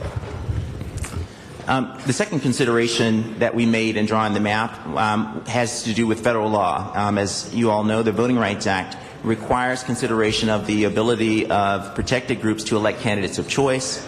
However, what we did not find that the Commission did, and frankly we think is necessary, is to be specific about what compliance means. We think compliance means at least two things. First, that maintaining existing configurations in terms of the majority populations of non-white voters was significant. And in so far as we requested but did not receive information about racially polarized voting, we took the conservative approach and indicated where we saw existing balances both with respect to majority controlled districts but also coalition districts, we did nothing to change those alterations other than to resolve the equal population principle. That's subject to the third consideration that we made, which has to do with public testimony. The charter of the city requires some attention to input regarding communities of interest. That includes attention to questions like whether neighborhood councils are divided and also, of course, public input.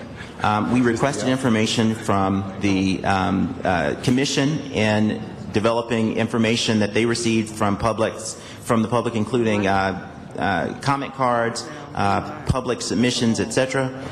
All of that was taken into account in developing these district maps. It's important to note that one of the measures that the CLA noted in its report was that the neighborhood council lines maintained a certain measure. Ours are comparable to the Commission proposal, although we actually do achieve keeping slightly more neighborhood councils than the Commission's plan does. I'd now like to refer to the maps very briefly. What we did in each of the maps was, again, take public testimony after understanding what the immediate population needs were and try to make adjustments that did not take the existing core of any district out of the district in its final configuration.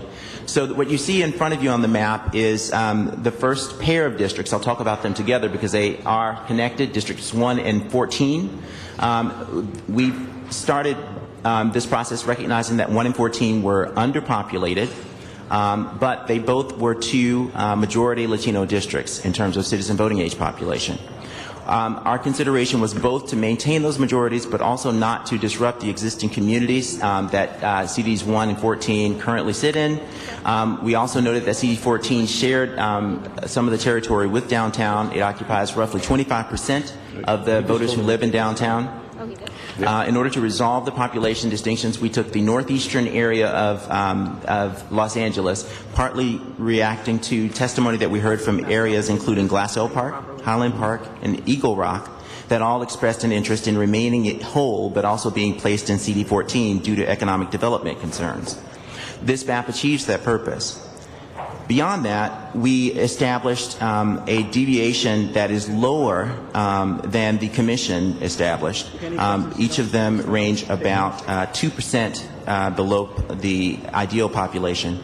What is also distinct, as Council Member Perry noted, is that in CD14, while we consolidated areas in the northeast of the city into CD14, we also were able to do so by maintaining the existing Latino CVAP, which is currently at about 57%. In our proposal, it is 58%. I believe you all have those statistics in front of you. I'd now like to move on to CD9. One of the results of CD9 is we were able to achieve the population distribution changes without taking out the downtown area from CD9. We noted that CD9 was one of the coalition districts in the map, and the Latino CVAP is roughly 47-48%. The changes in this map pretty much hit that same percentage. We keep it at 48%.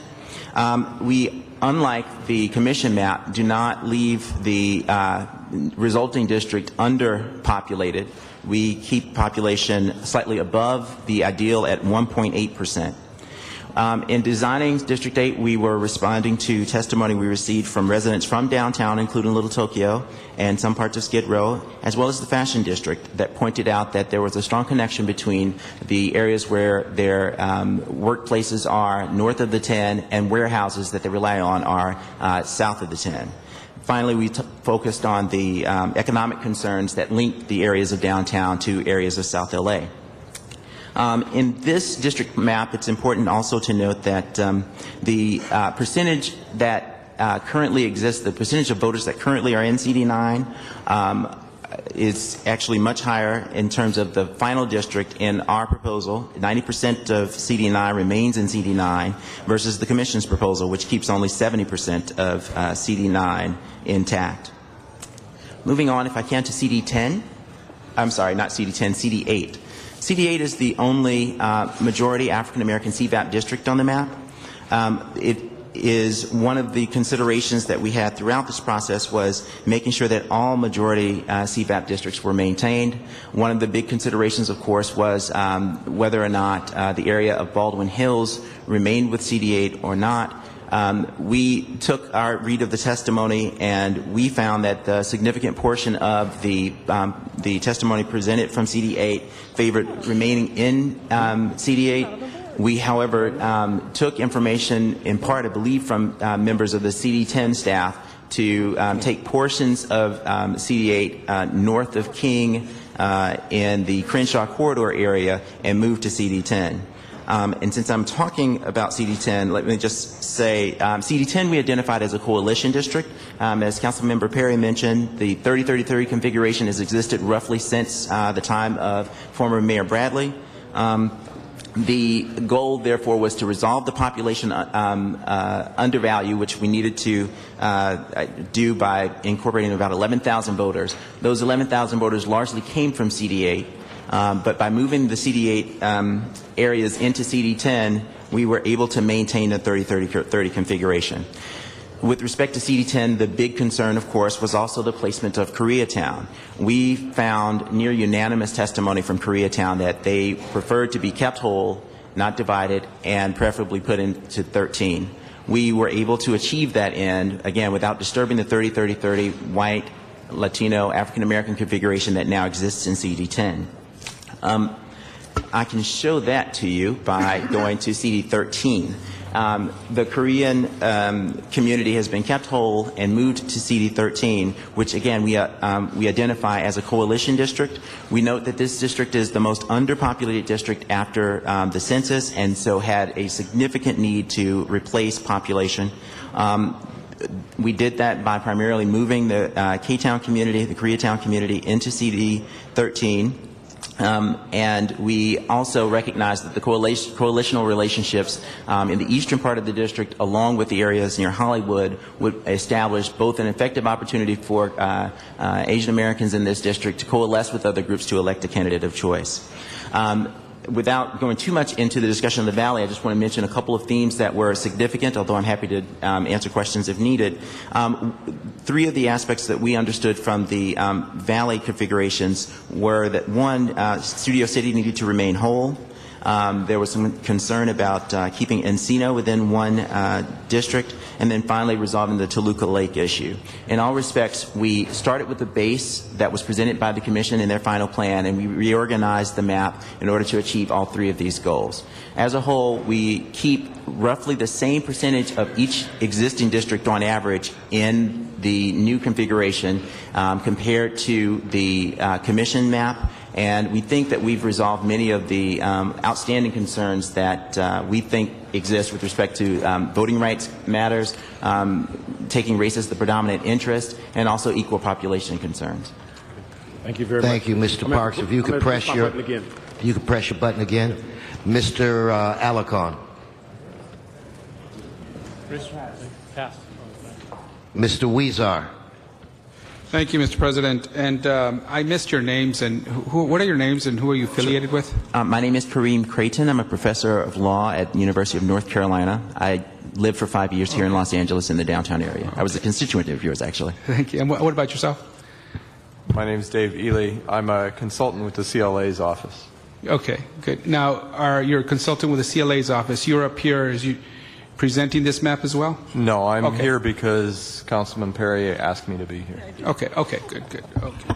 Thank you. Well, colleagues, I just want to thank the Commission for the number of hours that they've put into this effort. It's been heart-wrenching. It's been a difficult process, and as everyone has mentioned already, it's not an easy process to put together a map with so many interests in mind, so many politics, and everything else that goes with it.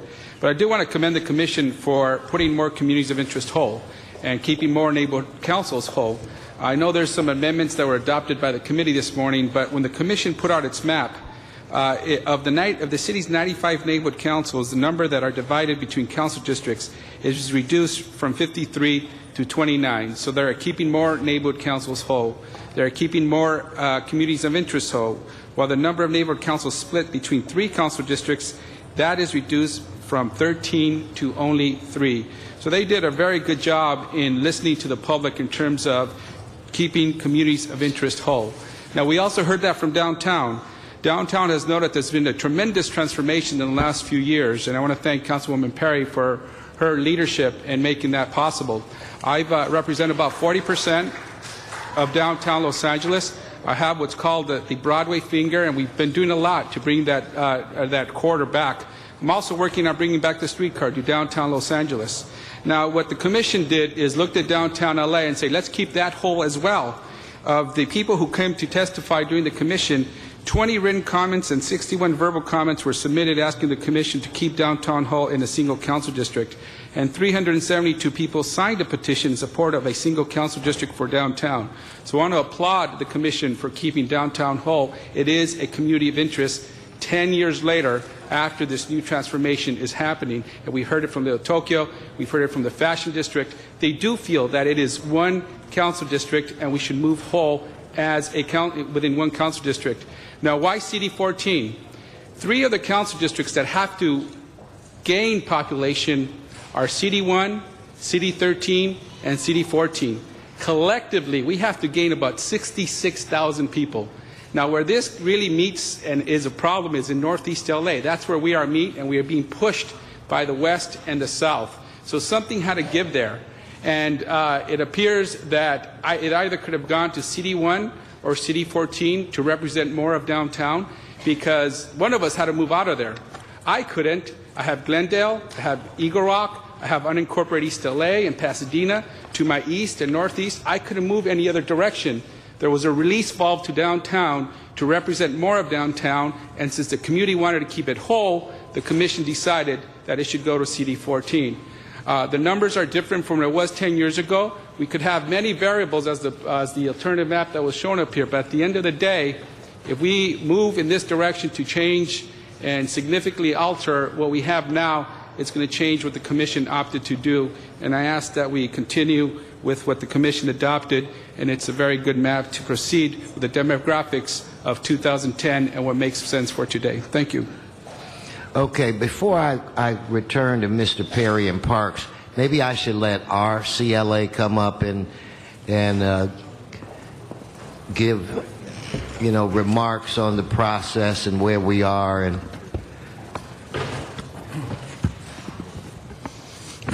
and what actions are before us?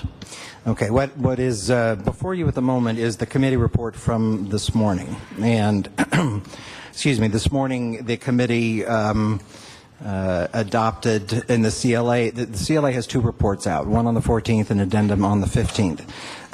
What the committee did this morning is adopt A2 and B through R, excuse me, on the original report.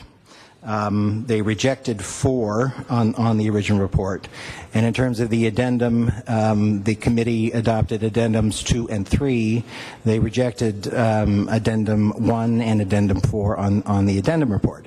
So what is before you is all of those actions contained within the committee report. So any issues of changes or motions would then be amending the committee report, not the CLA report that was before the committee.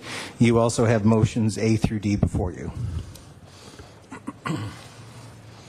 Okay, thank you. With that, I would defer back to Mr. Park. No, Ms. Perry's on the queue, and then Mr. Parks. Okay, thank you very much, Mr. President. I have a number of questions, and I'll try to direct them. Maybe Mr. Ely can take the first one. If this council agrees to incorporate the findings of the commission in whole, are we concluding that the commission complied with its charge to listen to the public in the process? Oh, I think actually that's probably a question the city attorney ought to address, whether they complied with the requirement to listen to the public. Do we have a city attorney here?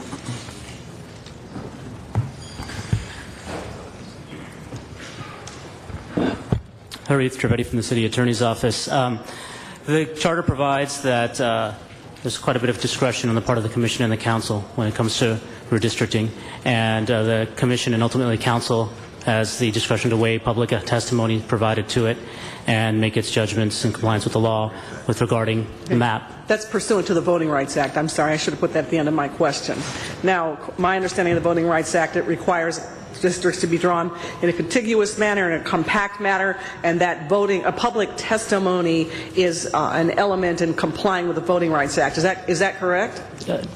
Public testimony is definitely an element that a council and a commission would consider in determining communities of interest and other factors that are traditional redistricting factors that they ought to consider when they're drawing maps. So if this council endorses the commission chairman's view, Mr. Vargas, that relying on one's, quote, remembrance of what people said, end quote, is that sufficient to comply with the charter requirement that the commission follow public testimony in designing districts? Well, our view in reviewing what the Commission has presented to you and then the adjustments that were adopted by the Rules Committee is that in light of the information provided to the Commission and the Council and the information contained in the Commission's record and in the Council's proceedings, the justifications presented in the Commission report and to the Council that the map is legally defensible under that provision of the Charter and the other applicable laws. Now, the CLA's report seems to focus on the measure of maintaining neighborhood councils in assessing various mapping configurations. Can one of you tell me where the Council or the Commission adopted the principle that maintained neighborhood lines and that it was a paramount consideration in the map drawing process? Is this required by state or federal law? The Charter and various other laws that apply to this area provide that communities of interest, including neighborhoods, be considered when drawing maps. The Commission, my understanding is the Commission did consider neighborhood councils as a possible reflection of communities of interest and therefore took into account neighborhood council lines while drawing the map, and they did that throughout their process. Now, Councilmember Huizar has stated that Council District 14 had to incorporate downtown Los Angeles to comply with the equal populations principle. Yet it seems that the Commission proposal reduces the Latino citizen voting age population to 51%. Maybe this is for Mr. Clayton or Mr. Ely. Is there any other configuration that would satisfy the population equality principle and maintain the existing Latino CVAP? And is that a concern under the Voting Rights Act? Mr. Clayton? I believe the mapping configuration that we showed just a few moments ago, showing the northeastern communities being the sort of core of where both CD1 and CD14 pick up additional population, is one such configuration. And under that configuration, there is substantially more Latino CVAP in CD14 than what the Commission drew. Now, I continue to have great concerns about the city's apparent refusal to conduct a racially polarized voting study. Now, is it the view of the city, the official view, that such a study is not necessary under federal law? And since we are running ahead of schedule, is there some reason why we don't take the time to establish what the evidence will show? Throughout this process, the Commission and the Council, the Commission drew the lines based on traditional redistricting criteria, and that was per our advice, including population equality, compactness, contiguity, respecting communities of interest. We then reviewed their maps for compliance with the Voting Rights Act, and we did so with the consultation of city experts and city staff. That approach is, we believe, the correct approach, and also in that approach, there is no legal requirement to do a racially polarized voting study, because we did not advise and the Commission did not draw lines specifically or change lines specifically to include, to increase the CVAP population, for example, or other elements of that nature. They drew the lines based on traditional, according to the Commission's report, traditional redistricting criteria, and then we reviewed those maps to determine whether there was any possible problems on the Voting Rights Act. That included informal review of voting patterns and other information of that nature, and we were satisfied that the maps were compliant. Well, hang on. I think Mr. Parks may have something he's going to share with you that may change your mind. I noticed that the changes in Council District 14 in the Commission's plan effectively, again, dropped its CVAP, citizen voting age population, to barely 51%. Now, compare that with Council District 8. We thought that doing something similar in Council District 8 posed a serious problem with compliance. There were other plans that maintained a similar percentage to what it is now. So is dropping the Latino CVAP consistent with your understanding of what the Voting Rights Act requires? Kareem, you want to, or Mr. Ely, somebody? Can you press your button again after this question? Can you just answer that question? Sure. I mean, I didn't draw the city's map, but I think it's of concern anytime a district reduces its existing non-white population, because that is usually a given measure of the effectiveness of any community to elect a candidate of choice. Mr. Parks. Thank you very much. We're going to flash up here in about 10 seconds. One of the things you mentioned that you reviewed the maps in light of the authorized or the appropriate method as far as using population and such. Are you familiar with an email that was sent by one of the commissioners and a text message that, at least on review, appears that it's being based on racial guidelines? Yes, I am. I believe you provided that, or your council provided that in a communication to our office. Okay. After seeing that, you have the same impression that they drew the lines based on the legitimate criteria of population?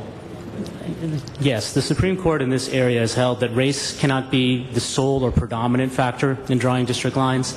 However, the Supreme Court has also held that race can be a factor considered in the mix with other factors. In reviewing the totality of the record before the Commission and the report provided by the Commission, the report the Commission produced lists several and numerous race-neutral criteria it used in drawing the district lines. So considering all of that together, we believe it satisfies the Supreme Court standard in this field. Were those criteria created and approved prior to the process or in retrospect? They were, my understanding of the Commission is they were discussed throughout the process and embodied in the Commission's report. But did they get approved? Were they set up as standards as it relates to what the guidelines? Because the only thing I can find in the report was a deviation policy. I couldn't find these other policies that you're reflecting on. I believe in the Commission's report they had adopted a policy of narrowing the population deviation to 5% vis-a-vis the current, or the 2002 map, which had a deviation of 10%. I believe the Commission's report also stated that they endeavored to keep 2/3 of neighborhood councils intact and also other communities of interest intact, as well as comply with the other laws applicable. Okay. Colleagues, I'd just like to draw your attention on the screen.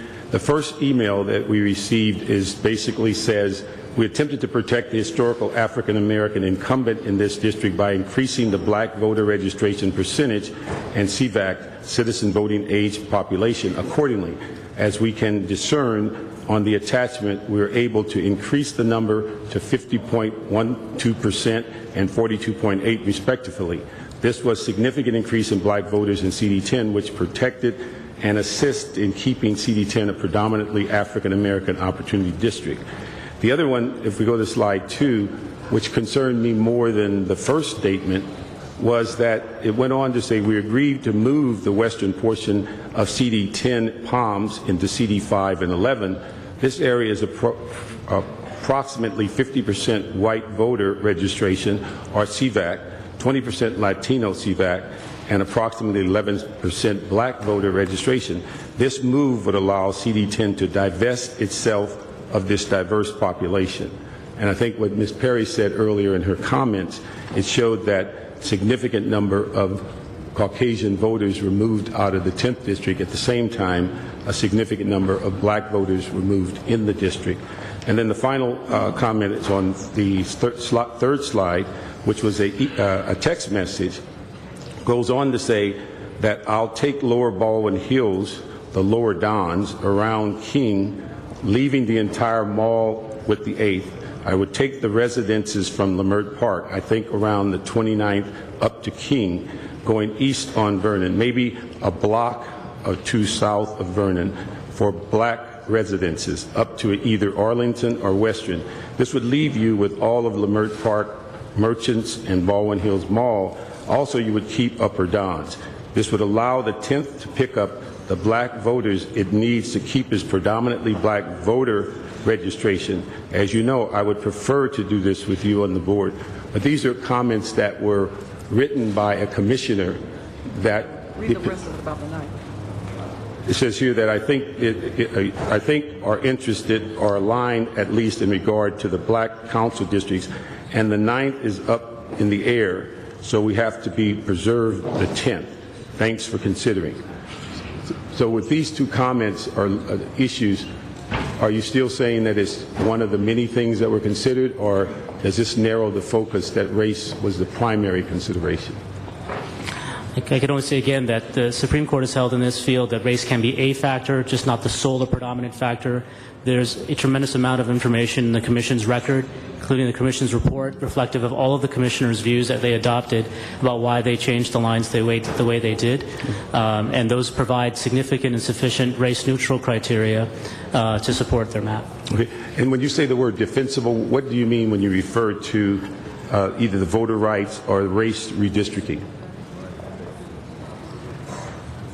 I'm not sure if I understand your question. I think you mentioned earlier that you felt the maps were defensible. Right. What does that mean in relationship to the Voter Rights Act and race being used as a primary basis of redistricting? I'm sorry. What that means is our view, based on the information available to us and that provided in the Commission report, is that we believe the map is compliant with the Voting Rights Act and compliant with the Equal Protection Clause, as well as the other principles that apply to this area. Again, our assessment of the map is based on the information in the record and contained in the Commission's report, as we've said in writing to this body and others, that every map that's submitted for review is a fact-specific review and may be impacted by information not available. But based on the information available, we believe that it's a defensible map. Thank you. Can you press your button again, Mr. Parks? You're already 3 minutes over. Mr. Cardenas. Thank you very much, Mr. President. Question to our City Attorney present. As was posted up here for all of us to read, some text and some communique between a particular commissioner and to one or more other commissioners. Those, I think it was 3 examples. Do they implicate that somebody through that communique actually guided the entire commission, or that seems to be something where a commissioner was communicating perhaps with one or more commissioners?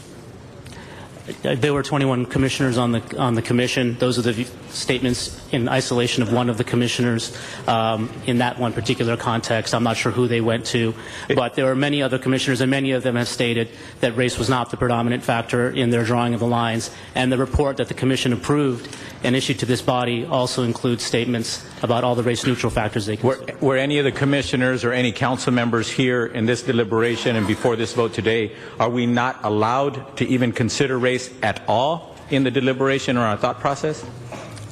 You are allowed to. In fact, the Supreme Court has held that redistricting bodies are always conscientious of race and would not be able to perform redistricting without having a conscientiousness of race. It just can't be the sole or predominant factor. So for a commissioner to actually express in any way a consideration of race, that in and of itself does not mean that it was a predominant factor or that that was the factor that the commission came to their final conclusions on. That's correct. I'm sorry, what's your name again, the one that was brought up by Ms. Perry? Kareem Creighton. Kareem? Yeah, I'm a professor of law. Did you hear my question and answer between our city attorney? I did. What do you think about the accuracy of his answers to my questions? Well, I'm not serving as the city attorney. No, I know, but you afforded yourself this opportunity, so I apologize. I want to ask you questions as well. I just like to give that disclaimer. Sure. But I'm happy to offer an opinion. I think that the city attorney has properly stated what the Supreme Court principle is. Correct. However, I'm not sure that the facts really match up with that analysis. The questions I just had were to those three texts that were pointed out. Yes, sir. I think one element, I think the gentleman who just spoke was correct about saying it's a fact-specific inquiry. And one of the facts that hasn't been brought up is that this exchange, I believe, occurred not in a 21-member group, but actually in a subgroup of the commission, which was, I think, maybe 4 or 5 different people. And so a court might look at that viewpoint differently than one might consider in a 21-member. Thank you for your honesty, because the word that you're using over and over right now to answer my question very honestly is might. It might. Not that it will, not that it won't, but it might. So therefore, my last question to our city attorney and also to you is, on a redistricting effort, especially such as a redistricting in the second largest city in the country, have you ever seen this happen where there is no lawsuits as a result of redistricting? Jessica Hines, Assistant City Attorney. I did the redistricting for the council in 1992 and 2002, and there were no lawsuits, so it can happen. Okay, it can happen, but at the same time, because a lawsuit is brought, does that mean that that lawsuit will prevail? Of course not. Okay. It's going to be dependent upon the facts presented to the court. Correct. Okay, is there anybody at the table saying that they know that any lawsuits that would be brought based on the process as witnessed here would prevail? I think it would be folly for any attorney to tell you either that a lawsuit is surely to succeed or to fail. But given the facts of this case, I would say that you are likely to be in a lawsuit that goes on for a prolonged period with the facts as presented here. And there are additional facts, I believe, that Sure, it doesn't take an attorney to answer that question, but my point is there anybody here at this table who is going to say right now that if a lawsuit is brought based on the process as it's gone and to fruition today, that that lawsuit will prevail? Thank you very much. Mr. Huizar.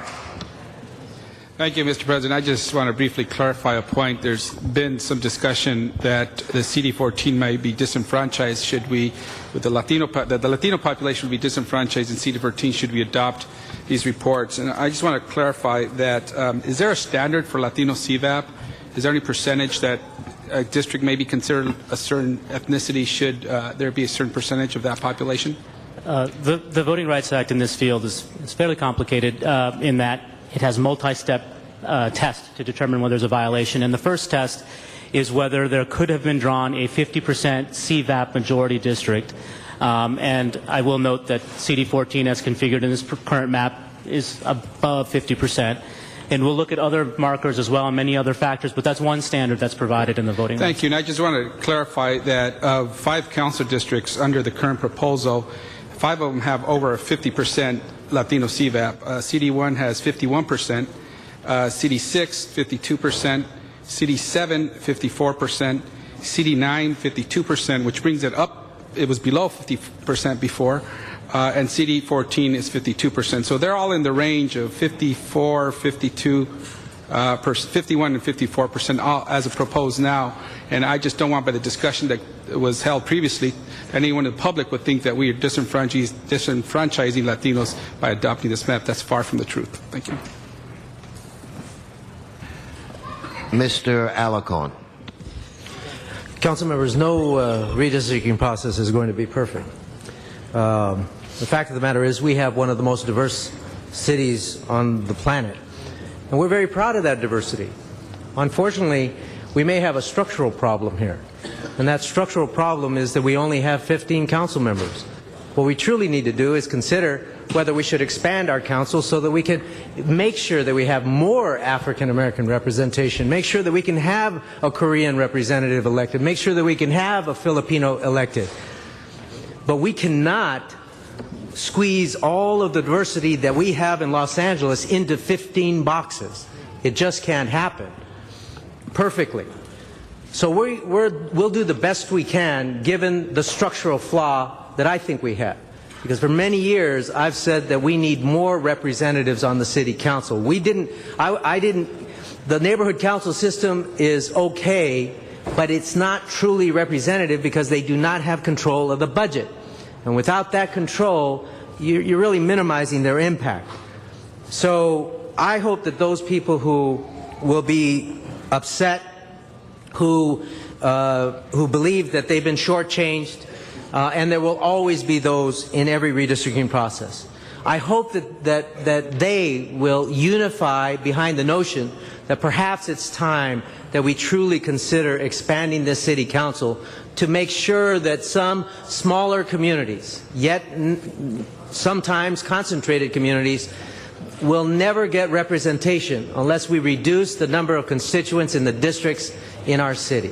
And I believe that's the only way that we can improve toward perfection. Because like I said, even under those circumstances, if we had 182 council members, we would still not have a perfect redistricting process.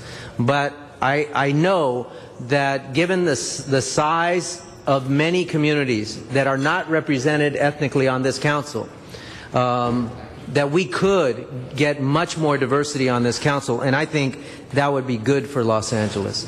But given the shortcomings of what I consider to be that structural flaw, I'm going to vote for this because I believe it's as good as we can do. And although others will say it could be better here, it could be better there, they said that in 1990 when I participated in the redistricting process. They said it when I was in the state senate and we did the redistricting process, and they'll say it about this process. For all of that, I really think that we should look toward a greater goal to increase representation, not by trying to squeeze square pegs into round holes, but by increasing the number and size of the holes so that more people will fit into the representative body of the city. Thank you. Mr. Labange. Thank you. This is a process, and Mr. City Attorney up there, explain for the public, because one of the first public speakers asked, why do we even have to do this? Why do we have to do this? Well, every 10 years there is a census, and the charter requires that the council district be redistricted. But not just the census of the charter, or also the United States government requires or the state of California? I'm going to defer to Jesse. Madam City Attorney, I was just giving him an easy question, but... Article 1, Section 2 requires that all legislative bodies be, the U.S. Constitution requires that all legislative bodies be redrawn after the census to provide equal population, right, so that there is approximately one person, one vote. Right, one person, one vote. So that's how it works. Also, to what Mr. Alarcon just said, if we kept all our budgets the same and froze them right now, I would greatly support a conversation, whether it's 17, 19, or 21. I wouldn't want to be like New York City with 51 council members, but if we wanted to look at it, we're 4 million people. But I think that's a discussion that we're not going to have in this cycle that we're in right now. Do you know anyone at the table how much percentage of population? Right now in the area, and I'm proud of everybody I represent, and I'm a Los Angeles council member and try to help everybody, but in the area of the central core of the 4th District, I raised the hand and say, okay, we want to look at the Koreatown, and I love what the man from Bangladesh said earlier about us, and I thank Mr. Garcetti and Mr. Wessett for helping me on that project to give some love to the Bangladeshi people on 3rd Street. But let me ask the question, how much population change is in the 4th District proposed? From what knew me last year at the polls and what won't know me at the polls? 4,000. Because there's 39,000 people who live between Western and Hoover, between 3rd and 6th. 39,000. Now I go all the way from Laurel Canyon to San Diego Freeway and north. The excuse me, the current well, in the proposed map, the population in 4 is 248,326. And do you know how much has that changed from today's map? That's all. There's a lot of changes. It's minimal. It's about a 2,000 person change. It was no, wait a second, Joe. I mean, they don't know me like they know me now. My district has changed. I don't understand. That's all. Yes. I feel like I'm in class, but I'm happy to offer you a response. In the Commission's proposal, my calculations indicate that about 62% of your existing district is in the district that is 62%. 62%, correct. So that would mean 38% is new people. So I got to go meet those new people. We change all the time. Everything changes. Well, I remember when the 4th District ran between Fairfax and Melrose and Olympic straight to the Harbor Freeway and up to Elysian Park, and Dodger Stadium for a while was in the 4th District, and then it changed, and then the very important 1st District, God bless Mr. Finn, but when he passed, they took the 1st District and they empowered people because there was the Alvarado Corridor, which was primarily the eastern sections of the 13th, the 4th, and the 10th, to empower the Latino vote. So this is change. I don't like losing anybody, it's like family, but at the same time, every 10 years this happens. So I just wanted to make that particular point and thank my Commissioner Grover McKean and all the other commissioners for their efforts in this situation that is not fun for anybody, but it's part of the law. Thank you, Mr. Labange. Ms. Perry. Ms. Perry. Thank you very much, Mr. President. I'm reading an excerpt from a letter, and I have to apologize to folks. This is a two-sided document, and you've all got copies of it. It's from Goldberg, Lowenstein, and Weatherwax, and we're bringing the additional pages down. But on page 3, what it talks about is it's an extract of the public record, and the public record that demonstrates that districts were drawn on the basis of race. Now, in the dissent from the redistricting plan adopted by the Commission, Commissioners On, Anderson, Kim, and Roberts issued a minority report, and I believe it was dated February 29, 2012. The minority report revealed what they believed to be the Commission's intent to segregate voters on the basis of race and alluded to the legal risks inherent in such a plan. Now, these are quotes. This minority report also discusses the Commission's decision to draw boundaries for numerous council districts on the basis of race, in possible violation of the Voting Rights Act and the Equal Protection Clause. Next quote, the Commission nevertheless set out to draw majority-minority districts in council districts 1, 6, 7, 9, 10, and 14, purportedly to comply with Section 2 of the Voting Rights Act. This threshold decision to draw district lines on the basis of race had significant adverse effects on keeping communities intact in and boundaries for council districts 8, 9, 11, and 13. The heavy emphasis, next quote is, the heavy emphasis on race in drawing the boundaries of Council District 10 is particularly problematic. A number of commissioners admitted that districts were drawn on the basis of race, and you've seen Commissioners Ellison and his email that was up on the board for your review. Now, I have a question for the city attorney. There were subcommittees that drew maps, and the formation of these committees caused them to be constructed outside of the Brown Act so that they were not public meetings, but private meetings kept out of the public eye. But these were the actual committees where the maps were actually drawn. Why were those committees designed so that they were not subject to the Brown Act?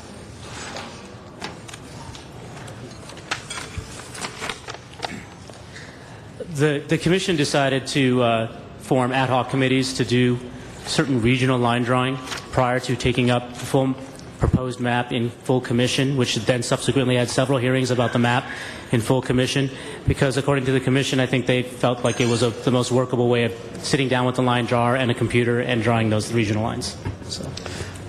One other question. Now, and Mr. Huizar brought up the issue of the Latino CVAP and CD14, and we have produced a map that shows that you can go north and you can go somewhat east and west and avoid the Glendale problem and still maintain his CVAP. Now, earlier, Mr. Huizar, you did put a map on the record where we shared downtown as we do now, and I think that it's worked out well that we shared downtown, but in the map that you put on the board was one that drew a line and excluded Skid Row and left Skid Row in my district, which personally I'm fine with because I love representing Skid Row.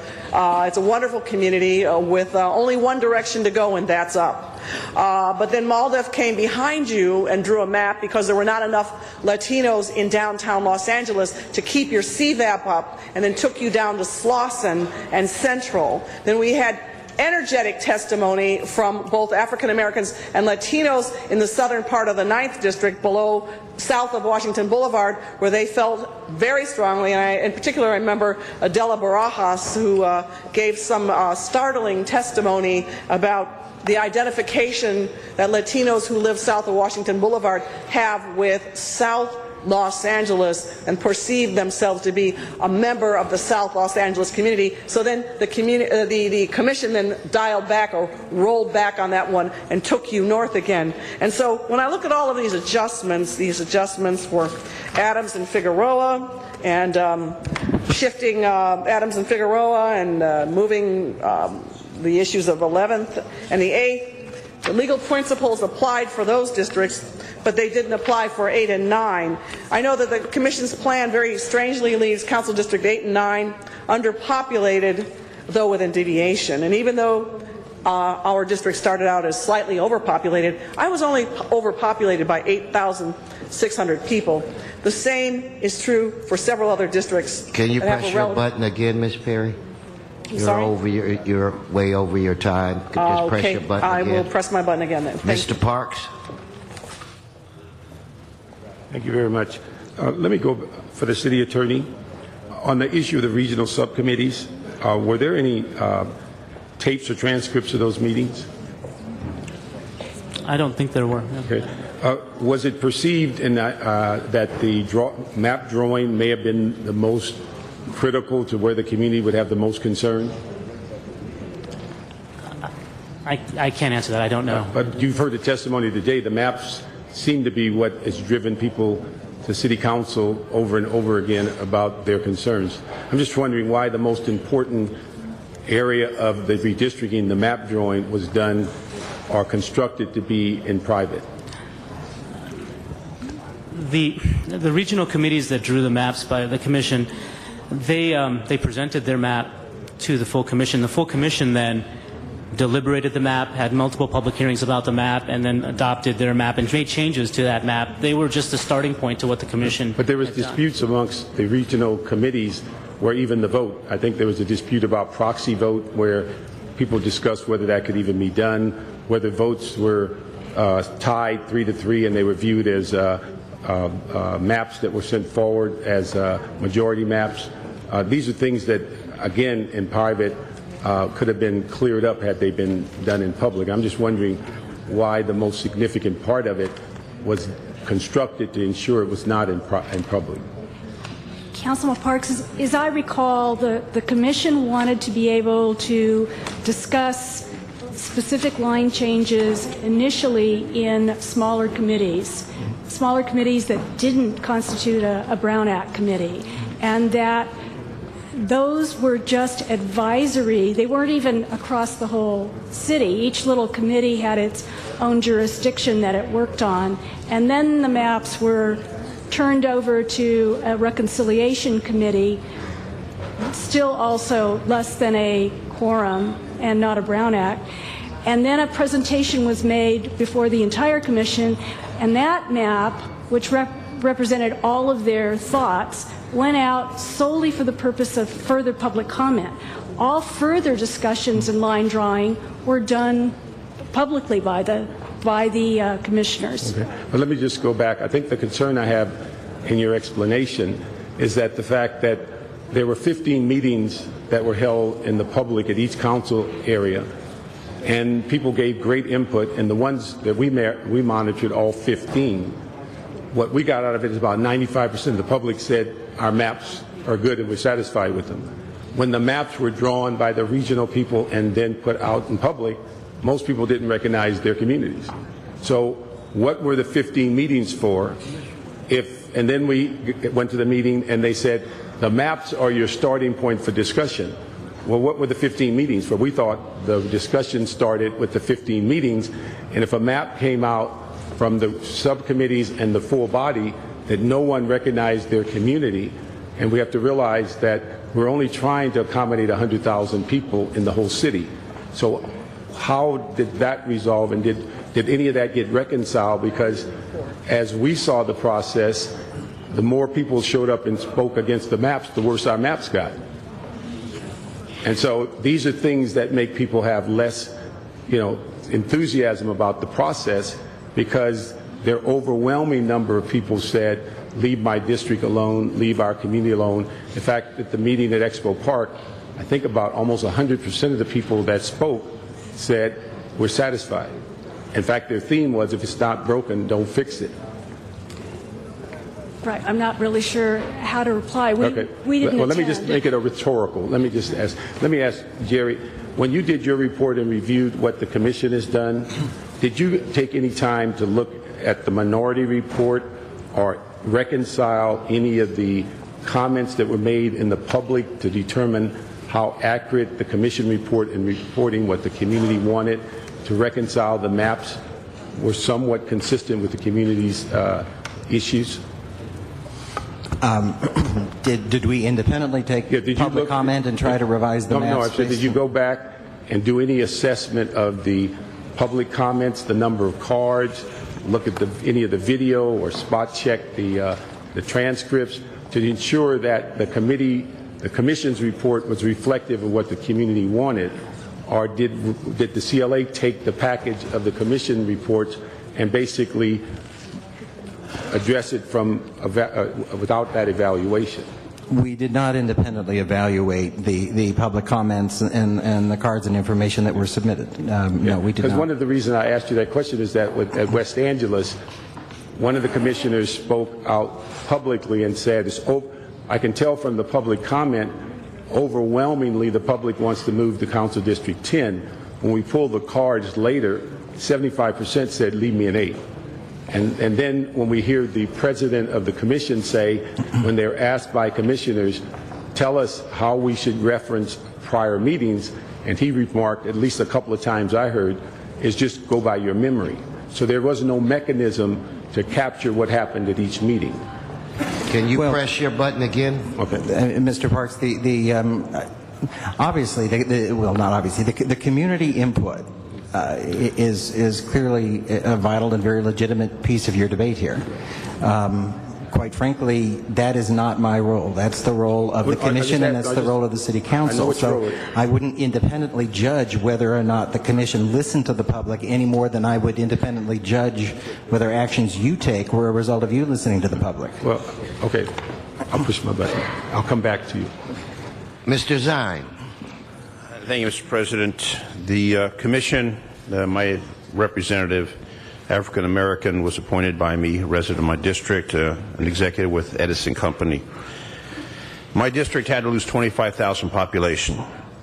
And I have currently all of Woodland Hills, all of Tarzana, majority of West Hills, Reseda, Canoga Park, and Winnetka, majority of those districts. Under the new plan, I'm going to have all of Woodland Hills, all of Tarzana, all of Canoga Park, all of Winnetka, and majority of Reseda. What happens with my district is now we go, the new redistricting map for my area will be 43% white, 37% Latino, 13% Asian, 5% African American for the 3rd Council District. And while I don't think the maps are perfect, they do represent what the Commission brought forward. And as a member of the Neighborhood Council, a member of the redistricting, a member of the Charter Commission, a member of the City Council, our goal is to try and serve the people the best way we can and to keep the communities whole. And I remember at the Neighborhood Councils, I made a commitment that we'd keep those whole and not separate them. So in my particular situation, where I currently live in West Hills is carved out to go to District number 12, very competent new council member Mitch Englander. So where I currently live in the West Hills area, the West San Fernando Valley, that entire community, including my residents, now transfers to the 12th District. And I think to be hypocritical in my position to say, well, I want to stay within my district, but then divide that neighborhood council even more than it is divided, would be inappropriate. So for the West San Fernando Valley, at least the San Fernando Valley, I've spoken to some of my colleagues this morning regarding this, that they're in agreement that the map for the valley seems to work well for the people of the San Fernando Valley, well for the variety of districts. So I'm not going to fight that issue, to argue, to say that my residents in the West Hills should remain divided. And I think what's going to happen in the next year, Mr. Englander and I are going to work together so the district will have 2 representatives, and he'll get calls from my office regarding the potholes that need to be filled in the West San Fernando Valley, and he'll call my office. But we work together for the people. And I think this whole issue, and hearing from the public, we're one city, at least we're supposed to be one city, with representation for the people of the city and the diversity of the city. And I didn't think there was that much love for the individual council members, but hearing the debate that's taken place, there seems to be great concern. As far as the population of my district, it's, as we say, a diverse population. But what do we do what's best for the city of Los Angeles? What do we do what's best for the people that elect us into office? And I do know that in response to Mr. Alacon's question about our larger city council, that was brought forward to the voters. That was brought forward to the voters a few years back, and they decided not to expand this to 25 or 26 members, to keep it as it is. And I don't believe that more government is going to be a solution, but we need an equal distribution. And I empathize with Ms. Perry and Mr. Parks with the situation regarding their districts, but looking at the body of the council, I think the majority of the council, even though it's not a perfect system, is a system that we have to make this realignment every 10 years. And again, in my particular case, I'm losing the area where I currently reside. That will transfer to another district. So with that stated, I'm going to support the maps. While they're not perfect, it's the best that we have. So I'm going to publicly state that I will support the current maps as they are. Thank you. Thank you, Mr. Zine. Mr. Garcetti. Thank you very much, Mr. President, and thank you to everybody who spent a lot of time here, those our consultants that have helped other council members, our own consultant, the work that's been done. This is a very painful process. I've gone through this twice now, and I think there's nothing rawer than the politics of redistricting. But I want to say a couple things just insofar that affects my own district, because I've been out there saying I would be willing to share and to help and to look at folks who are specifically in Koreatown and other places looking at Asian Pacific Islander empowerment. And a few things, though, I want to say broadly about what we have before us, just for those folks who are following at home. And there's a lot of confusing terms. There's the actual population, there's the registered voters, and then there's the citizen voting age population, which we keep referring to as CVAP. CVAP is probably the most important measure of looking at a district and what can happen when folks vote.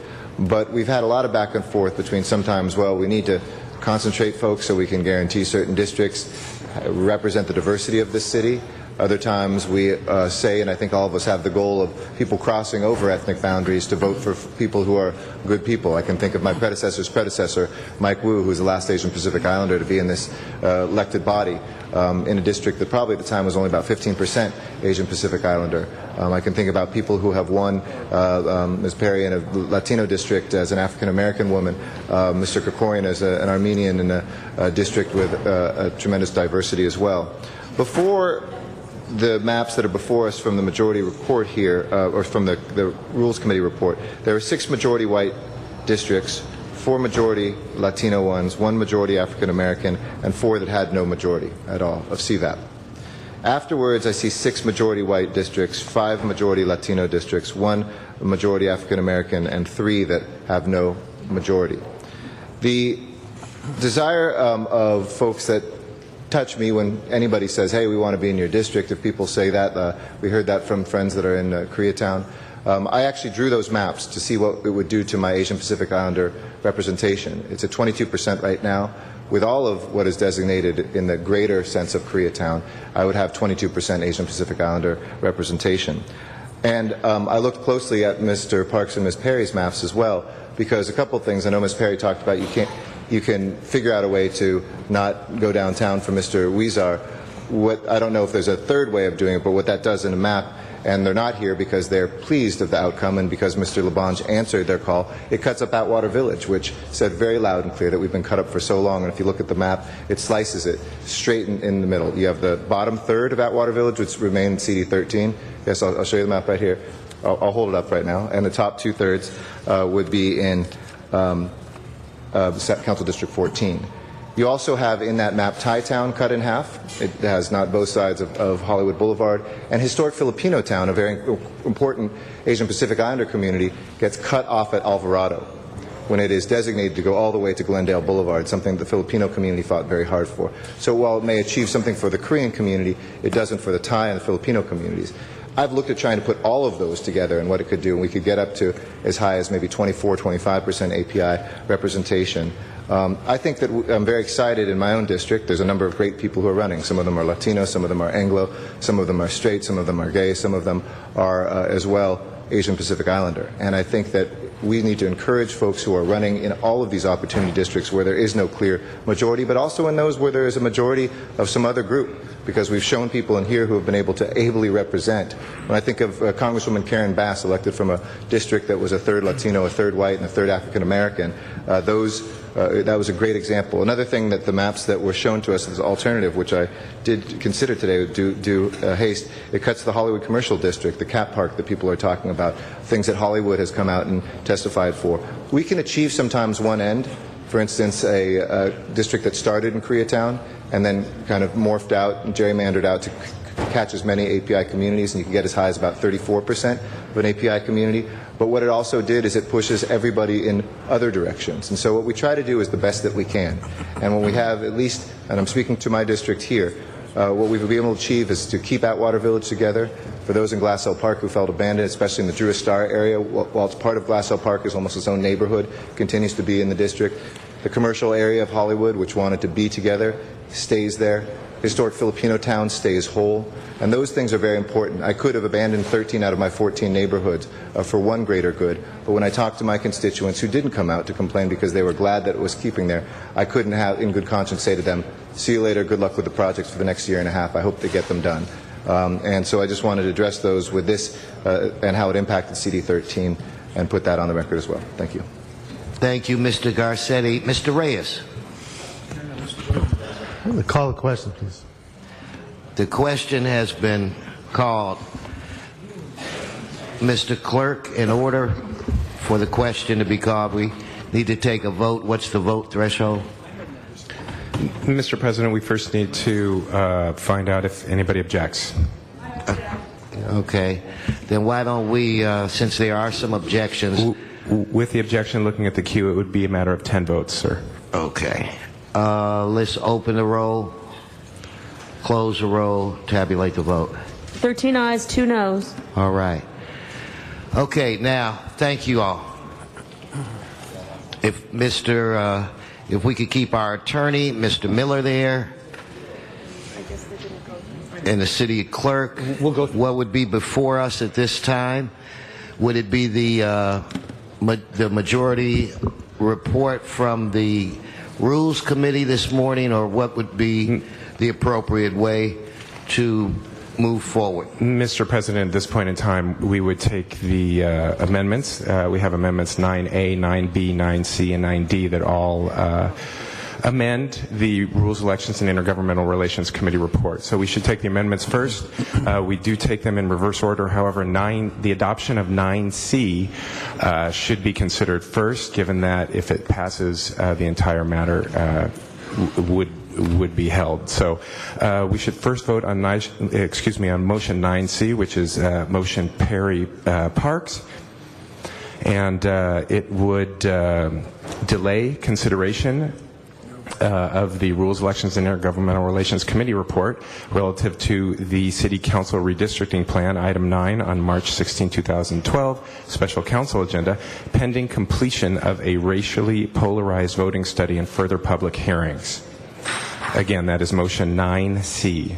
That should be voted on first. Okay, so on that, Ms. Perry's asking for an aye vote. Mr. Weezer asking for a no vote.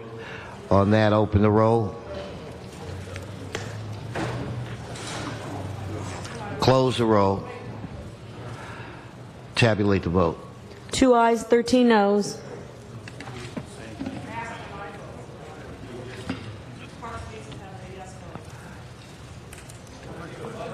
Wait. Let's Mr. Alarcon? Be a no vote. Well, that just, Mr. Alarcon wanted to be a no vote. That does not change the outcome of the votes. Can we? Mr. Parks wants to be, so that's fine, correct? Okay. Correct, sir. Where are we now? So that, for clarification, that fails. Next. Mr. President, that brings us to amending motion 9D, Perry Parks, and that would amend the Rules, Elections, and Intergovernmental Relations Committee report as follows. It would move the University of Southern California and Exposition Park from CD9 to CD8 in accordance with the map included in the Chief Legislative Analyst report dated March 15, 2012. It would further move that the City Council instruct the CLA and Bureau of Engineering to identify boundary adjustments to ensure a population balance consistent with a deviation of no more than 5%. Okay, on that item, let us open the. Oh, no. Mr. Parks. Yeah, I want to speak. Colleagues, I'd just like to, on this motion, clarify a lot of misinformation. First of all, the people have relied on a letter from the USC that says keep them in one district. The only reason that letter was written is because the commissioners from Council District 6 and 7 during a meeting asked for SC's boundaries to be moved to the 9th district. They didn't even know the boundaries. When the map came out, it showed SC being moved along with Exposition Park. They later had a meeting and came back and said to move the economic interest, which is also an area of Jefferson between McClintock and Hoover. The commission voted on that. Mr. Parks, there's really not supposed to be a discussion. No, not discussion. I just wanted to clarify a point of interest because there's total misinformation. The city attorney has indicated to me that we should move forward with the vote. I did want to afford you the opportunity to speak, but he has indicated that the debate is over. Okay. Let me just ask one thing. Today at committee, as a point of order, at committee, several districts were given an opportunity to work out boundaries on technical issues. Is this a rule that only affects the 8th and 9th, that we can't work out our differences in our own boundaries? No, it's up for a vote at this point. No, but it wasn't a vote for everybody's technical issues that are coming before the council today. The council members were allowed to work out their technical differances.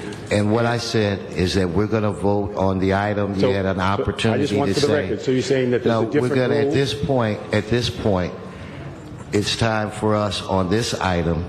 So you're saying that the 8th and 9th I'm are saying going to be treated differently? that we open the roll. Okay. The 8th and 9th. We close the roll. Tabulate the vote.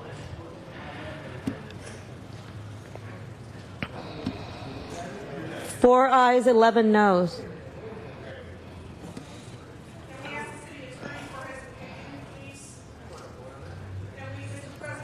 What did you vote? Yes? Opinion on what? Yes. Please turn her mic on. Please turn my mic on.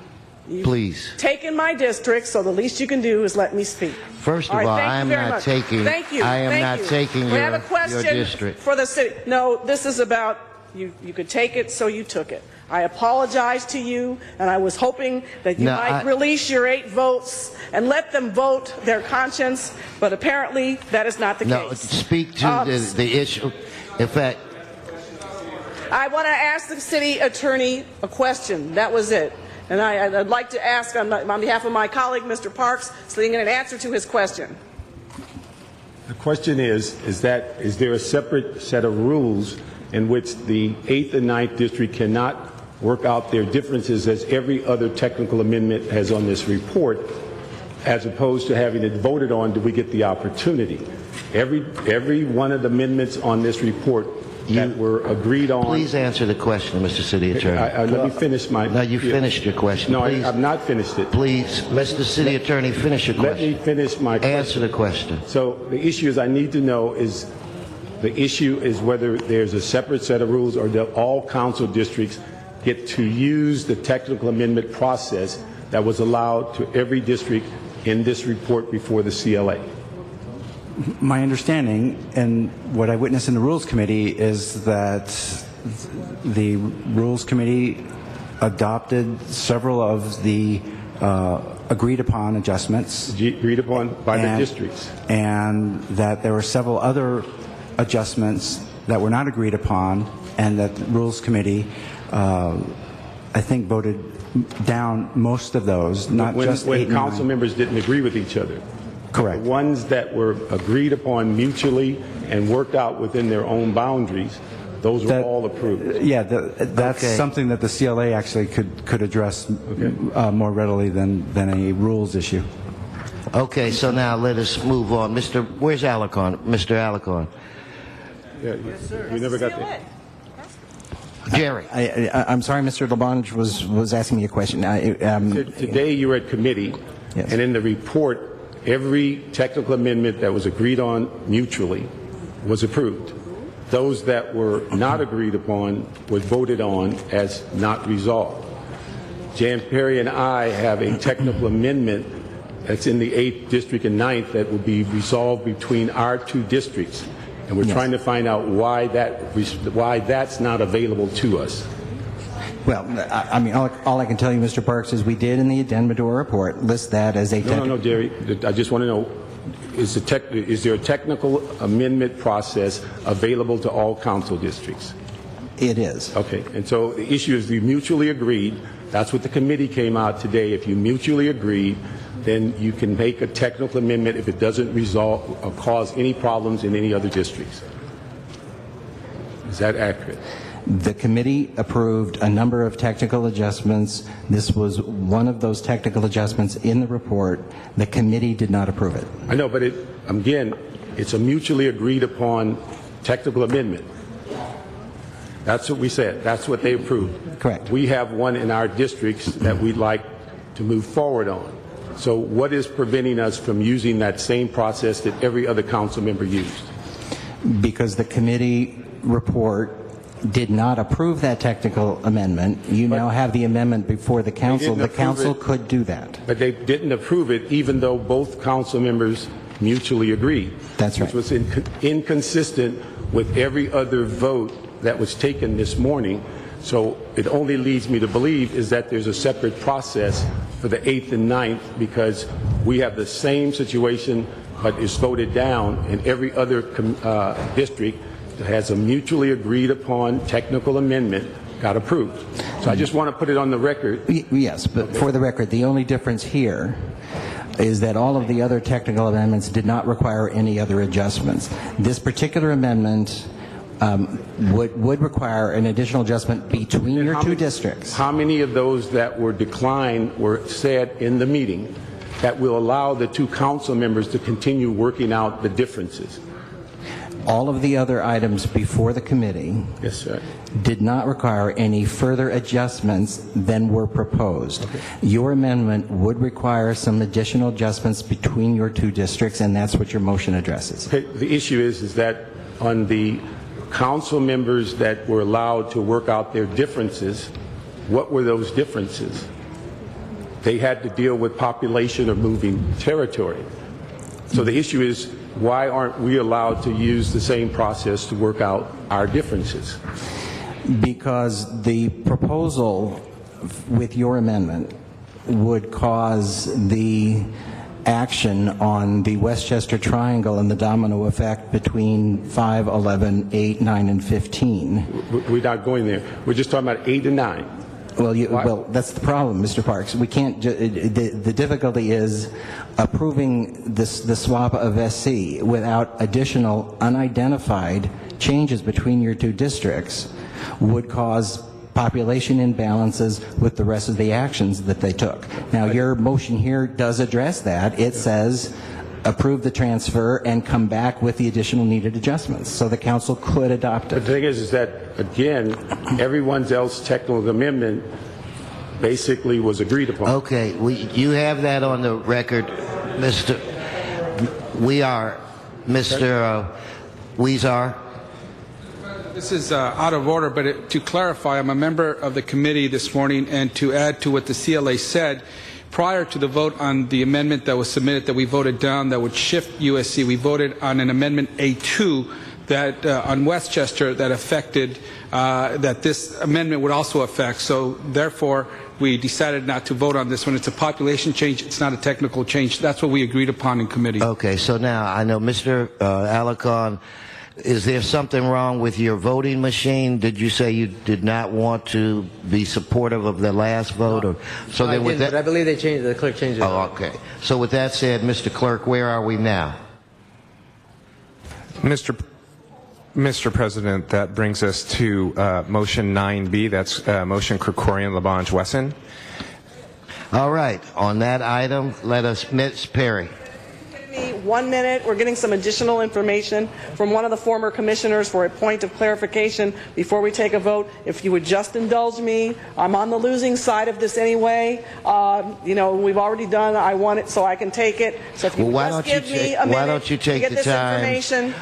Well, let me answer. Why don't you take the time to get the information, and then I will allow us to come back on this item. But where it relates to the other items, I want to move forward. Mr. So President? we're now on Mr. Garcetti. Just a point of information. If any member is interested in discussing that or adding more information, it would be in order to first stand up and say, I'd like to suspend the rules. Since we have already voted to move the previous question, it's just, this is an anti-pro anybody. I'm just reestablishing what the rules are here. You have to actually suspend the rules to have the debate. Then then people can bring in new things, but otherwise we would be in violation of our own rules. So it's not anti-somebody to say that, but we should, and anybody who would like to should make a motion to suspend the rules.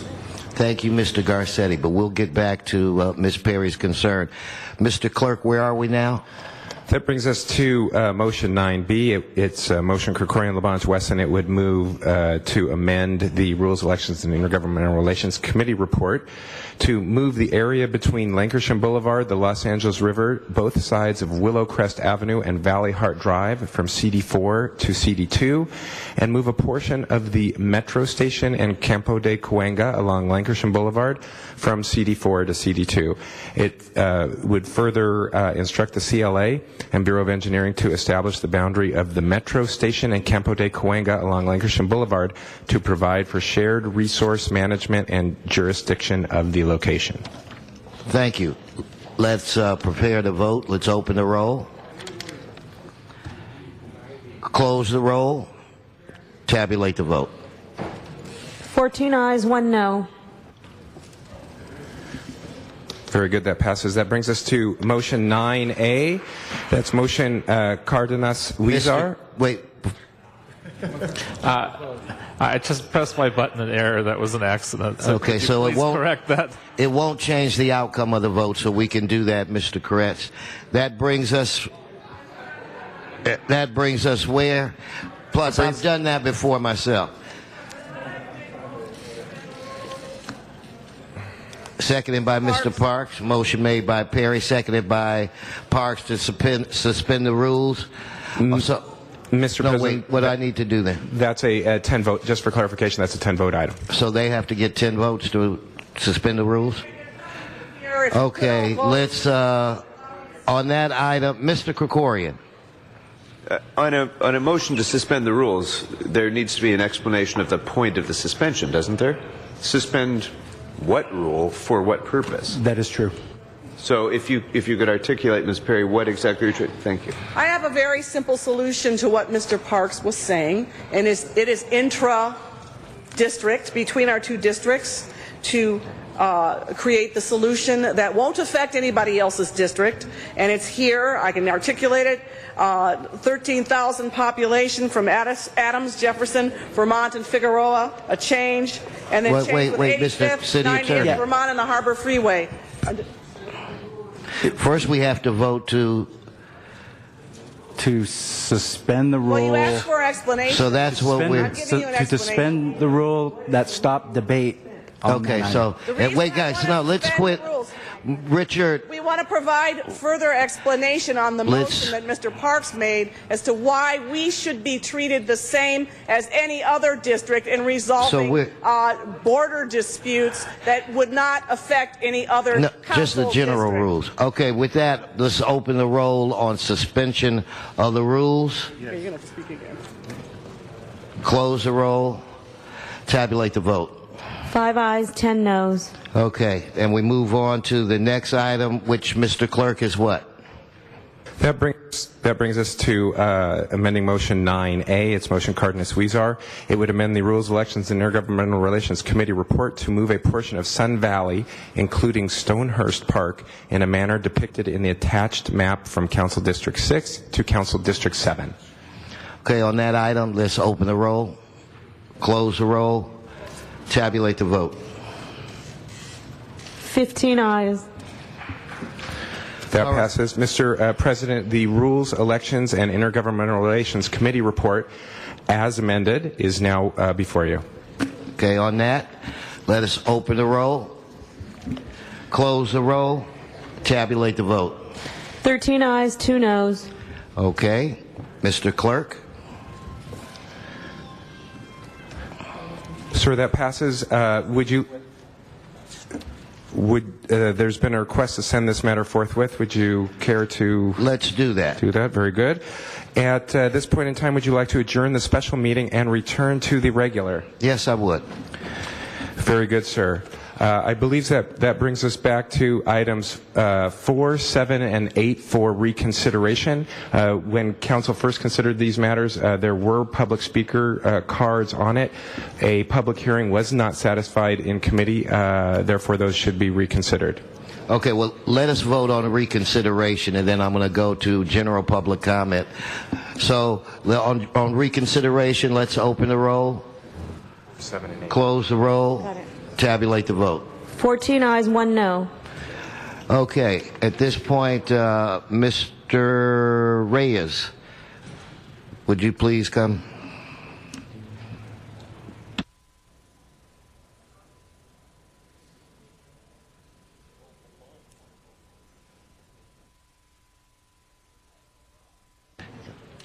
In fact, Mr.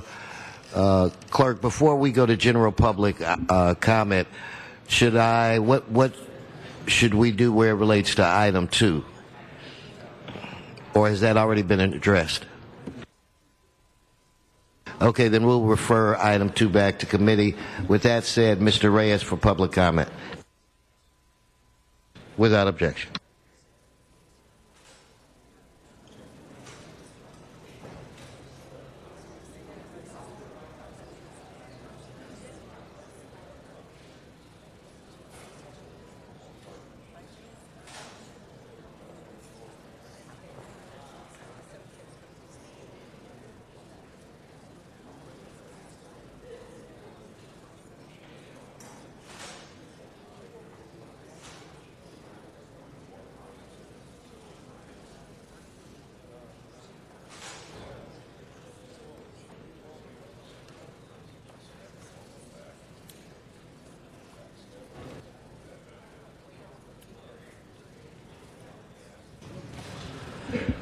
Okay, for public comment, we have Dr. Tom Williams. Dr. Tom Williams, are you here? I don't see him. Mr. Francisco Rivera. Francisco Rivera, are you here?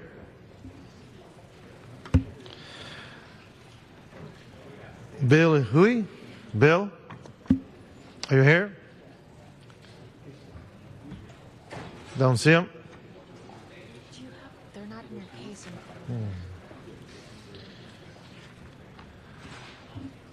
I believe it's Yolanda Gonzalez. Yolanda Gonzalez, are you here?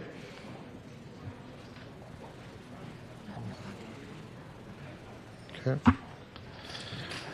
Linda Romney. Linda Romney.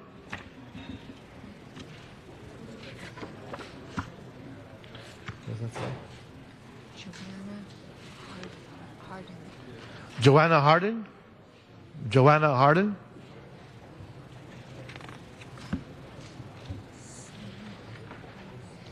Candido. Candido, are you here?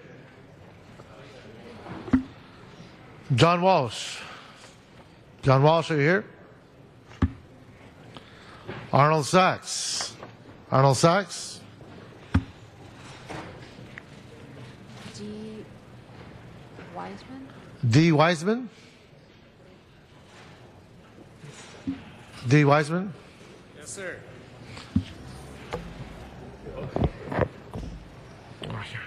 I'm going to speak on several things. First of all, the termination of public comment.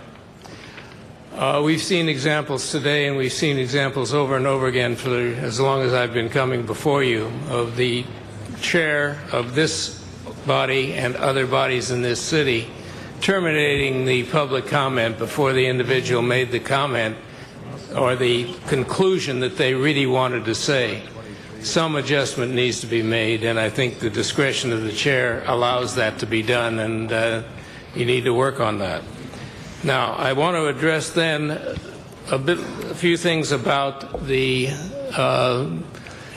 council files that are available to you to look at. You have a huge amount of council files, and I'm going to take the example of our redistricting because it's so handy. But there are so many council files that are coming in as community impact statements from neighborhood councils, and those are identified by the neighborhood council. Other council file materials that are submitted are simply put in as public comment, and you do not know by looking at the list who sent them in and what organization is being represented. I think that you need to consider, and I hope one of the members of this august body will consider, identifying all of the submissions for council files, because many of the submissions on the redistricting issue, for instance, were sent from neighborhood councils, from large organizations, from people who are qualified experts in various fields. And it would be very easy to you and to us in the public who look and try to figure out what's going on, who sent this, so I can decide, is this a document I want to open, read, and consider when I'm getting ready to come and contact the council. This second motion is something for your interest, and thank you for hearing. Thank you very much. Out of Van Nuys, Sharon Brewer. Sharon, are you still there? Sharon Brewer, Van Nuys. See anybody? Dollhouse. Is Dollhouse here? Don't see him. Anthony Manzano. Anthony Manzano. Come on up, sir.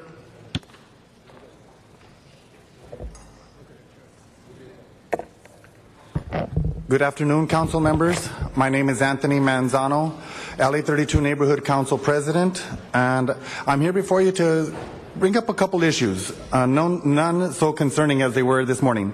First, we had a great celebration earlier this morning with the presentations and proclamations regarding the St. Patrick's Day festivities, including the celebration for the Iranians and the Spring Festival coming up. As the Neighborhood Council President, one of the things that I like to address is we are the first neighborhood council within the city that has had all of our fire hydrants painted by volunteers. This is a great service for the community because it was done at no cost to the community outside the cost for the material, which was provided by the Department of Water and Power. Tom Williams played a vital role in seeking these services from the DWP, but it was the volunteers in the community that actually went out and monitored these fire hydrants, checked if they needed services, reported them, and the Department of Water and Power did adequately install new ones as needed. But the improvement also is a public safety issue because now the fire department can easily see all the fire hydrants painted within 90032 with the proper color by the Department of Water and Power. So that's a great service that the Neighborhood Council provides to this city. Another thing is, as a resident of the community of Rose Hills, which has been around, I'd say probably at least 100 years on file here with the City of Los Angeles. But I've done ample research, and I will shortly be supplying all council members and the mayor's office with a document or portfolio that I prepared over the last 7 years, indicating the community of Rose Hills has been one of the oldest and first established communities within the City of Los Angeles. Our documentation goes back 8,000 years, back to the Tungva Indians, and you'll hear several other communities like Tahunga, Topanga, Rancho Cucamonga, and Cahuenga. The village from the community where I live is Otsungna, and in that translation, it means the place of roses. So our community of Rose Hills will soon be approaching this neighborhood council to seek the implementation of community signs and recognizing our community. Thank you very much. Mr. Herman A. Mr. Herman A., are you here? I don't see him. Wayne Spindler, and then Glenn Bailey. All right, well, at least today I got to see the end of the political career of Jan Perry, so 1 down, 14 to go. So when you look at the maps, there's some good things. Rosendahl, he kept his word. He kept his word. It's a man, he said, and I quote, Westchester will not be screwed. And he was right. And he got him back into the triangle. And that map looks a lot better that way. Also, the Hebrew community was also spared Tom LaBonge and put back into Paul Karutz's district in Encino. And we thank that. Thank God for that. And also, some lucky people got put into CD2 because that's the Studio City. That's very ritzy. Now, the events that transpired are somewhat confusing about Koreatown. Now, I'm taking it that they're going to be put into 13. And they're supposedly going to be entirely within the current district of one Eric Garcetti. So hopefully that's true. I don't know. I don't have the maps here. I can't really read what's up on the wall there. I have some maps, but they change every day. And they're liable to change by the time I get home. But assuming they don't, that's good. Now, overall, it turned out a lot better than I thought it was going to happen. It's not perfect. But the 14-1 dispute is somewhat interesting. I don't think there's any way you can really cure that. But overall, what I really enjoyed today was watching our two councilmen, Parks and Perry, together side by side, fighting for the little guy. But remember, when we had our DWP rates, they just kept voting yes. So, one day it comes around and it gets you in the end. Thank you very much. Thank you very much. Glenn Bailey.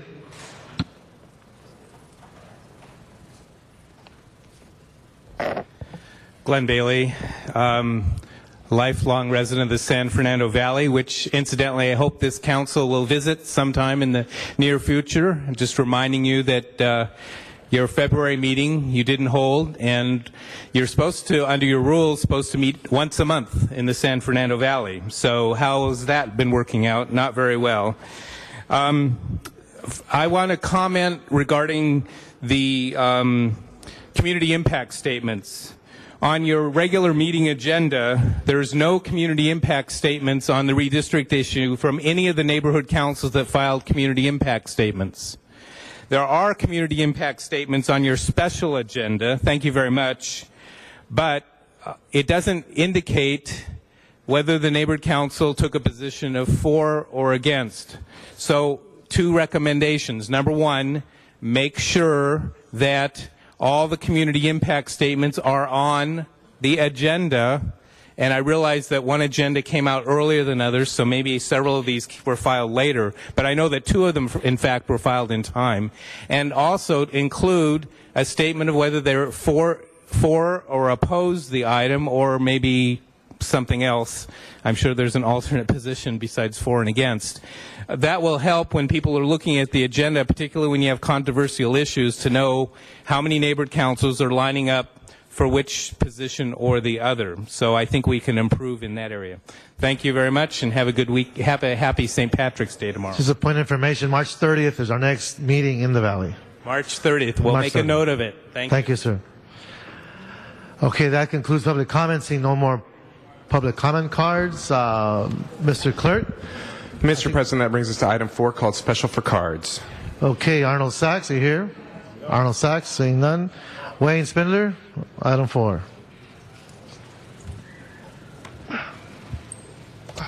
LAX, well, that's in CD 11. So there was an interesting article in the Times regarding our loss of manufacturing jobs in the aeronautics situation in the districts because they were showing off new airplanes that are being built. The problem is that all the parts are being made out of California, and then by the time they're assembled, we only have one major plant in the entire district that makes a jet, and that's the C-17, and they're down to only 10 orders a year, and that's 11,000 jobs, and they're going to be termed out in 2014 unless they get new funding. So I've driven down to LAX. I don't like to fly because obviously I don't like to be accosted by the problems down there. Just 6 hours to get on an airplane. It's shorter to drive.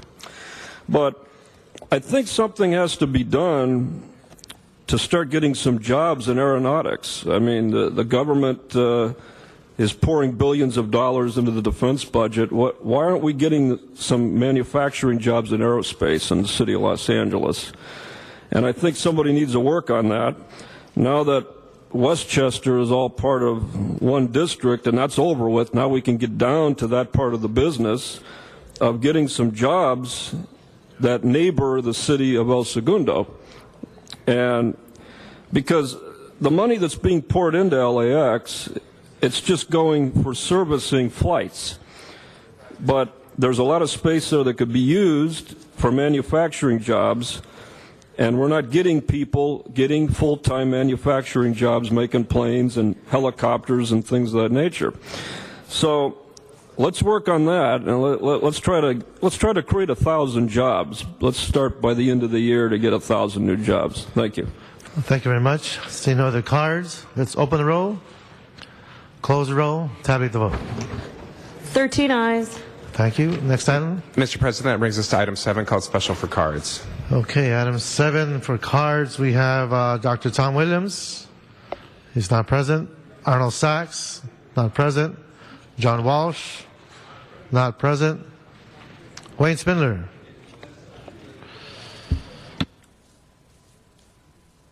Well, it was a short meeting. I don't know why the others aren't here. But bike paths, the biggest waste of money to mankind. Down in the downtown area where they do a lot of filming, Spring, Maine, and those areas, it was revealed that once these bike paths were poured with green paint, the movie set people could not film because of the character, and the change in that street is not consistent with their plans. They would have to go in and edit it out. And the point is that this was put in without first addressing, do people want this? I never see anybody use it.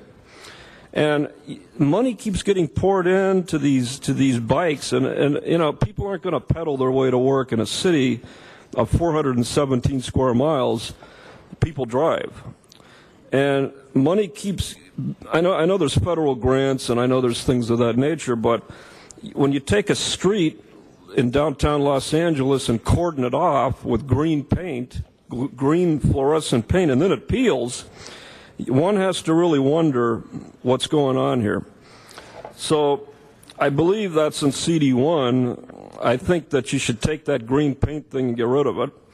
And I know that they're telling us because of the federal money that was taken that they can't do it for another 2 or 3 years.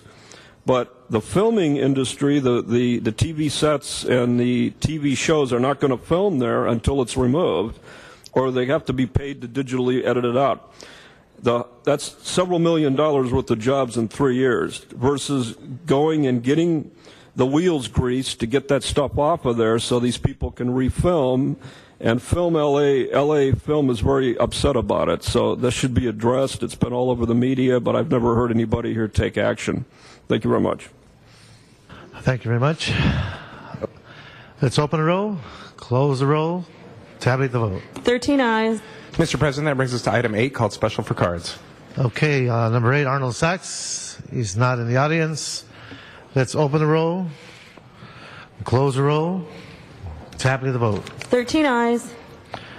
Okay, I believe that concludes all items, Councilman. Mr. Clerk? Mr. President, Council has motions for posting and referral. Okay, post and referred. The desk is clear.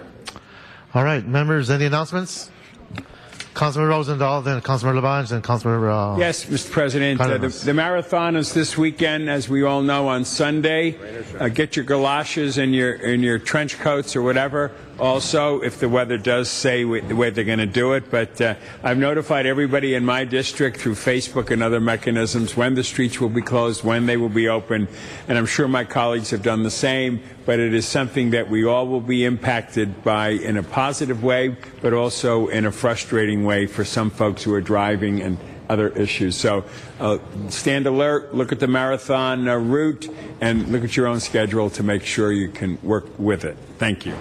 Thank you, Councilman Labange. Thank you very much, Mr. Rosendahl. And the great tradition started from the 1984 games, where then Mayor Bradley and John Farrar and others led. The marathon is again here, as Mr. Rosendahl stated. We should salute the many thousands of people who run from the stadium to the sea. And there will be some impact. I also want to remind people, especially along the route, if there is heavy storms, to be free of the drains, check the drains at intersections, but enjoy it. Come out and salute the runners who have been running through our city the last several months throughout in a very inspirational way. Is anybody in this room going to run in the marathon? This right there. All right. Sometimes we do have a runner, but we salute all the runners. Thank you. Thank you. I believe it starts at Dodger Stadium. That'll be very exciting and stretches throughout the city. Councilman Cardenas. Thank you very much, Mr. President. I just wanted to announce that there's going to be a school on Monday that's a brand new school, which used to be called Elementary School Number 9 in the Northeast San Fernando Valley, and it's going to be named after two humble people. Man and a woman who moved here from Mexico, Jalisco, Mexico, in the late 1940s. They raised 11 kids in Pacoima when they purchased their home in 1955, and very, very proud to say that many of their children went off to get doctor's degrees, master's degrees, bachelor's degrees, and their youngest son actually was in the state legislature and garnered at least $650 million to build new schools across this city for LAUSD. And the school district, under the leadership of Nuri Martinez, decided to name the school Andres and Maria Cardenas Elementary School. Oh, wow. Nice, Tony. Congratulations, Councilman Cardenas. That's amazing. And it'll take place on Monday from 10 a.m. to 11:30, and they'll unveil the new name. Thank you. Wow. Councilman Wiesner? Thank you, and I want to congratulate Mr. Cardenas on having the school named after two humble, hardworking, persevering people, and also want to thank him. You know, we get a lot of credit in LAUSD from we put a plan together to build 180 schools in 8 years, but the fact is that if we hadn't had some state law change that made it easier for LAUSD to apply for that money, we'll still be in the back of the line with the rest of the state waiting for that money. So thank you, Mr. Cardenas, for your leadership and changing that state law that made it possible for LAUSD to receive those funds. Thank you. Thank you, Mr. kind words, and congratulations, Councilman Cardenas. Councilman Cabuscaino. Yes, Mr. President. On Sunday at Mary Star of the Sea Parish, they will be celebrating the Feast of St. Joseph. We encourage all of the residents to come join us for the procession, 11 o'clock with the Mass at 12. And on the 19th, Monday, the Feast of St. Joseph will also be celebrated here at Casa Italiana in downtown Los Angeles, beginning at 11 o'clock. So please join us. And my grandmother, Rosario, is one of the founding members of the Feast of St. Joseph at Mary Star, and all the proceeds benefit the Mary Star Christian Care Society. Okay, It is, the that's announcement, Councilman Zine. Thank you, Mr. President. The Angels Way Maternity Home Angel Walk LA 2012 at St. Cyril Jerusalem Church this Saturday at 9 a.m., 15520 Ventura Boulevard in Encino. The public is invited to participate in that. Also on Saturday at 11 a.m., stop in to the LA Fire Department, LAPD St. Baldrick's Foundation Shave the Way to Conquer Kids Cancer, and that's taking place open to the public at 7063 Laurel Canyon Boulevard in North Hollywood. And you will see me here next week with a shaved head since I participate in that. Bill Rosendahl, you should join me, and Tom LaBonge, you should also participate in that. It's a wonderful program to help raise funds for the young children who suffer from cancer. Also on Saturday at 1 o'clock with my shaved head, I will be at St. Patrick's Day March. Public is invited, and that's 1:30, and that will be in front of the Madrid Theater in Canoga Park. And also on Saturday is the second annual Matthew Butcher, Julie Butcher's son who was shot and killed, a memorial golf tournament. That's on Saturday at 1 p.m. And I do have one more, Mr. President. On Sunday, 12:30, the 12th annual Mass in memory of Cesar Chavez. That's going to take place at the Cathedral of Our Lady, 555 West Temple, right near City Hall. That, again, is 12:30 on Sunday, which is the Marathon Day. And with that, have a lovely weekend. Thank you. Councilor Cardenas, I know you had... Thank you, Mr. President. If you'll indulge me, I just wanted to mention that my father, Andres, passed away in 1993, and my mother, Maria Encarnacion Cardenas, passed away in 1999. So the school is being named after them posthumously, and I just wanted to point out that some members in the community wanted to know if they could name it after me, and I said, no, thank you. I'm still here. And so they went on to ask if they could name it after my parents. So thank you. Beautiful. Congratulations, Councilmember. Okay, any more announcements? I just thank you for Nowruz and the beautiful flowers that we all have, and take them home to our wives and partners and families.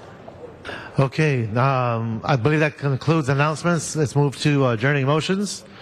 Councilmember Rosendahl and Councilmember Alarcon. Thank you, colleagues.